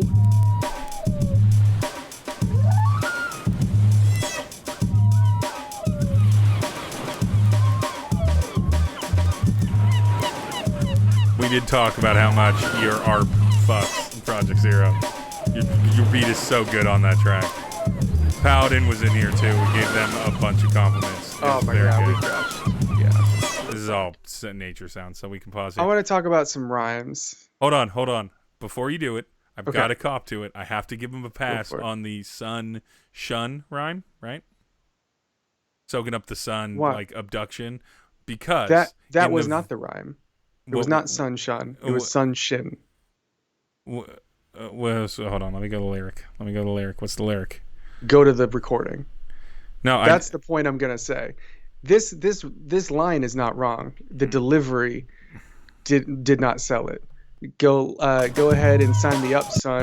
Blame the disappearance on an alien abduction. With the would work. angels all good in this hammock with the sun in my face, yo. An alien abduction. Enough time, nook. Oh, you're right. Sign me up, Yeah, son. like you can sell it. You gotta say Duck alien Shun abduction. Yeah, he said. I mean, I did the same thing in mine where I said "and" rather than "end." Right. He wrote that to rhyme, but Okay. forgot when he delivered it. Yeah, that happens. That happens. It happens. Okay, never mind. I was gonna cop to the fact that that one of the first solo song I ever did, Anime Addicts, Chiptune Robot's Son, Nerdcore Battle Station. But I do literally that exact sort of structure for the first solo song club that I ever did. But never mind. You were right. Okay, continue. Talk about some rhymes. So Ann Hobbs can get a scheme going. Mm-hmm. I feel like Ann Hobbs has trouble ending a scheme and moving on, transitioning to the next scheme. Yeah. Because we've got trust, I call a situation a lose-lose, her list of to-dos. We have some screws loosed with a parachute. Like, that's a weaker rhyme as the fourth one, which always feels bad. You set up 3 like multi-syllable rhymes, you end on parachute. And then I don't know if catch 22 was supposed to be a visual rhyme when he was writing it, but 22 doesn't rhyme any better with screws loose or parachute, and then have a clue. But then it just kind of gets on to put some hope in it, coconuts. Yeah, and it's like you could have like be cognizant of like, all right, these are my great lose, to-dos, screws loose. These are the good rhymes I got. Let me fit those in, and these other ones, let's put these in the middle of rhymes for some internal rhymes. And then it's time to move on to a new scheme because I've run out of good ideas. Be a little more intentional. I agree. It feels drafty still. It doesn't feel edited. I agree. It's also they don't tend to hit things on their rhymes. Like in that how you enunciate the word, it kind of came up in that portion where it's like lose, and then to do didn't like hit lose at the same time. I forgot about rhythm. that. And I'm like, why wouldn't you have done lose and then screw loose, which is very close to lose, but gently different, but you can deliver it exactly the same, and it sounds also, very like, cool.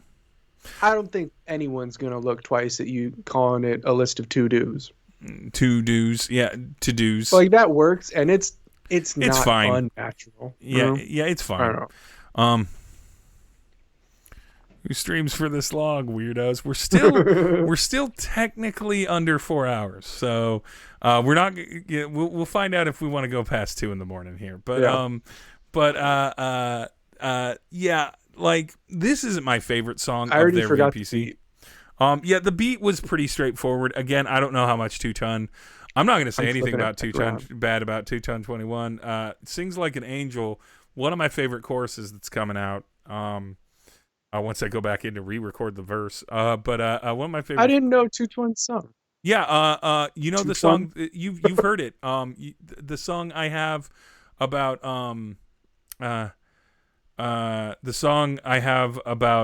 repackaging myself as a Steve Solo song. You can't hear it anywhere. I'll tell you about it later. It's him. I wanted a different voice entirely on it, and then he's this is like, a whole new level of meta release. Yeah, I'd like to toss it out, toss my hat in the ring, and I was like, I don't know. 2 Ton has a voice very much like my voice sounds in my head. So imagine if I was really good in my range, like very good at it. Then that's where 2 Ton's voice lives. Like very clean, always like good pitch. Perstrami Persona round 2 good? Better. Honestly, much cleaner than that. Nice. Like somewhere in between, like how good ZillaPerson is at singing, but like applied to my voice, where he's got a lot of like flavor and vibe to his voice, but applied to mine. And then, also he can hit notes. But I hit notes after auto tuning and pitch correction. Hey, me too. But yeah, this just wasn't their best, and it's perfectly fine. And Hobbs, I'm gonna admit it. I fought it forever. He can rap. I'll be straight up. I thought this was some of the better Ann Hobbs I've ever heard. Yeah, but you and I deeply disagree because we disagreed on last round and the first round. With Ann Hobbs. That's a good point. Like you're just looking don't, for different stuff. You just don't want what he has. You just don't want what he has. But that's okay. This is true. Yeah, and Ann Hobbs is much better live, but so am I. So there you go. I've heard that. I've got to see you sometime, Steve. You got to see me sometime. You got to see me lay down on stage. This is, of course, Deshko. This fucking 80s ballad. This intro, is it just me, or does this feel like some Block Party energy? Right. Just on that intro. Like the British band, ELOC.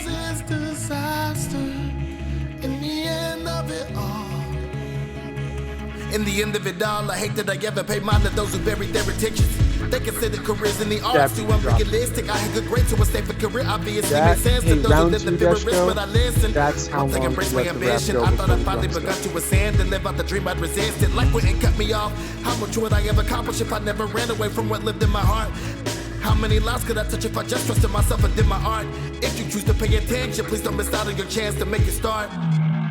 Don't ignore yourself.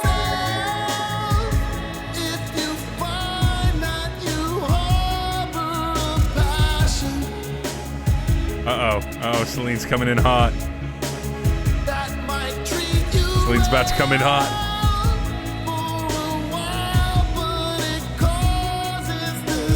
Yeah. Fair.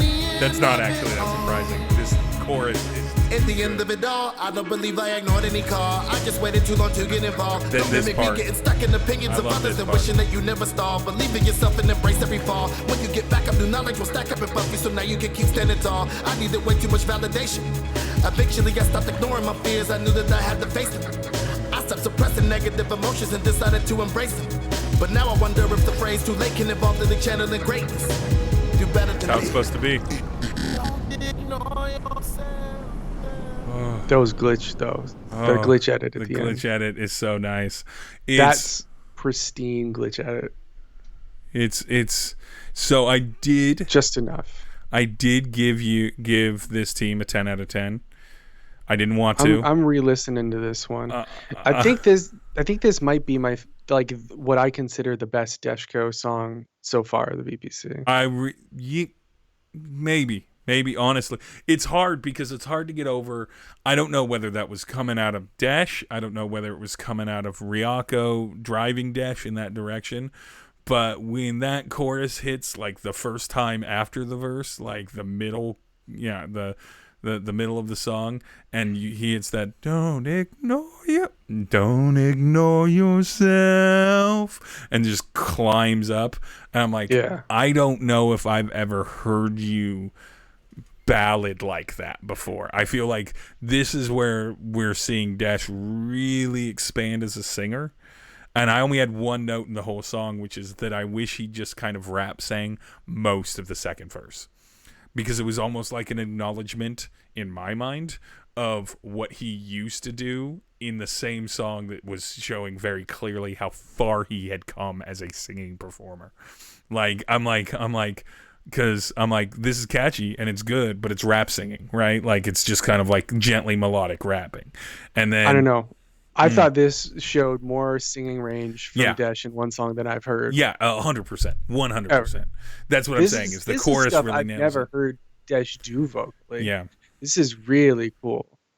Like, God, I don't know. Like, some of the timbres he's getting, some of the vocal fry, like, in mixing into the tone. Regardless of how someone feels about Dash as far as like the quality of their product or what have you, and regardless of what they like or don't like about Dash, bottom line is Ryako is good for Dash.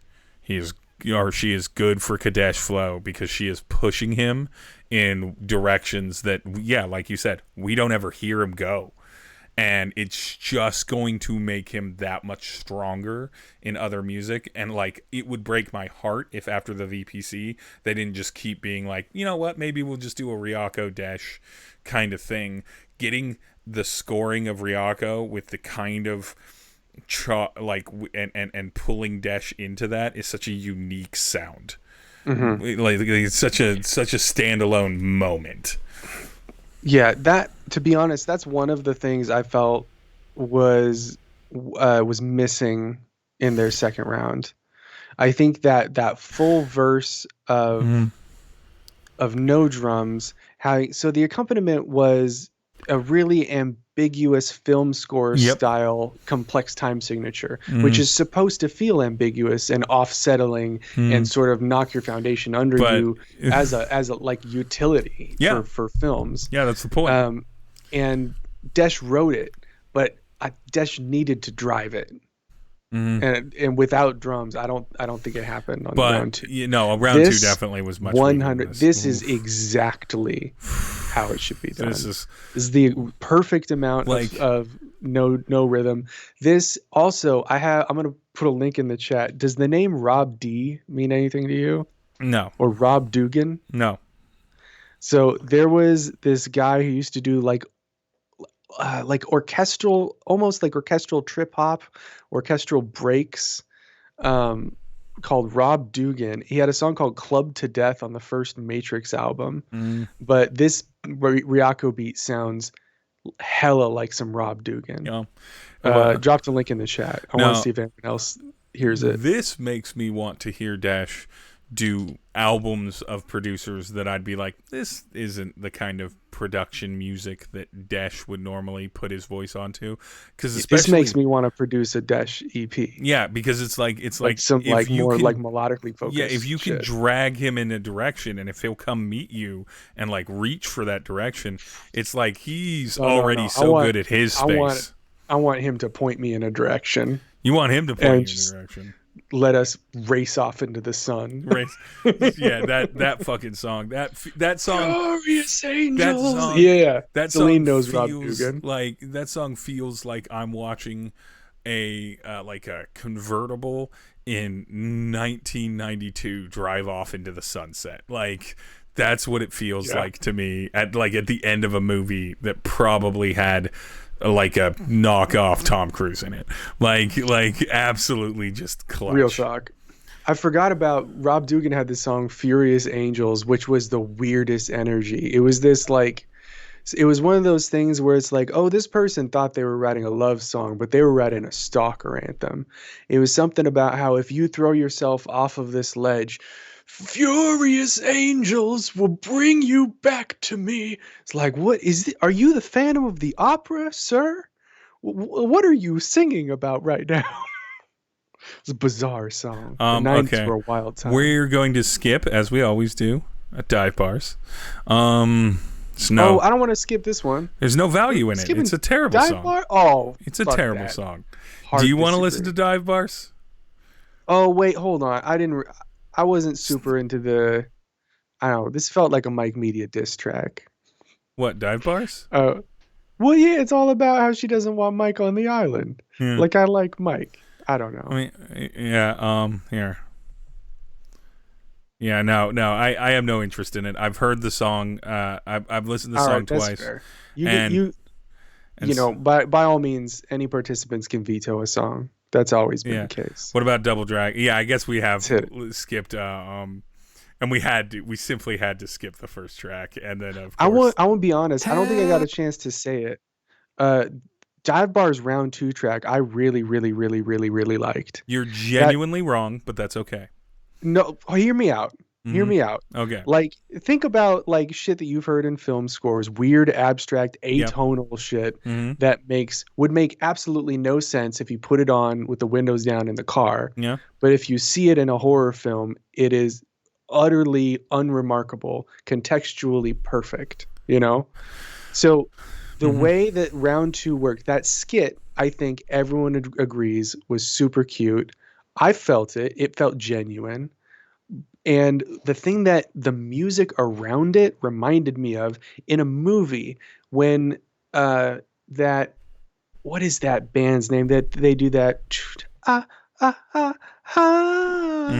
Yeah. I know this love is true. So the visual effect on screen that they do when they show the person and play that music in a movie as the trope, that is what the music around the skit sounded like. It sounded the way that looks.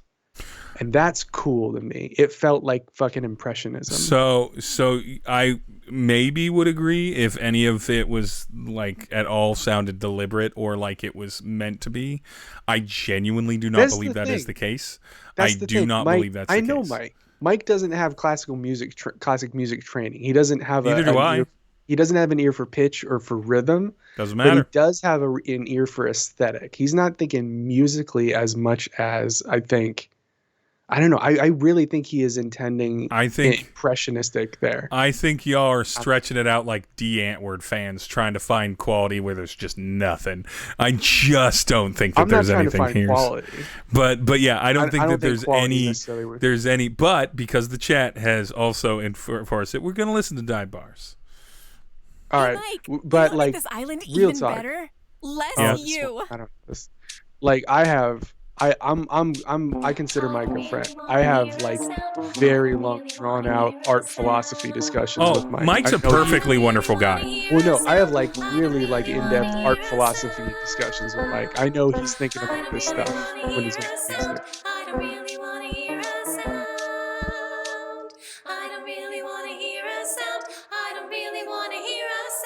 And to hear that sound, that complete lack of sound. Now tight is my introverted ass, don't want no one around. Your every tone leaves critics lane prone and adds up to Mikey's leaving me the hell alone. Listen to me, I'm finally free. I was in misery, but now you can see I took on a quest to put a ship right through your chest. Ain't it the sweetest noise around? That complete lack of sound.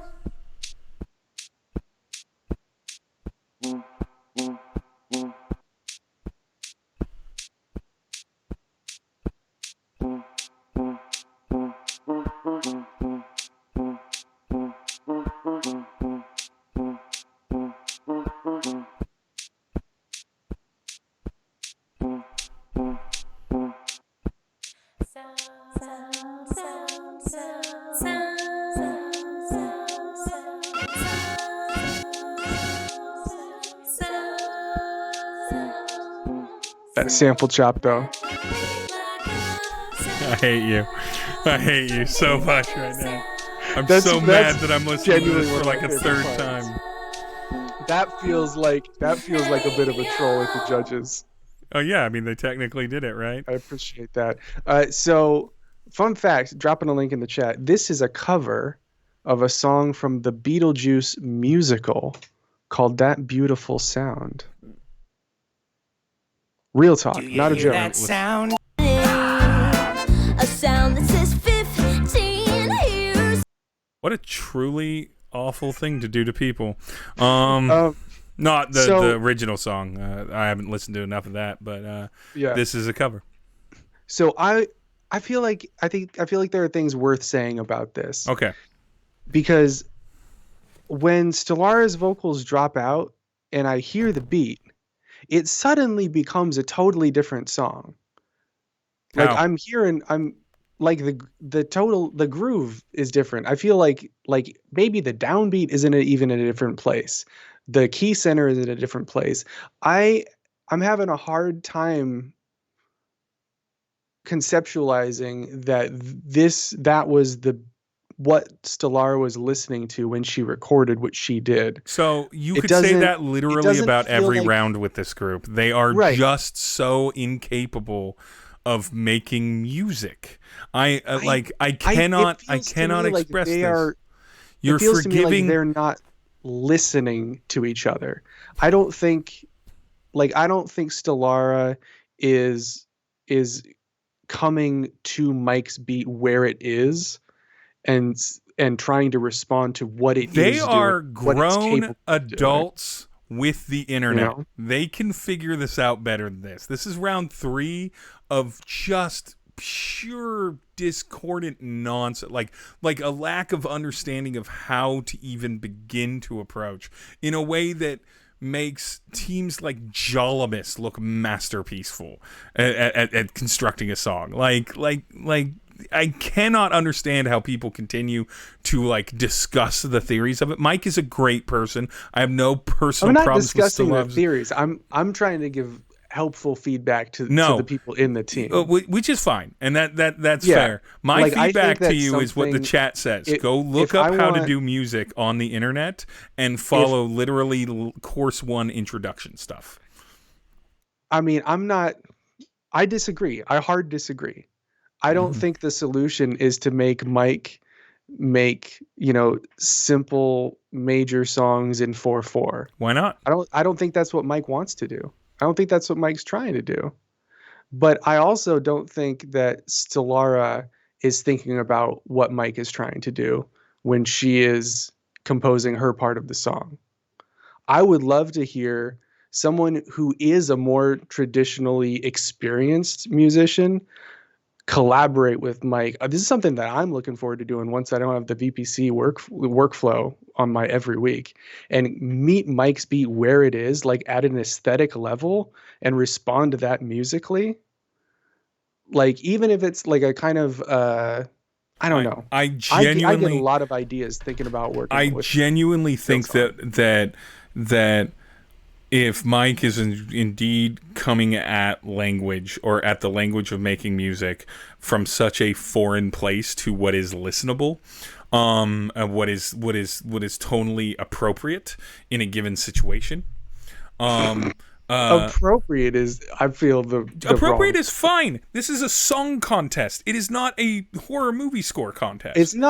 It's not even a fucking ethereal. It's a song challenge. It's a song challenge, but it's the vocalist producer challenge for Nerdcore with a whole bunch of songs in it.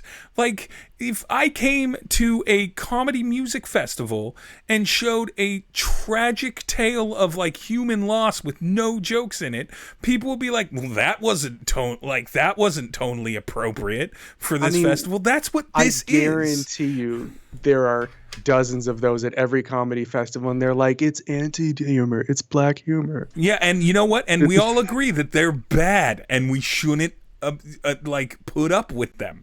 That's what I'm saying. To do this is not. I don't think worth anything artistic. I don't think anti-humor is a good analogy for what this is. Dive you bars, mean anti-music versus songs that make sense? Outsider music. I mean, it's outsider art. What? This is outsider music. I consider this to be, in line with, Captain Beefheart kind of stuff, the Shags, music concrete, conceptual art. It's stuff that's not trying to be. Yeah, but I'm also not hearing any of the polish in that direction.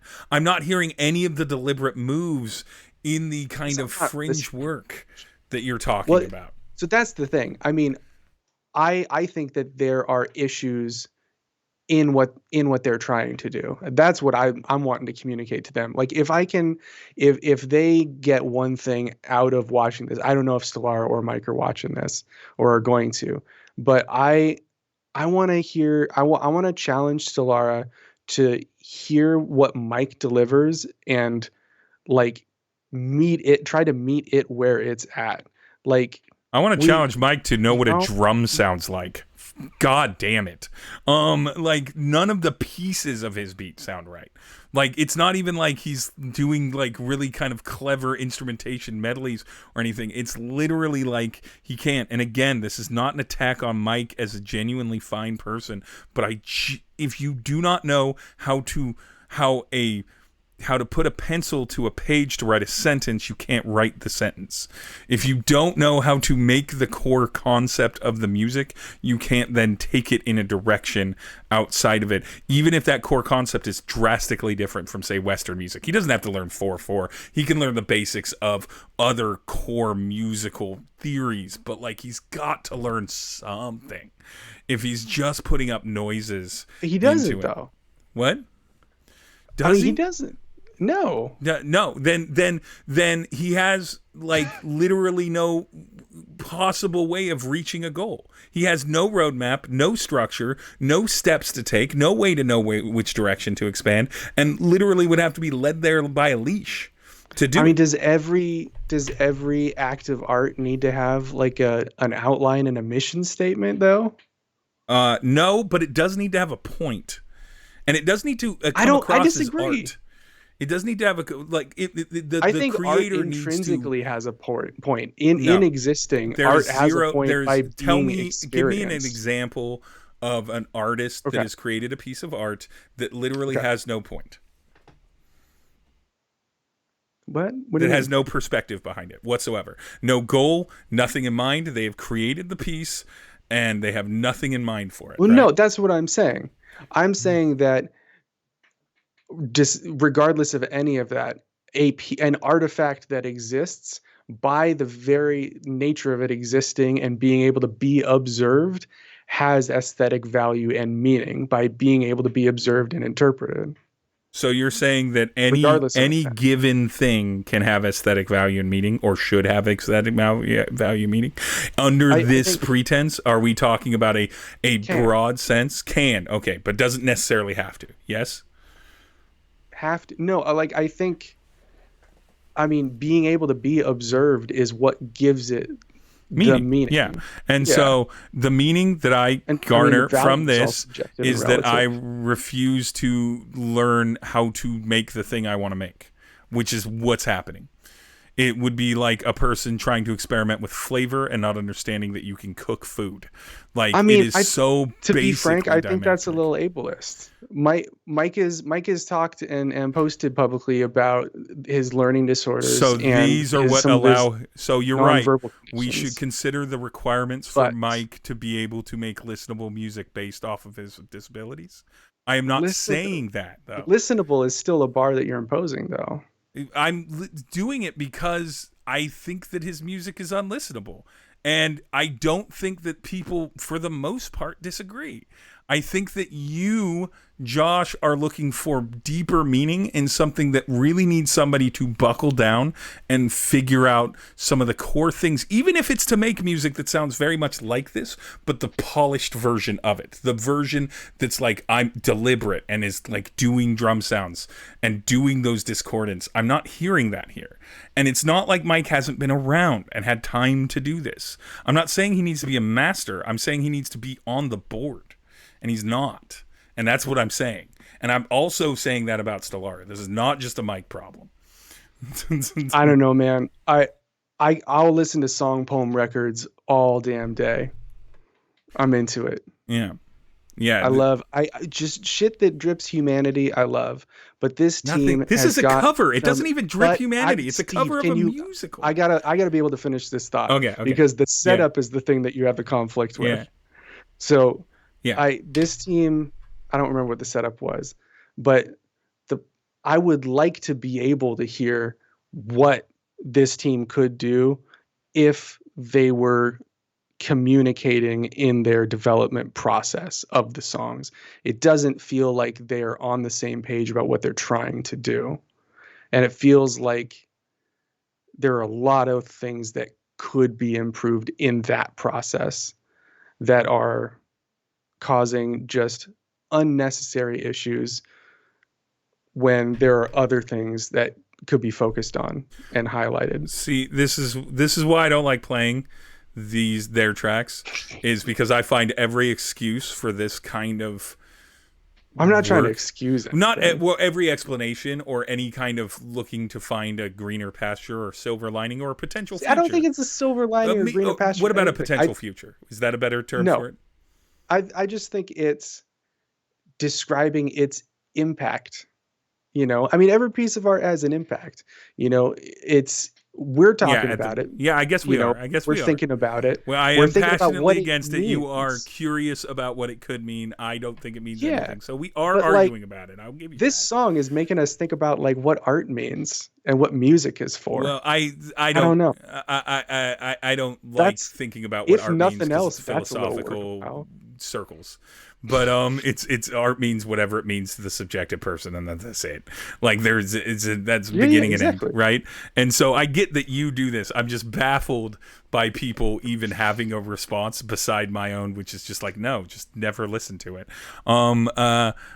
Truly baffled. I got a producer's ear. Any song that I hear, especially when it's like something that's clearly not polished or like a professional aesthetic or workflow, I hear all the potentials of it. You are. I hear a demo. I'm like, what could this be? If you go with Joey Z's response, though, we have been talking for this song about 2 hours, and so like, admittedly, if you were to say, if this is more, I will say this. Celine has complained about this. We've both recognized it too. Lots of songs I don't remember, like half the verse work, or I forget immediately what they're called or what the team did for the song. I will, even though I think it is in the wrong sort of attention, give them credit. They are swinging to a degree in a direction. And I have said before, I'd rather see a team swing than fail. So I will capitulate that to be consistent. If Mike is indeed deliberately trying to do something interesting and Stellara is maybe not communicating with him, or he's not communicating with her, or whatever their pronouns are, I apologize if I'm wrong, but they're not communicating with each other. And if they're not coming to do that, if that is indeed the case, go with the spirits forward on your journey to like that kind of style of progression. And I agree with you. It's better for them to work together than to not be on the same page. I just genuinely don't believe that's the case. I believe that this is serious effort. And if this is it. Workflow wise, a piece of advice that I could give, and because I don't know how they're working. I've only worked with Mike as a client. I've commissioned video from him. I've done some art consultations from him. I'm working on a couple conceptual pieces that we're talking through some ideas on how to release. But maybe he is having Stellara send him just a cappella vocals off the cuff, and he's building something from that. But I'd love to hear some back and forth development. If it's Mike sends a beat, Stellara records something, sends it over. Mike, works that onto the beat. Stellara maybe re-records, now hearing how the beat interacts with that. It doesn't feel like there's any musical interaction between Stellara and Mike. And that's what I want to hear from them. That's why I'm listening. I want to hear how Mike and Stellara are making music together. That's the most interesting thing in the VPC. All right. So here's what we're going to do. Yeah, I don't know. Yeah, I'm not like mad at Josh in truth for having this opinion. I'm just me. And so I'm like wrapped up in it. It's like I don't actually real talk. These are exactly the conversations that Steve and I have hanging out alone. Josh and I do not agree on a lot of things. We agree on many things, and we passionately talk about them. Because Josh is wrong often, and I'm kidding. What we're gonna do, because it is past 2 and everything, and we only have a handful of songs left, but we do have more than like 3. We're jumping to Extra Dial, and then while we're listening to Extra Dial, feel free to post in the room if you want us to review yours, and you are in the After Double Dragon group and are in here.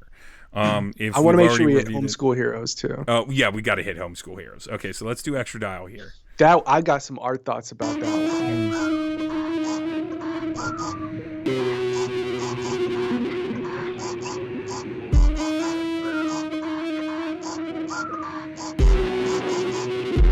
We will. Lonely country for none, and lizard and island on grief. Nothing breathing but salt, winds by island. Means what history of silence. Islands like cars tend to rip through some seams of a dependent in isolation. Three classes leads. See, we believe free to fit the budget. Just because none was free doesn't mean we find a path left that led to our right to finally sleed.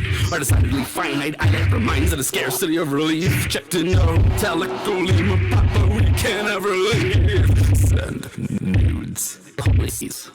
to negative 60.13, negative 9.12 with primitive fixings for dirt. Cheap eminent line or hell, definitive pit DC first. Need a bit light still spelled at negative 60.13, negative 9.12. Dial stayed, set at 11, hoped we could find ourselves, but what comes up must go down. Sometimes with unsought help, compelled nothing but an earless air. The times we've yelled are only something shaped easements, debris of kindred shells. We've held up hands long enough to signal God, if possible they'd see the very corner edge that the heart forgot, of course apart from misery. Here the prominence of only hardship left is a very desperate need for accomplices, more than promises. Can we count on you for this, please? By negative 60.13, negative 9.12. Remember, kids quickly divert. Please, evidence might not help. Repetitive rhyme schemes hold forth. Leave some of the mnemonics. Well, chart negative 60.13, negative 9.12, negative 60.13, negative 9.12, negative 60.13, negative 60.12. Yo. Fucking Caputo. Yo. Yo, good track. What is that song about? Yeah, what's it about, other than Celine? being on an island in the coordinates and send nudes. There's so much production candy. All I can pay attention to is all the cool production candy. I tried to read along, but I couldn't keep up because it was dense. It's transphobia. Ah. Mm-hmm. But so, Josh, what are your thoughts on this? And don't disagree with me, or else we're going to be on it for another 30 minutes. This one's really cool. Okay, good. It's good. The flip No, is dope. The chops is dope. What is the? Is it canon? Is that canon melodically in the background of that song? Like really underneath it all? Is it canon? Canon? Like canon in C, canon in D? You know, like the very popular. It feels like it's just like the core root notes. I think it might be. I think it might at least be the pattern, but like it might be canon. I think it's like distorted auto-tune whale sounds or something. So no. I think the that thing. Yeah. It's really just about the I'm pretty melody sure it's an piece. auto-tune nature sound of some sort. No, I know that is. I know Oh. I know it's not the sample. I'm saying, is it the same melodic? Like, is it the same? Like, is it the same root pop notes that are the most famous root pop notes with the boom, boom? Because it's kind of like boom, boom, boom, boom. Oh, is is sort of it? I the don't know. melodic I'll piece listen to underneath it. I have an didn't ear hear for it this. because I love that. I like it's such a core part of pop music. And yeah, exactly. It very much might be. It's but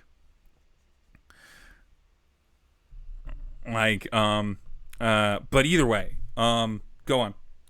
Production wise, what do you think? Like Liz does pretty much everything right for the music they're trying The to first make. couple of changes are the same as that. Yeah. Sorry, I was re-listening back to that. Yeah. It does kind of have that, but it's very pop music in the root of the melody that they've chosen underneath all of this. And I'm going to bring that up. This one's a cool balance with the mix. Getting an intentionally boxy kind of muddy kick to kind of push the vocals out of the way for effect. We were sending back demo mixes on this, talking about the mix on that kick for a while. I think they found a good balance on that one. Liz found it on the mix because it's it's cool. Like it pushes it out of the way, and it's a really impactful effect. But you can still sort of hear through if you got headphones on. Yeah. It's hard because I'm getting a little distorted feed through your Skype. Yeah, exactly. So I couldn't this time, but I remember having been able to. Yeah, no, you can if you're really it's just south of the line for me on the amount of noise that can edit out the audio of the vocals before my ear can no longer hear it right and loses it. The gradual degradation at the end was really cool. Yeah. My favorite line is nothing to breathe in but salt winds. Yeah, that's very nice. It's It's very dope. nice, warm interior line. Yeah. Only Country for Non-Men is a close second. So what I liked about this, and the reason I brought up if melodically it was specifically like a very common pop melody like Canon, is because I feel like because of all the distortion and like the glitching and the tone stuff, that it really makes Celine sound like they're attempting to rap sing through this at various moments, because they're playing with the pitch of the vocal, like, right? So the vocals kind of almost melodically play it. Celine, do you ever go into rap sing on this, or is this just something that just sort of came out? Sort of an emergent melody of the cadence. Yeah, of the cadence plus like the that effects. radio that sometimes behaves so strangely. Yeah, exactly. Where it's just because of the notes the radio does. Yeah, okay. So like maybe they were like,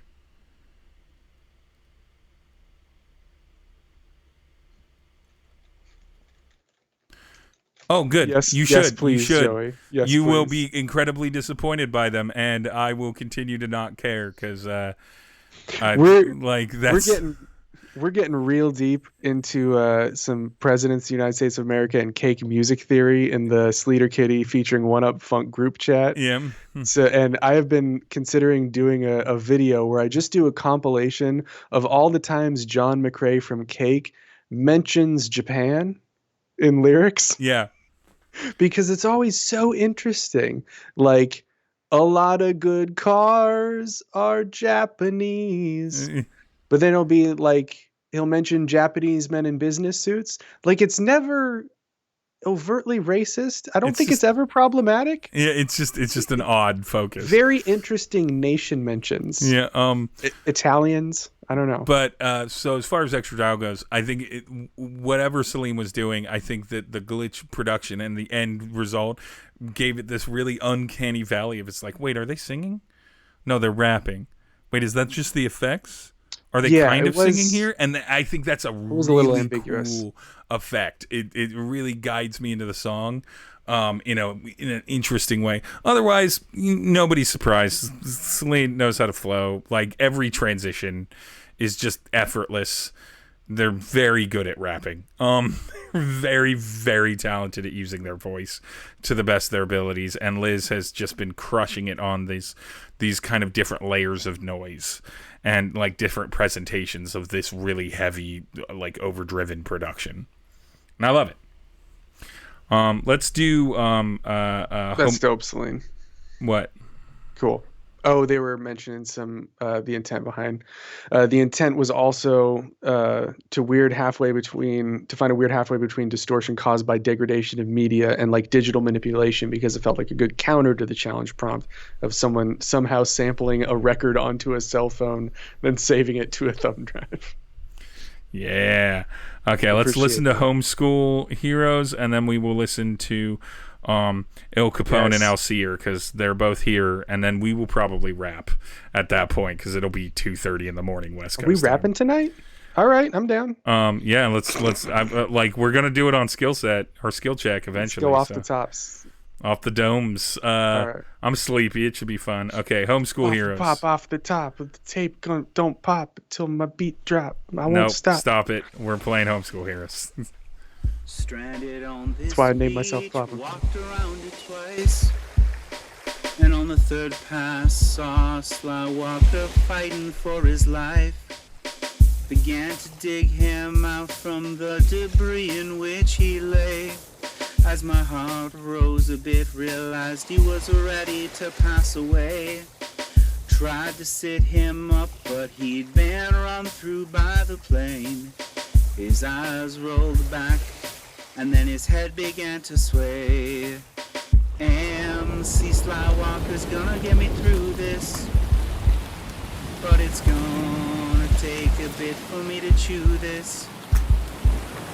And that was the day I became a cannibal, eating my producer like a rabid animal. And it's my This might fame if I This might be survive my the most state. interesting Gonna sing to his of the round. family about the sacrifice he made and the food What's he drawing you became to for it? me. Most famous person that So I was I'm talking ever gonna with eat. Slywalker about this, Long for one and last Slywalker hasn't done a lot of conversation, sampling, so I started and so with his feet. just Send a having a message single to his kids and sample wife about the man that source to saved my use and trying life. to create something musical with that, Because MC just threw off the top. Slywalker's That gonna was get me out through of this. like not something But it's to do, especially in gonna 3. take a bit for And me so to chew this. instead, And that this is like was the day music I became a accompaniment. cannibal. Eating Serving my function best that friend. musical accompaniment would do. He's layering multiple sound effects in on the hook to like bring up the intensity. You can hear like harder crashing waves and thunder come in when it's the hook. Like that's what music does, and it's not music doing it. I've never heard that before. That's a cool fucking idea. It is. Like the execution is weird. It's not very musical. The vocals are synced a little bit late.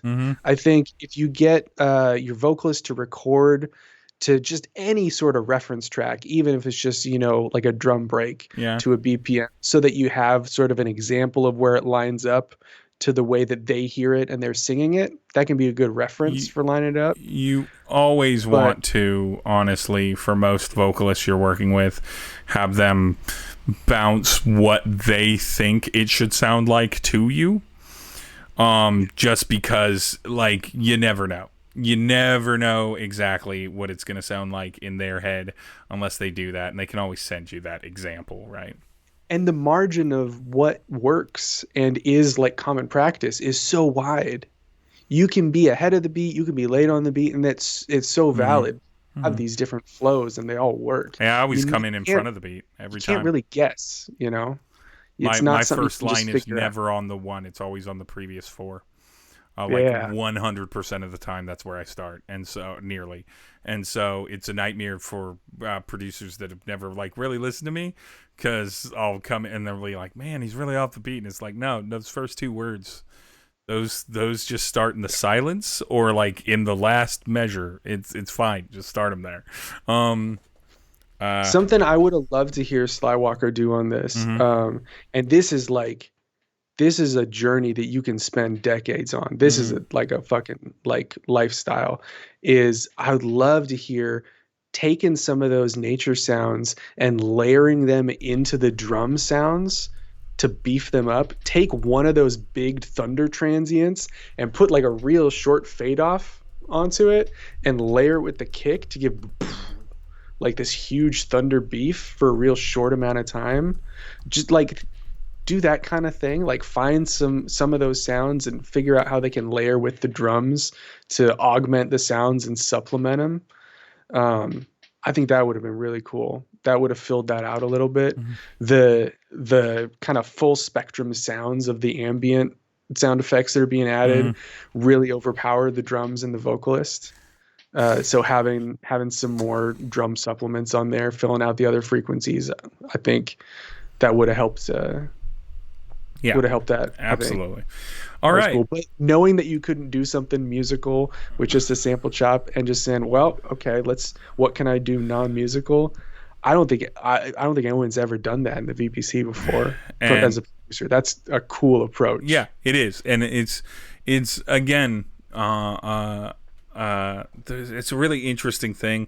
Like my instinct in a different version of this song where you weren't fully limited, but you wanted to kind of keep it the same vibe, is put all those nature sounds, whatever sounds you want, and just do like a rolling, just take a sample of like classic Battlefield drummer, just a rolling snare.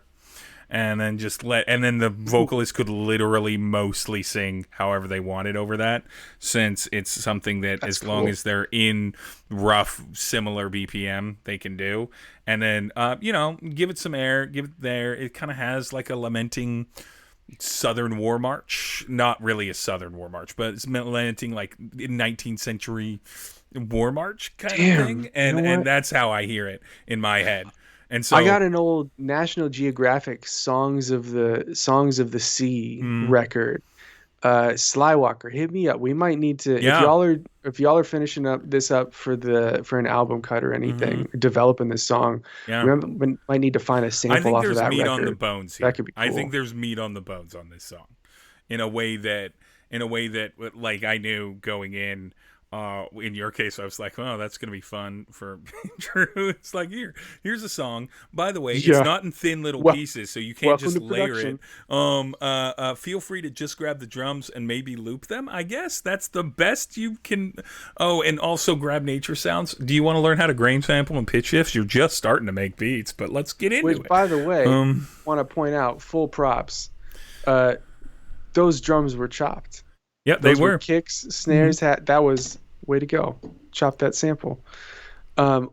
Also, I do want to say exactly what Slywalker did there with those sounds is exactly what I was talking about. You can layer that layer underneath a whole song, and it can, just like white noise risers into hooks, it can just like lend this other level of energy that isn't really conscious like what it is clearly.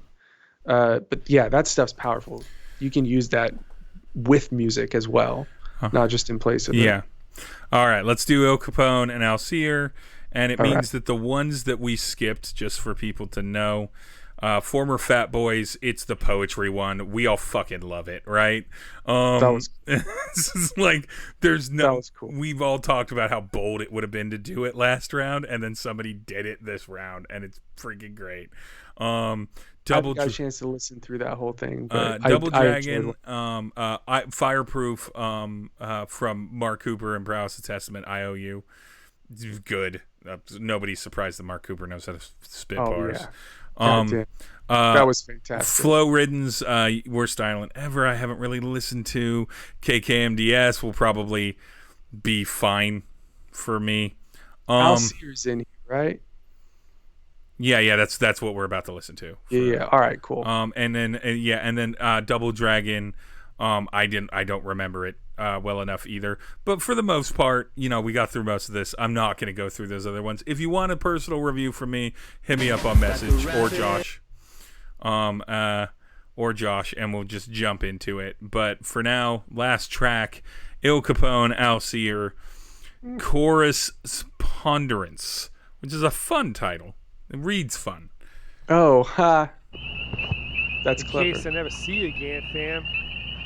Didn't want to leave you stranded. Back down a little bit. Don't grieve. Time expanded. You see these lines in advance. This feels like a Carmen song. Okay, not anymore. Silly lads on the lily pad. One really rad little lass, giving that a living task. With the dilly.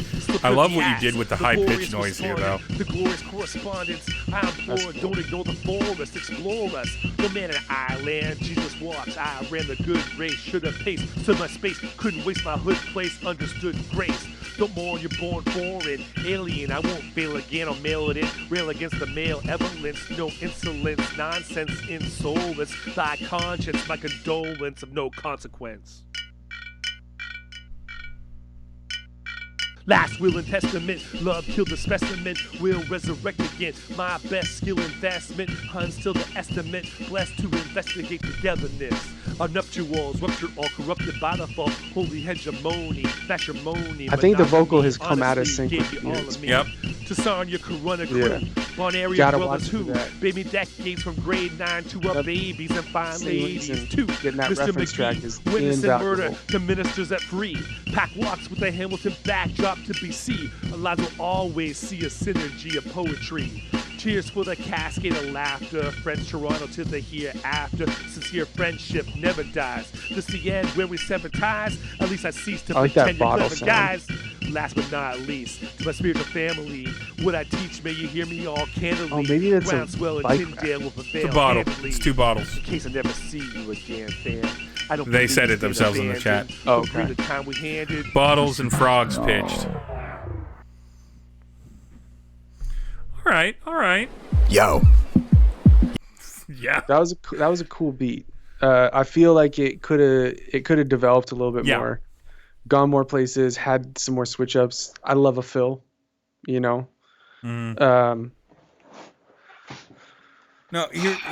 Here's what I think I liked about the beat is that rhythmically it did a really cool bass line of like exactly kind of like I love it when something's just sort of like, weirdly enough, based off our conversation, I love it when there's like a higher pitched, like high tenor kind of and above range, kind of like mids and higher range of like percussive noises that at first feel like, you know, just like natural sounds, right? And then you cut them in a way that when I first heard them, I didn't immediately think that that's how you were going to loop them. That's how they were going to repeat. And I feel like you did that really well with the frog noises and the bottles. I think that was good, but it was just like Josh said, a bass line. Like it's just like the transformative part of the verse, and then you want it to kind of evolve from there and continue to layer. The lyrics.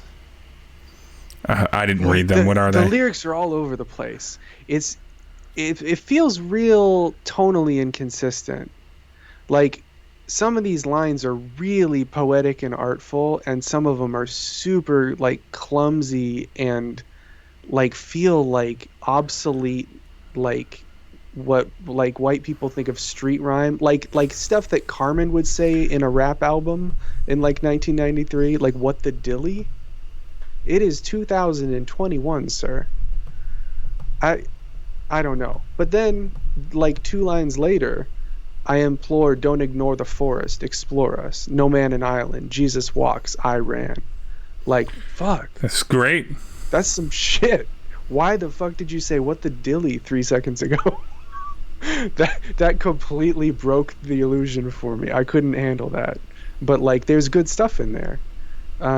You know, like go over this a few more drafts. Punch this up and it'll be a good song. There's some syncing issues with the vocal and the beat. Get a reference track to help with that. I think the not having to do a single take will give you some time. Not having to be 3 weeks for the VPC also gives you some chance to practice it, learn your lyrics. You know, one of the best things you can do to make a recorded verse sound better is have your verse memorized for long enough to have found all the candy in the verse, found all the cadences that you should do, the cool tricks you can do, the vocal inflections you want to make, the emotional resonance you want to communicate of the line. When you're still trying to make sure you remember all the words that are coming up, you're not thinking about that. The feelings aren't going to come through. It's tough because it's a limited time thing, right? Yeah. And so it's very tough for VPC. And so I think that a way to cut time on what Josh is saying, which is absolutely all true, and every human being should do that if they have the time for their work. And it's why when people say, oh, I'm better live, it's because I, rap the song more times, so I know it better than when I recorded it. But because I usually write and then tend to record within days of that. A better thing to do, and something that might help you along to at least get part of the way there, is to rap, or have someone, like, instead of rapping, just word sound it out and figure out exactly how it sounds fun to just be like, but like basically scat it out, right? So you're like, and just kind of move through it and see what sounds good in that, or make kind of like oblong word sounds and things, and kind of don't even worry about exactly delivering any kind of words at first, and get the rhythms you want and be recording that. Then write 100%. Words that fit into that, and you'll already have done something that is a much easier thing to attain when you don't have to think of words, which is what kind of sounds like a fun percussive bounce off what already is laid in the track.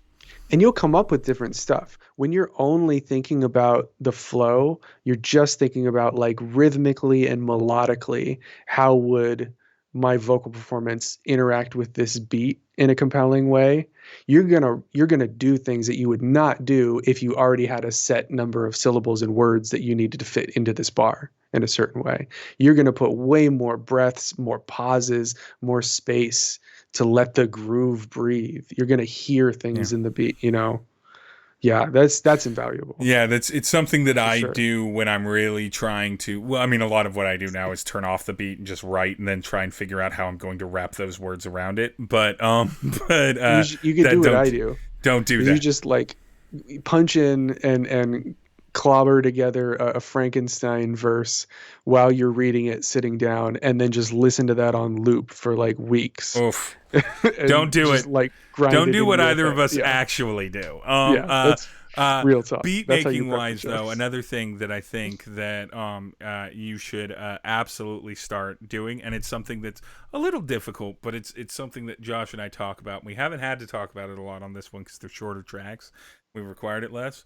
Whatever your vocalist gives you, if when you're hearing it against nothing but like the simplest version of your drums, you mentally think of a fun little rhythm to throw behind a vocal, put it in there. Just put it in there. Just like cut around it, put it in there, do the drop as appropriate, put something fun in there. Every time you do that, you're making a step further than what you've listened to, what we've all heard 80% of the producers have the time or willingness to do. Yeah. Which is just anything, whatever you send your vocalist before you have the vocals should always be considered a draft. Yep. When you get the vocals back, now is the time. Okay, now I've got the important part. Now let's shape this beat around these. You know what? And also ask your vocalist, like, hey, what lines? What bars should I punch? What are the good ones? Where are the good lines here? What should I highlight? Or if they have a mental vision of what's happening. Yeah, Jeremy will totally give me ideas. There should be you should put a break here. And every time he's right. Like, I'm always like the vocalists know their lyrics. I'm always gonna tell Bill Beats that a triplet goes in somewhere. Just like a random hat, like a ride triplet. That's one thing I love doing. If you go back and listen to the song Bear Mace that I did with Shubs in VPC 5, one of the things that always bothers me is when people rap straight over swung beats or rap swung over straight beats. And one of the cool things that Shubs did when she was recording, because I had a pretty simple beat that didn't really have a much of a groove to it, she was going back and forth between straight rapping and triplet syncopated swung rapping, just kind of seemingly at random, just for the bar and the vibe. And so I totally warped the beat so that it was all wonky and subdivisions, so I could just clock back and forth.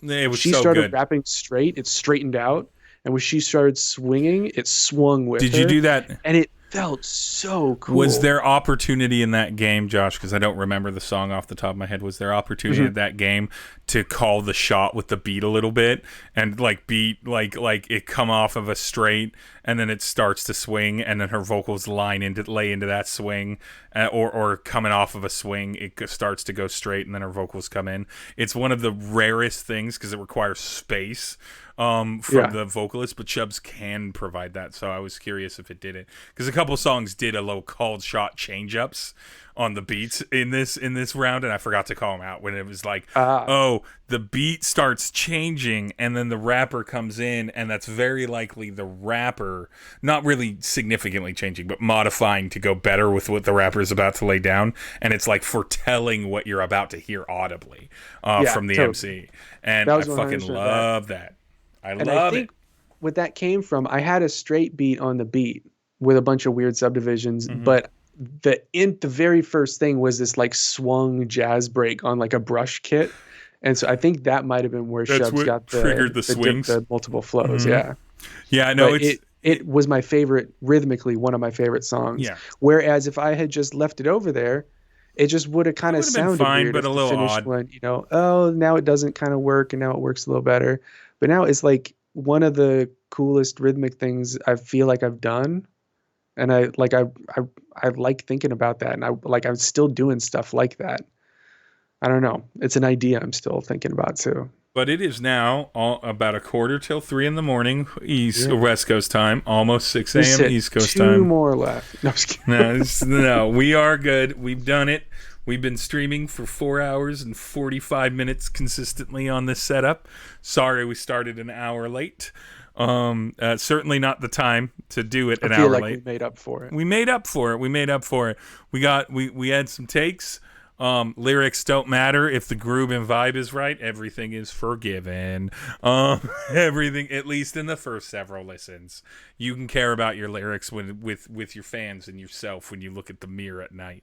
But Josh, thank you for repeatedly disagreeing with me. And likewise. Yeah, right. Josh and I, very different. Randy Newman and Billy Joel, man. It's what it is. It's what it all boils down to. Yeah, we'll be back for next VPC. Y'all have a good rest of your weekend, and I'm excited to hear round 4 tracks. I'm excited to see who teams up, who mixes it up with who.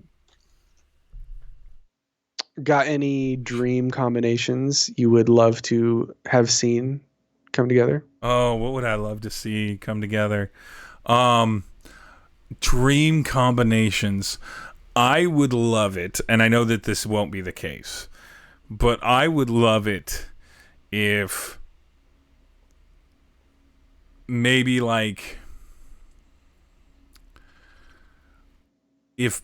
someone like Desh on a Deshco track, if the features for Desh were like big outside baseball features for Desh.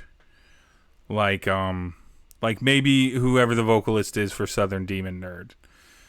Because you wouldn't initially think of those teams, but then if you think about it, it's like, no, that Kansas City chop and then that big like Southern swing, like that big Southern flavor, like those would go, right? And so that's what I'm hoping some people do. Celine is saying you on production, Mike Media on vocals. I hate it, Celine. I'd still produce better songs than Mike, but I was actually on Mike's SoundCloud the other day listening to some of the acapella stuff he's got on there. He does stream of consciousness acapella songs sometimes, and it's really unique. Like I'm going through them. I want to find one and like I'm excited for you to try to put a beat under that. Here we go. So I like Here we go. Klopp, Dream combination Klopp, you on anyone's track vocally. Just anyone's whatsoever. Klopp bars. We all always miss them. You're a very talented rapper and writer. I understand that production is like the thing that occupies a lot of your brain. And so I get I have been asked by multiple teams. I have not heard another word from any of them after accepting. So we'll see what happens. We'll see what happens. But everyone who asked, I said yes. So I think there were like 3 or 4. Yeah, but that's it. Ooh, Paladin on everyone's track, right?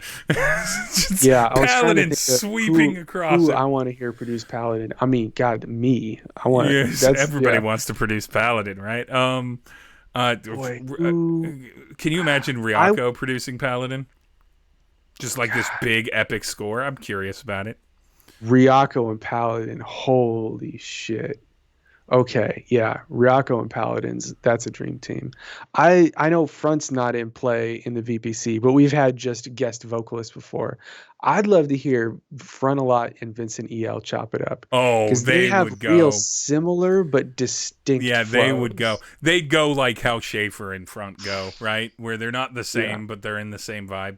Vince is probably the best nerdcore, like core nerdcore cons like styles rapper without actually like with that not being any knock to their ability at like rhymes and flow and stuff like that, where it's like they sound very like they would go with nerdcore, but they are extremely talented at like the mechanics of rapping and flow in a way that Vincent EL is the type of person who is referred to by people in whatever scene they're in as the most capable lyricist in the scene. Yeah.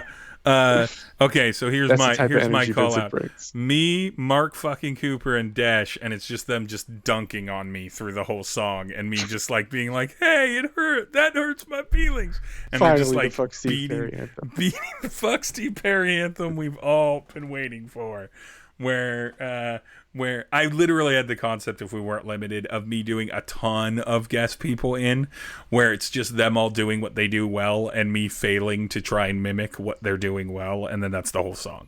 So it's just like fucking 16 different vocalists, and they've each got like 2 to 3 bars, and I just put 1 bar in, kind of thing. Maybe 12 vocalists, and I just put like 1 bar in it the last time, or 2 bars, and we share it, kind of thing. And I just sort of like fail my way through the song as I rap with, or perform with, or sing with people that are much better at doing what they do than I am at trying to do what they do.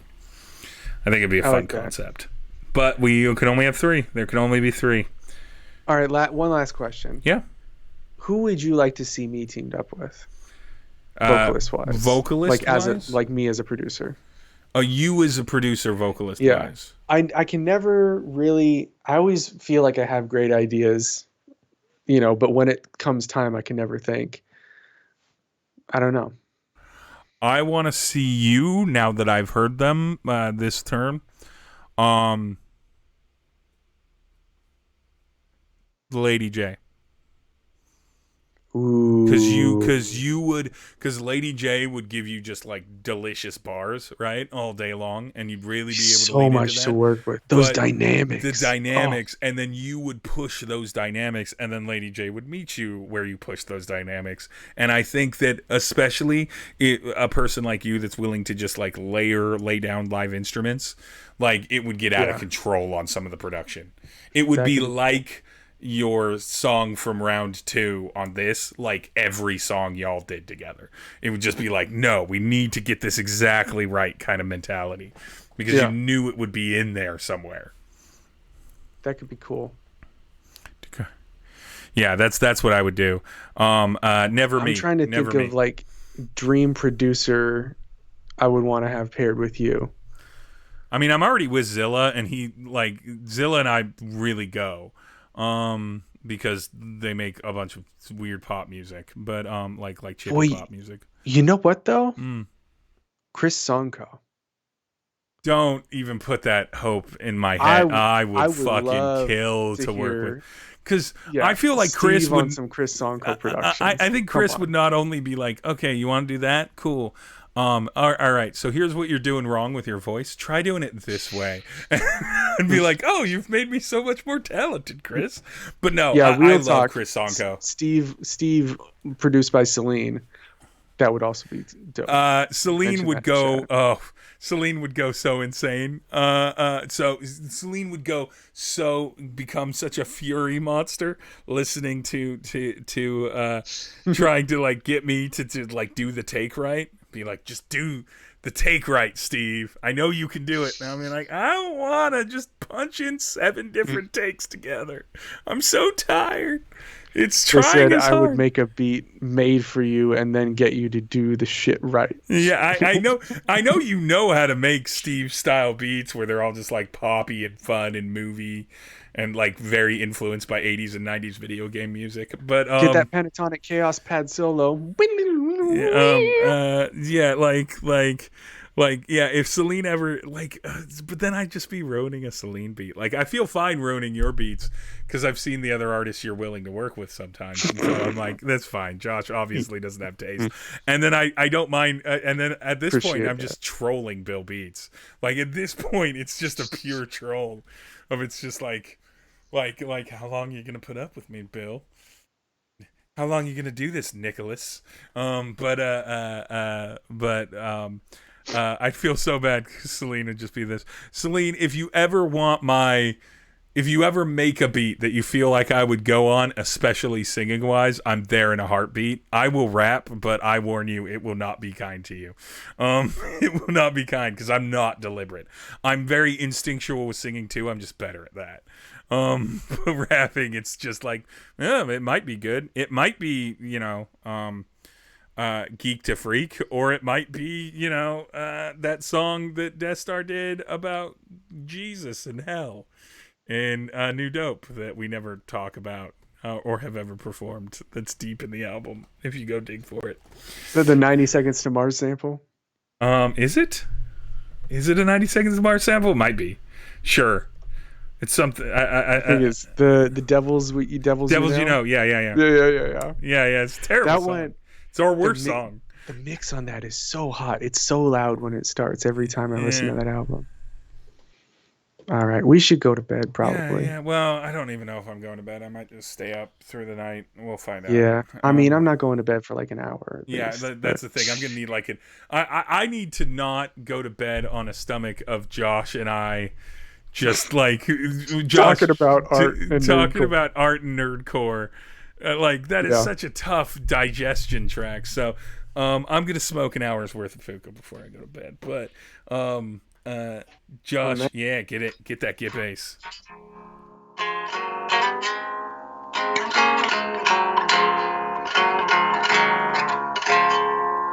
Yeah. Good night, folks. Good night.